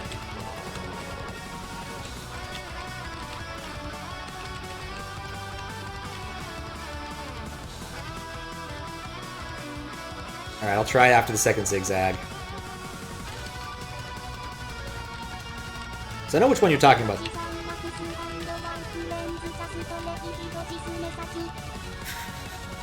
Thank you for the raid.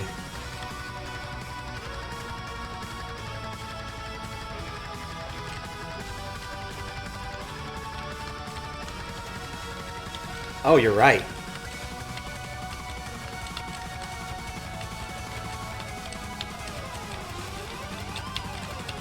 Okay. Yeah, I'm going to try that. I think you're right, Squiggles. The left side is a lot easier. Because I'm staring so much at the right side, I'm not even seeing it. Also, when I said that thing is happening, if you played a lot of Guitar Hero or Rock Band, you would notice that like everything was kind of scrolling upward after a while because like your eyes get used to the fact that there's motion.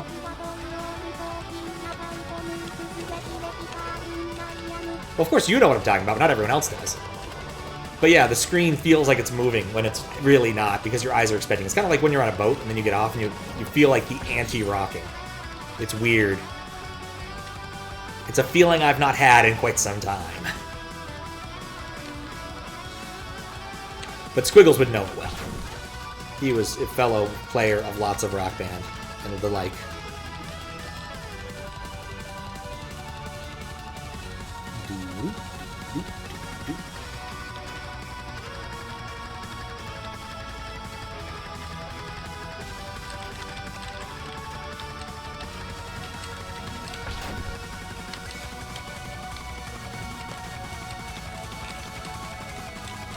Okay, the middle gets easier.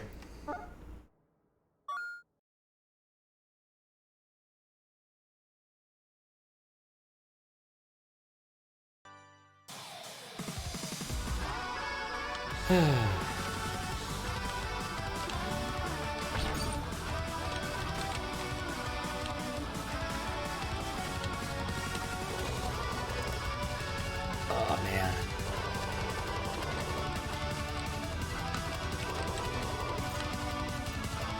Curse my commitment to nonviolence. I rather do want to harm this frog now. Nah, I still like him. In fact, the other day when I kind of wanted to get into this mood for this, I wanted to listen to his tutorial song again. It's a nice little song. I refrained because I was a bit worried about being spoiled on something like this.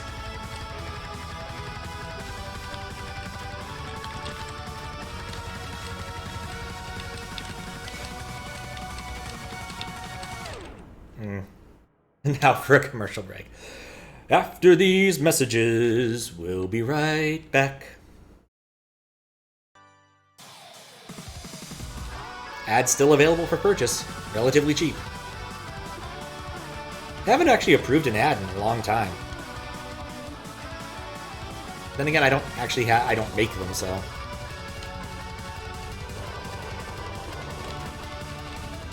One of them is kind of relevant. I am going to do my best to go see the James Turrell installation in New York when I'm on the East Coast. I've been trying to see that thing for like 4 years now, and it failed every single time I've been. And the Bubsy Visits the James Turrell retrospective is a fantastic little game. Probably the best Bubsy game there is.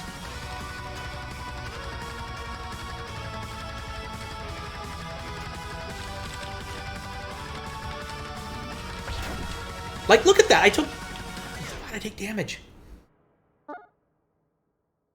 You saw this somewhere? You mean unless someone else did one after you? Last one was like a month ago? It wasn't like a month ago.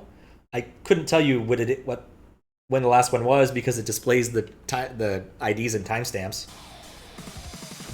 So, it's whatever this timestamp. Oh god, I'm not in the text box. I can't multitask this well. I think I can do it when I'm in the pipe. I have it on the copy.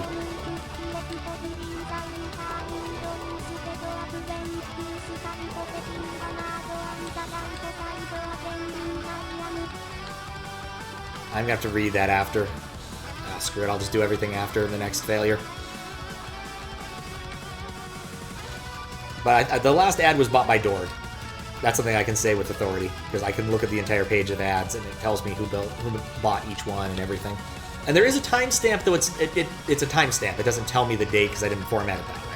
It's actually the ID of the ad because I use timestamps because I can get away with it.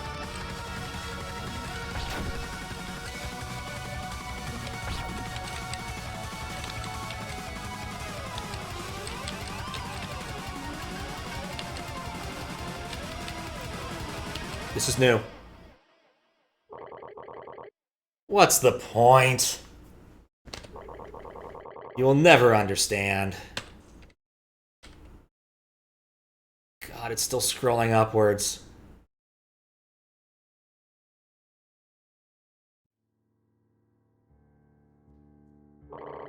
I cannot convince the human to kill. It does not understand. It is pointless. Please, I don't want to punish their incompetence. I know what I'm asking for. It can be incomprehensible, horrible, or distasteful. If I could do it, I would. But it's just... the human does not understand. Without me telling the absolute truth. I cannot wait for another human. I wanted to help, but I can't do it anymore. Forgive me, my friends. Please, let me leave this infernal world. Don't worry, Frog. You have fought well. You shall have your peace. But as you know, you can never return here again. I understand. Let me come home.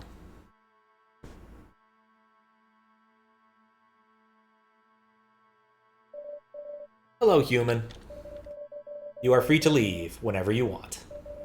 The others will continue to live their lives through eternity in their egos as it has been.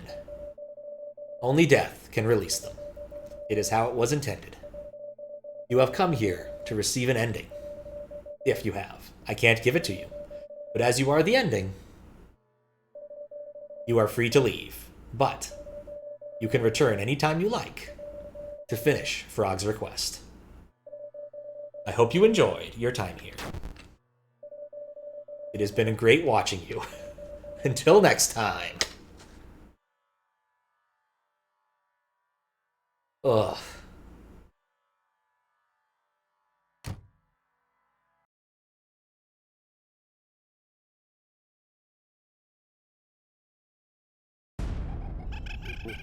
That was an ending.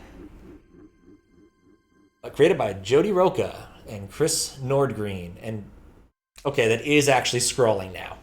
God. It is actually scrolling. Music by Vampires Invading Heaven, Pranks and Party Poppers, Seeing Red, Born Chaos, Paranoia Museum, Feisty Flowers, Revenge, Flower Shop Revenge, The Final Rap Battle, The Abyss by Karnak. Oh god, it's scrolling faster now. Titnus Dance, Barge, Ambient, Fight Song by what appears to be a donut of some sort. Maybe a dinosaur, I can't tell. Sounds by a lot of people, like Stakes, Soundstack, all of their wonderful testers, which include, man, why are they, VLA, that's a name I can read. Proofreading by Vertex, Discord moderators by Kraft, consultants The Gnomes, and Peter Yang. Thank you for playing. Please write us to tell you how the game makes you feel. Our email is in the store page. Okay. When you start getting hammered on the right side again? Okay, thank you. That advice may have helped. This contains flashing lights. Got most of it? Thank you.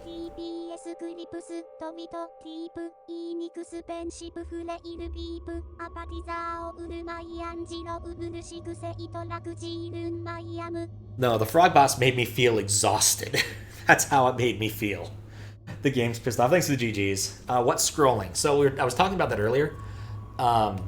Because when you're playing a game like Rock Band or something, you're watching this lane that's constantly scrolling downward. When you're looking at a static screen after a long time of that, it'll look like the game is scrolling gently upward. And so I wasn't sure if the game was scrolling or my eyes were expecting it to scroll at that point. Either way, here's the timestamp I owe Steven, I think.